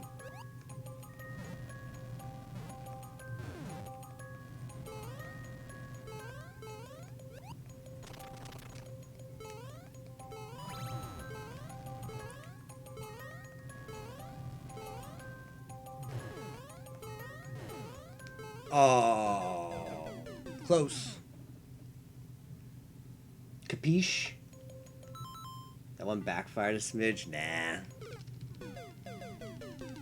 If a community doesn't want you for doing a meme race, you don't want the community.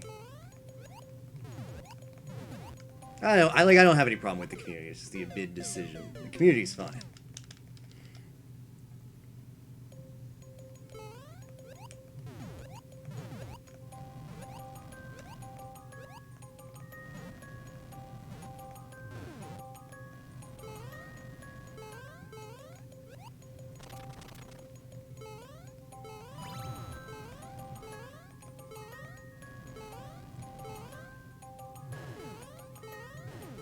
I'm dead again. SG4E blind. Everybody can appreciate, at least in this chat, and Tapioca's chat. I don't know if Yumo has it. I think Yumo has it too. But Megu blind on FFZ. Feel free to, we have it activated here. Tapioca has it activated in his channel. Feel free to take in the SG4E blind, even if you're not sub. There it is. Through the power of FFZ. Everybody can be blind.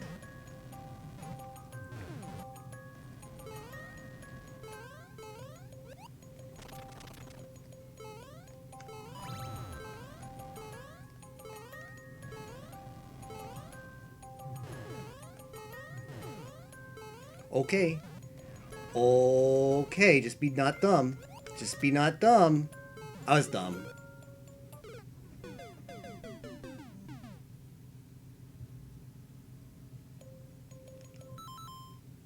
That feel when you add a new email to FFZ and it takes 8 years to pass? Did you submit one, Justin? Because, yeah, sometimes it does take a long time. It's weird.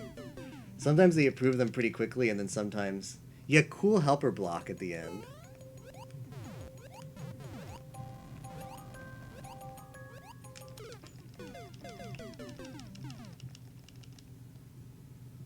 Always takes like 2 weeks, huh?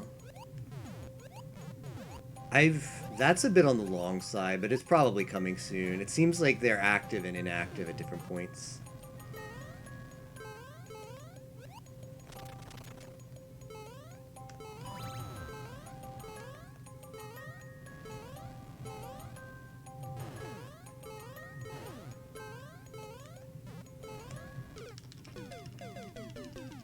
I don't know, Matt Man. Maybe due to this time zone? I wouldn't think so, but you never know. 2 weeks is a long time.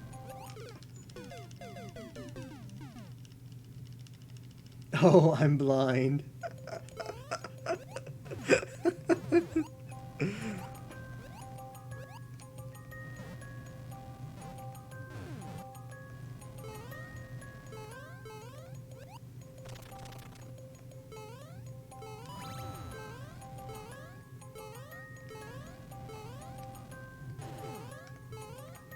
I've waited longer. I've actually waited longer for an emote to get approved, but it was one that the Dan Salvato had to approve. No one else wanted to approve it. Only the Dan Salvato had the cajones to approve that emote. So it got the cold shoulder until he he checked the backlog. It was basically the best. It was a Christmas best angle variant, but I don't have it on my FFZ right now until we get into the holiday spirit later this year, and then it will make a return.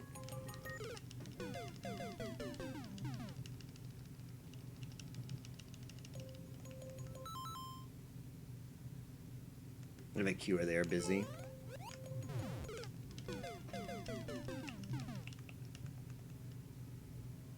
Yeah. The community subs are random, and it just happened to hit Micah-chan. I mean, she's always here. She's baiting that gift sub pretty hard. So she finally got it.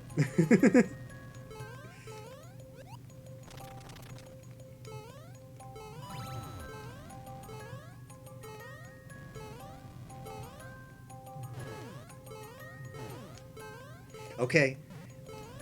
Nope. Need to do that to DP stream, bait the gift sub. It's pretty effective. Just lurk in the chat the whole time. Especially effective during like a big stream, like when he's streaming like a big, I don't know. Like Pizza Fest, for example. Like basically a guaranteed sub if you just lurk. At any point, people are just going to drop a bunch of gift subs for one of his, you know, events going on.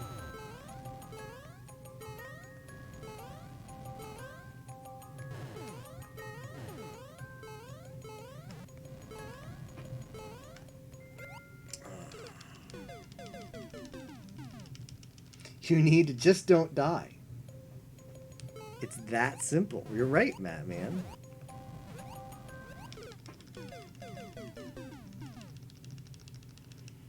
Just Do not die.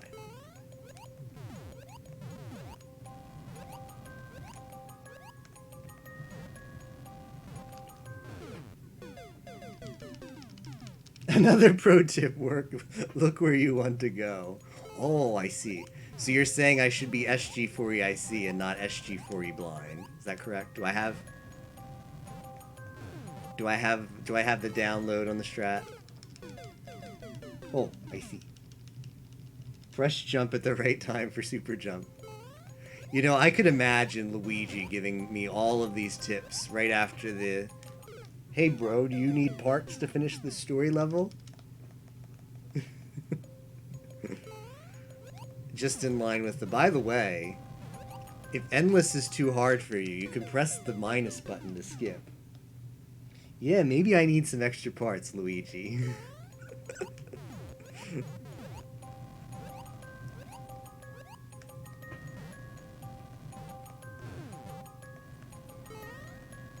Hey bro, need extra parts?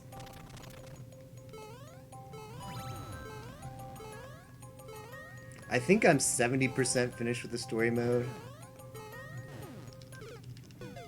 I haven't taken up Luigi. He can keep his stinking parts. I haven't taken any from him yet.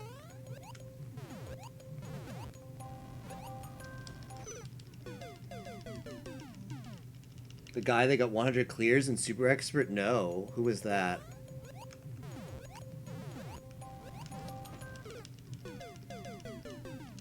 Should just look at you disappointed.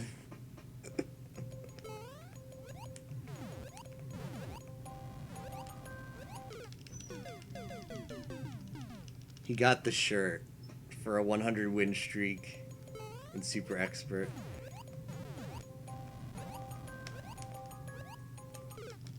Well, he earned it.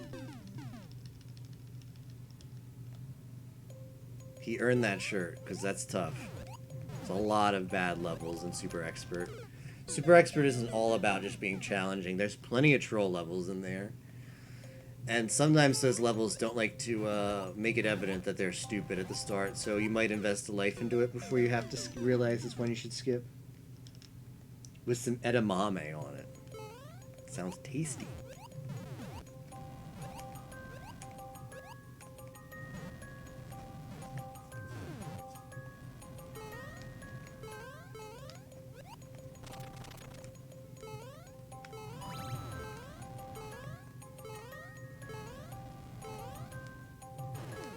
So if I see when I start playing versus mode, if I see somebody wearing an edamame shirt, I should panic, right?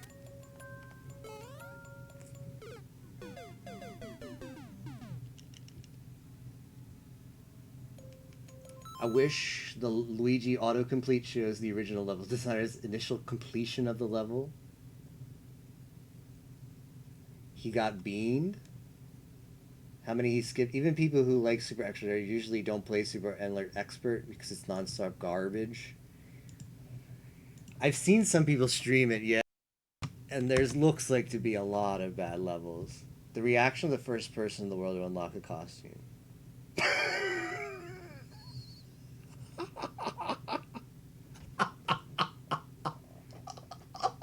Thank you for linking that, Mayhem.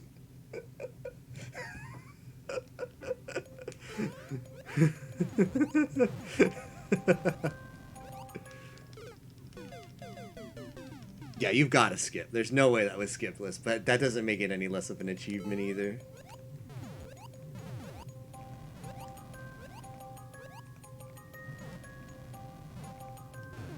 I mean, there's plenty of pick-a-pipe levels in there that's literally just invest 4 lives to complete this, get 0 lives back.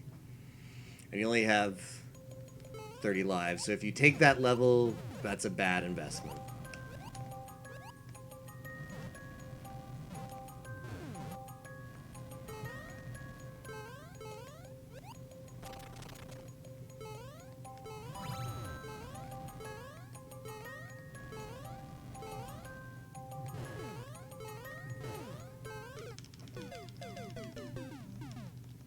Oh, I'll check out the clip. I didn't realize there was a clip too. I will check that out after stream. I don't have audio like queued up right now, but I bet the clip is great.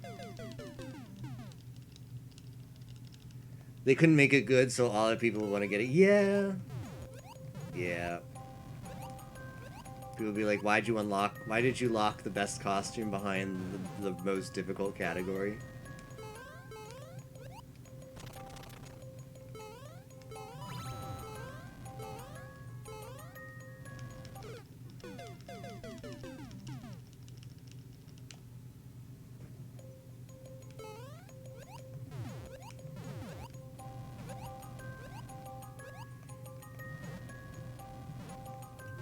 Like, what are some of the good costumes to unlock? Because I really haven't looked any of it up.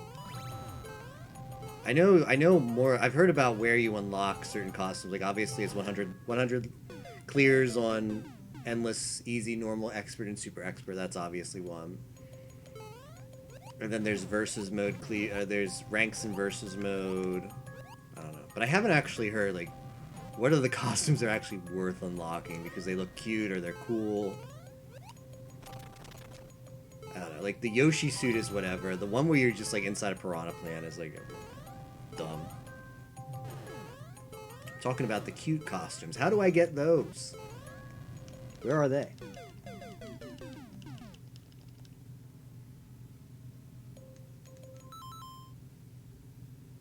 The people that will keep playing will know what it is. She's using the builder suit. 10 win streak in versus. 1,000 maker points. 2,000 daily. Ugh. 2,000 daily seems really hard.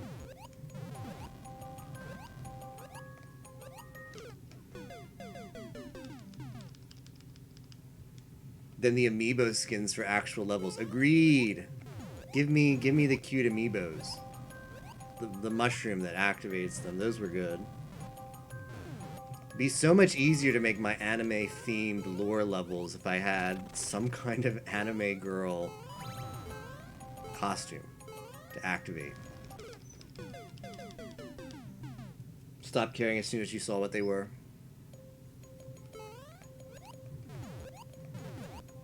I am kind of surprised they took those out. I felt like they were popular, the costumes.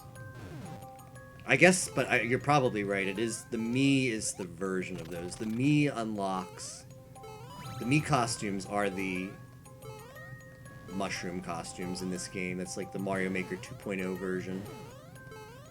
In spite of being not as good.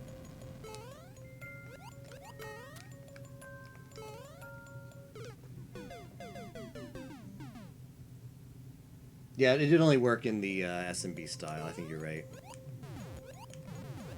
Still better than nothing, though. Still better than Mario, Luigi, Toad, and Toadette, and that's all you got to work with. I don't know, it's probably an issue for versus mode. Because probably in versus mode, if everybody looked the same, that'd be bad. So maybe that was part of their reasoning. But who cares? Just disable them in versus mode. 10 win streak is insane. I bet. Bet 10 wins is hard.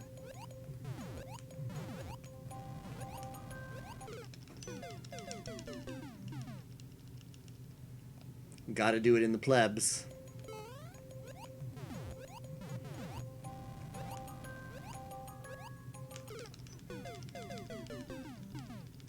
Even against plebs, yeah. Like, I can imagine it's still tough.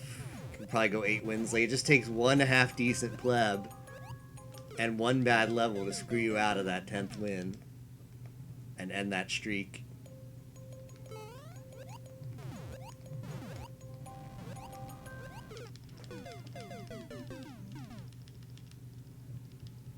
One pick a pipe. I don't get why those kind of levels are so, like... It's got to be children, right? And that's not a dig at the children, but probably if you're a little kid, making a level where it's just you pick a pipe and every pipe that you mispick, you die. It's probably really funny and entertaining as a child making a level. But that's a big demographic of the game anyway, so can't really rag on that. But it's such a bad design. I wish at least we have some ahead of the curve kids who can make decent levels that aren't that. I hope there's no adult out there making pick-a-pipe levels, because it's It seems pretty obvious that that's not good design once you reach a certain maturity level.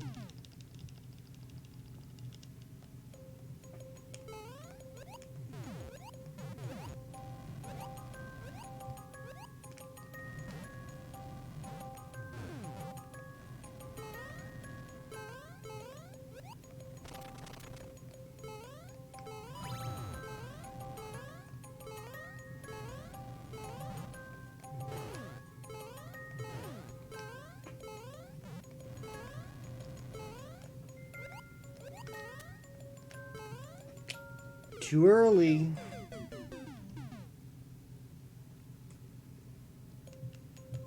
One decent pleb, one bad level, one luck level, one slight mistake, one level where one guy goes above and it's not blocked off. You've covered all the bases, yes. Make this elaborate picador level that takes 30 seconds to do, or you could just walk right for a second and a wall jump and there's the goal.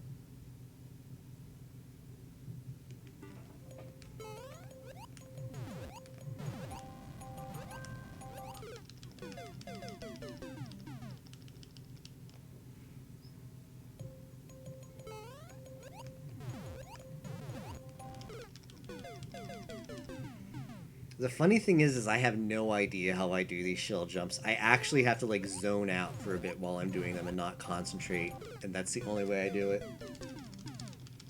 It's somewhere in the muscle memory, but if I'm thinking about the inputs, I screw them up. So I've got to somehow enter a state of zen where it just happens, like this.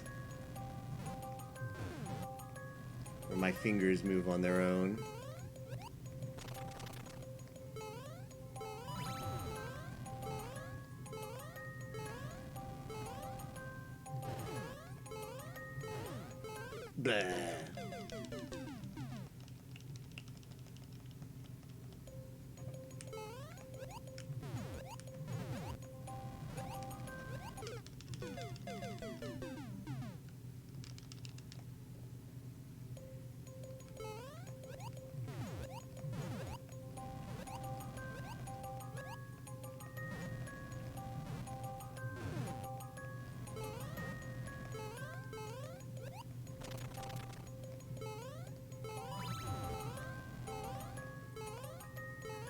Blah.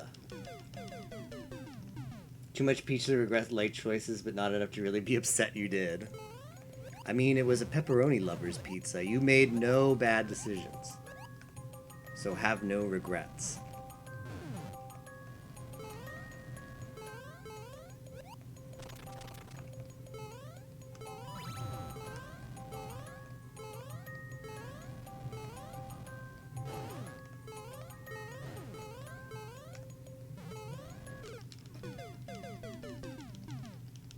It has love in the name. Now you're talking.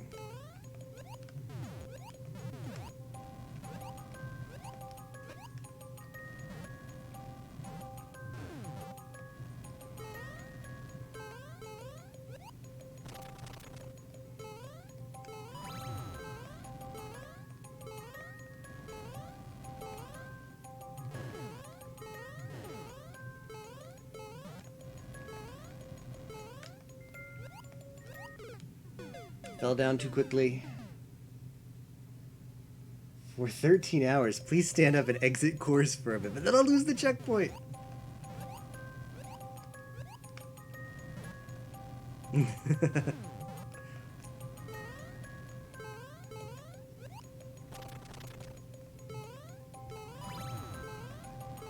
I did not expect it to take this long, though. Thought we had this several hours ago. I think we've been on this for like 4 hours, right? More or less.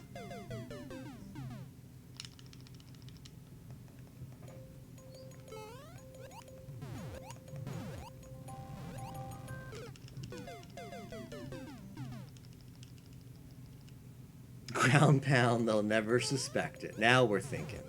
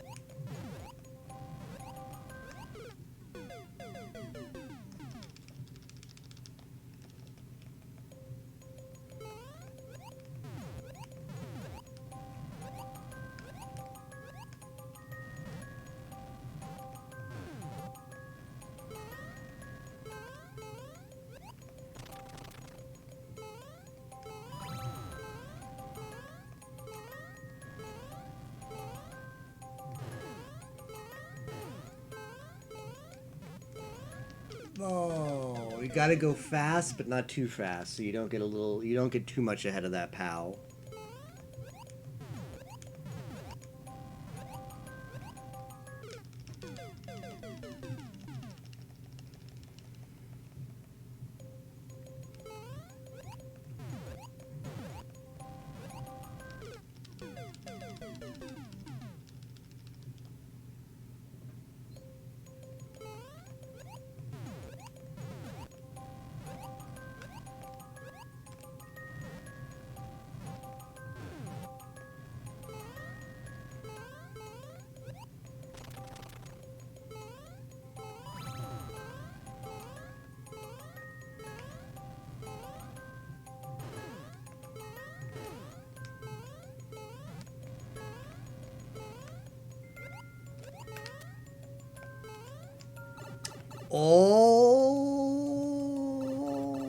Oh, I see. Oh, well, I earned that one. Tifa's Revenge. You came in the nick of time to watch this level of. This was a level. But welcome everyone from Tifa's Revenge. That I appreciate the raid. That was a level, and we're done. And it says it took 46 minutes, but that was only after the second. That was only after the checkpoint. It's done. Well, that was satisfying. Hey, how's it going, everyone? I appreciate it. Hope you had a good stream, Tifas. All right, we've got to leave a comment.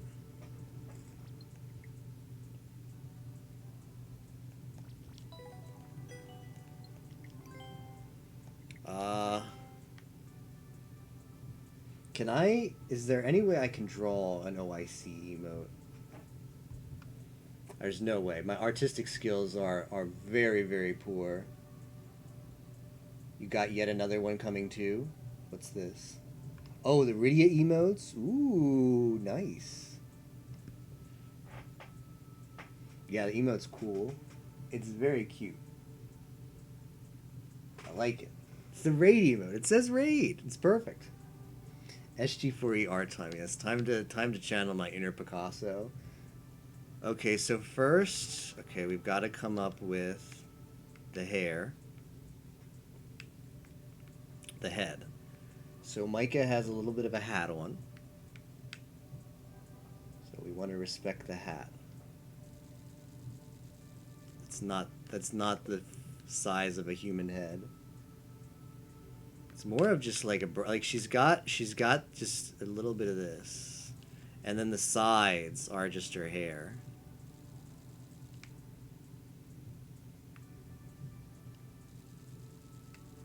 It's her hair,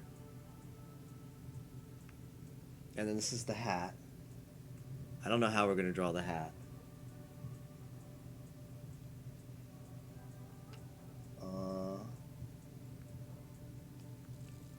That's the hat. Hat drawn. Give her. She does have black hair. I'm probably just gonna use this for the hair. Like her bangs.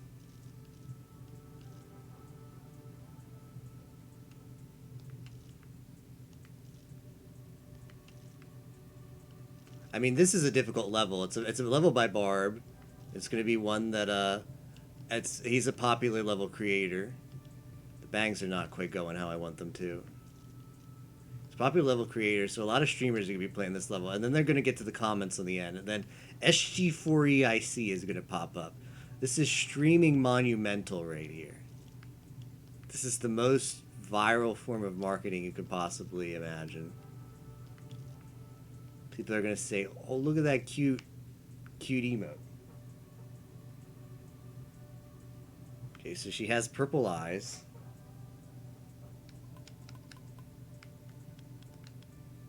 I will touch that up a bit. I'll touch up her bangs a bit, but first. Oh, that's ugly.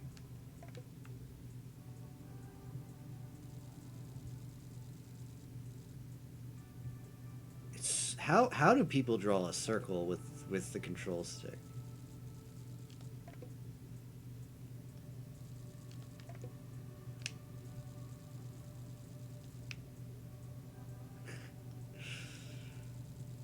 It's fantastic.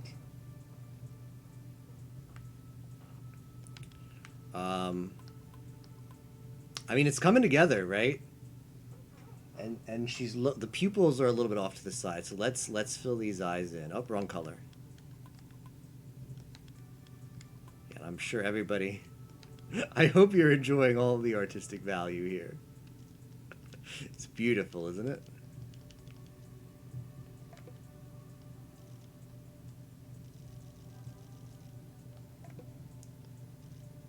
I wish there was like in Microsoft Paint, there's the can that fills it all up.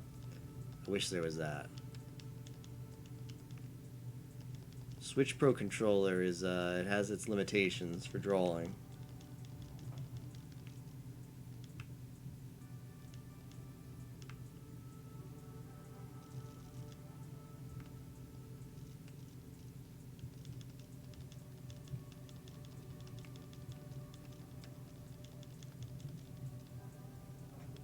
Okay, let's put in her little pupils. Oh, I'm blind.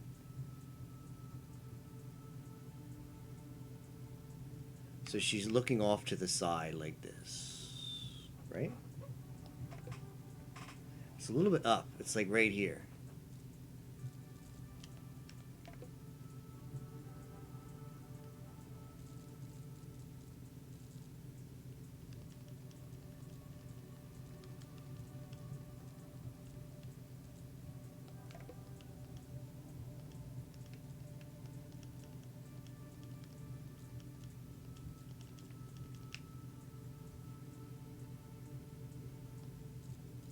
This is the stuff of nightmares. I can clean it up maybe with the eraser later. Now her pupils are more center and they're more darker. Okay, they need to be centered. Well, let's undo that. They're definitely, she's not looking off to the side. She's definitely more centered. Right there.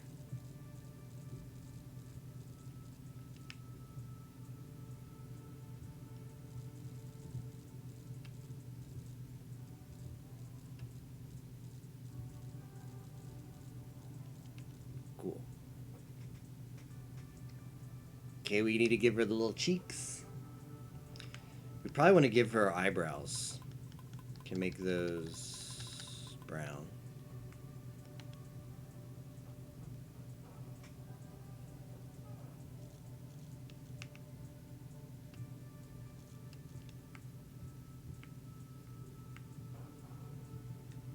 And she has the little tiny mouth.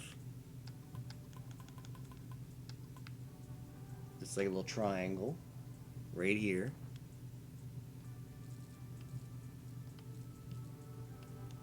Mouth we actually hit pretty well.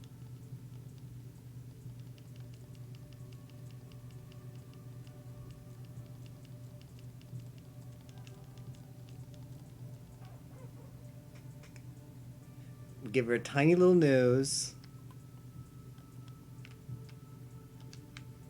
There, nose. And then of course we have to add the tiny little blush. Just a little blush.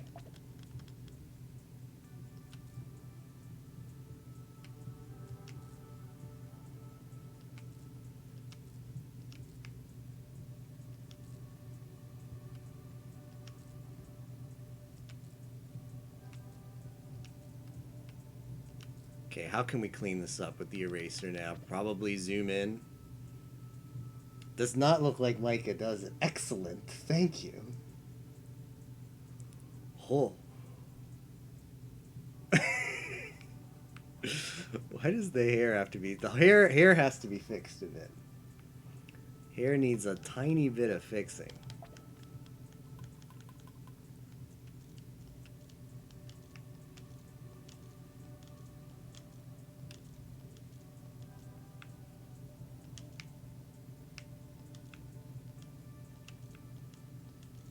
Okay, there we go. Now we write.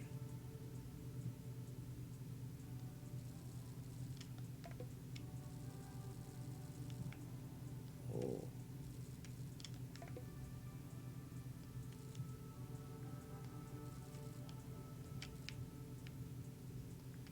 I see.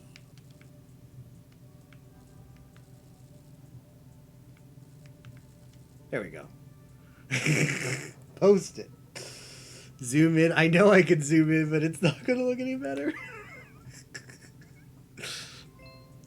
Oh, I see. There, posted. It's a dead ringer for the SG4 IC emote, I swear. Oh, I see. Better than I expected, sadly. That's not saying much, but better than I expected. I love it. Thanks, Chibi. It fits in perfectly with the other ones.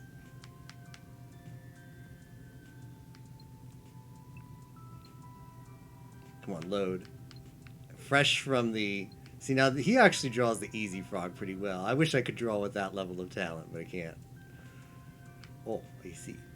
Now, whenever somebody finishes that level on stream, they will see. Wow, some people... How do people get this good?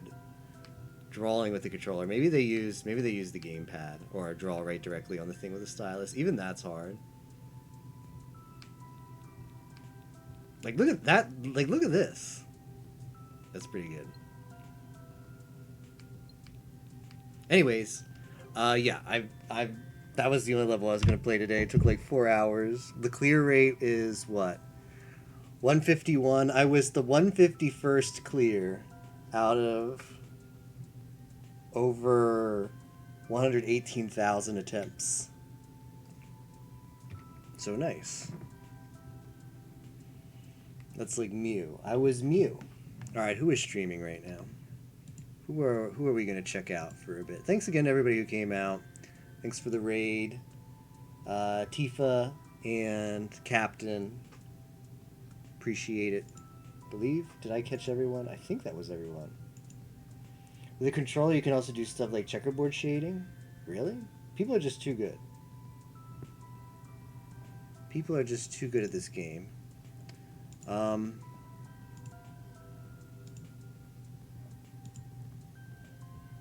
Okay. Let's find somebody who's streaming right now. After playing Death and Request for a couple hours, I can say dialogue is heavy. Can die via dialogue choices. Ooh, I see.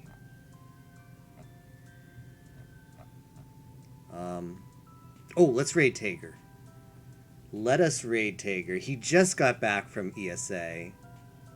And the raid message is going to be... He has this emote enabled in his FFZ. So that will be the raid message. Thanks again, guys, for all of the support, for hanging out. It means a lot. I will be back either tomorrow or Sunday. So one day on the weekend I have to spend just catching up with IRL stuff, and I'll just chill. And then the other day I'll stream. It's probably going to be... Saturday will be IRL stuff, and Sunday will be streamed. So that's what it's looking like. But one day will be one, and one day will be the other, depending on how things go. So hope you guys have a good night. Hit up Tager with the OI. And, yeah, just sleep well. Enjoy the weekend.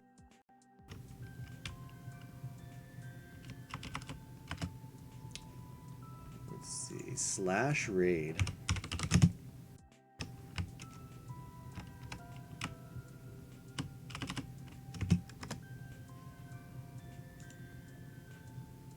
Good night, guys.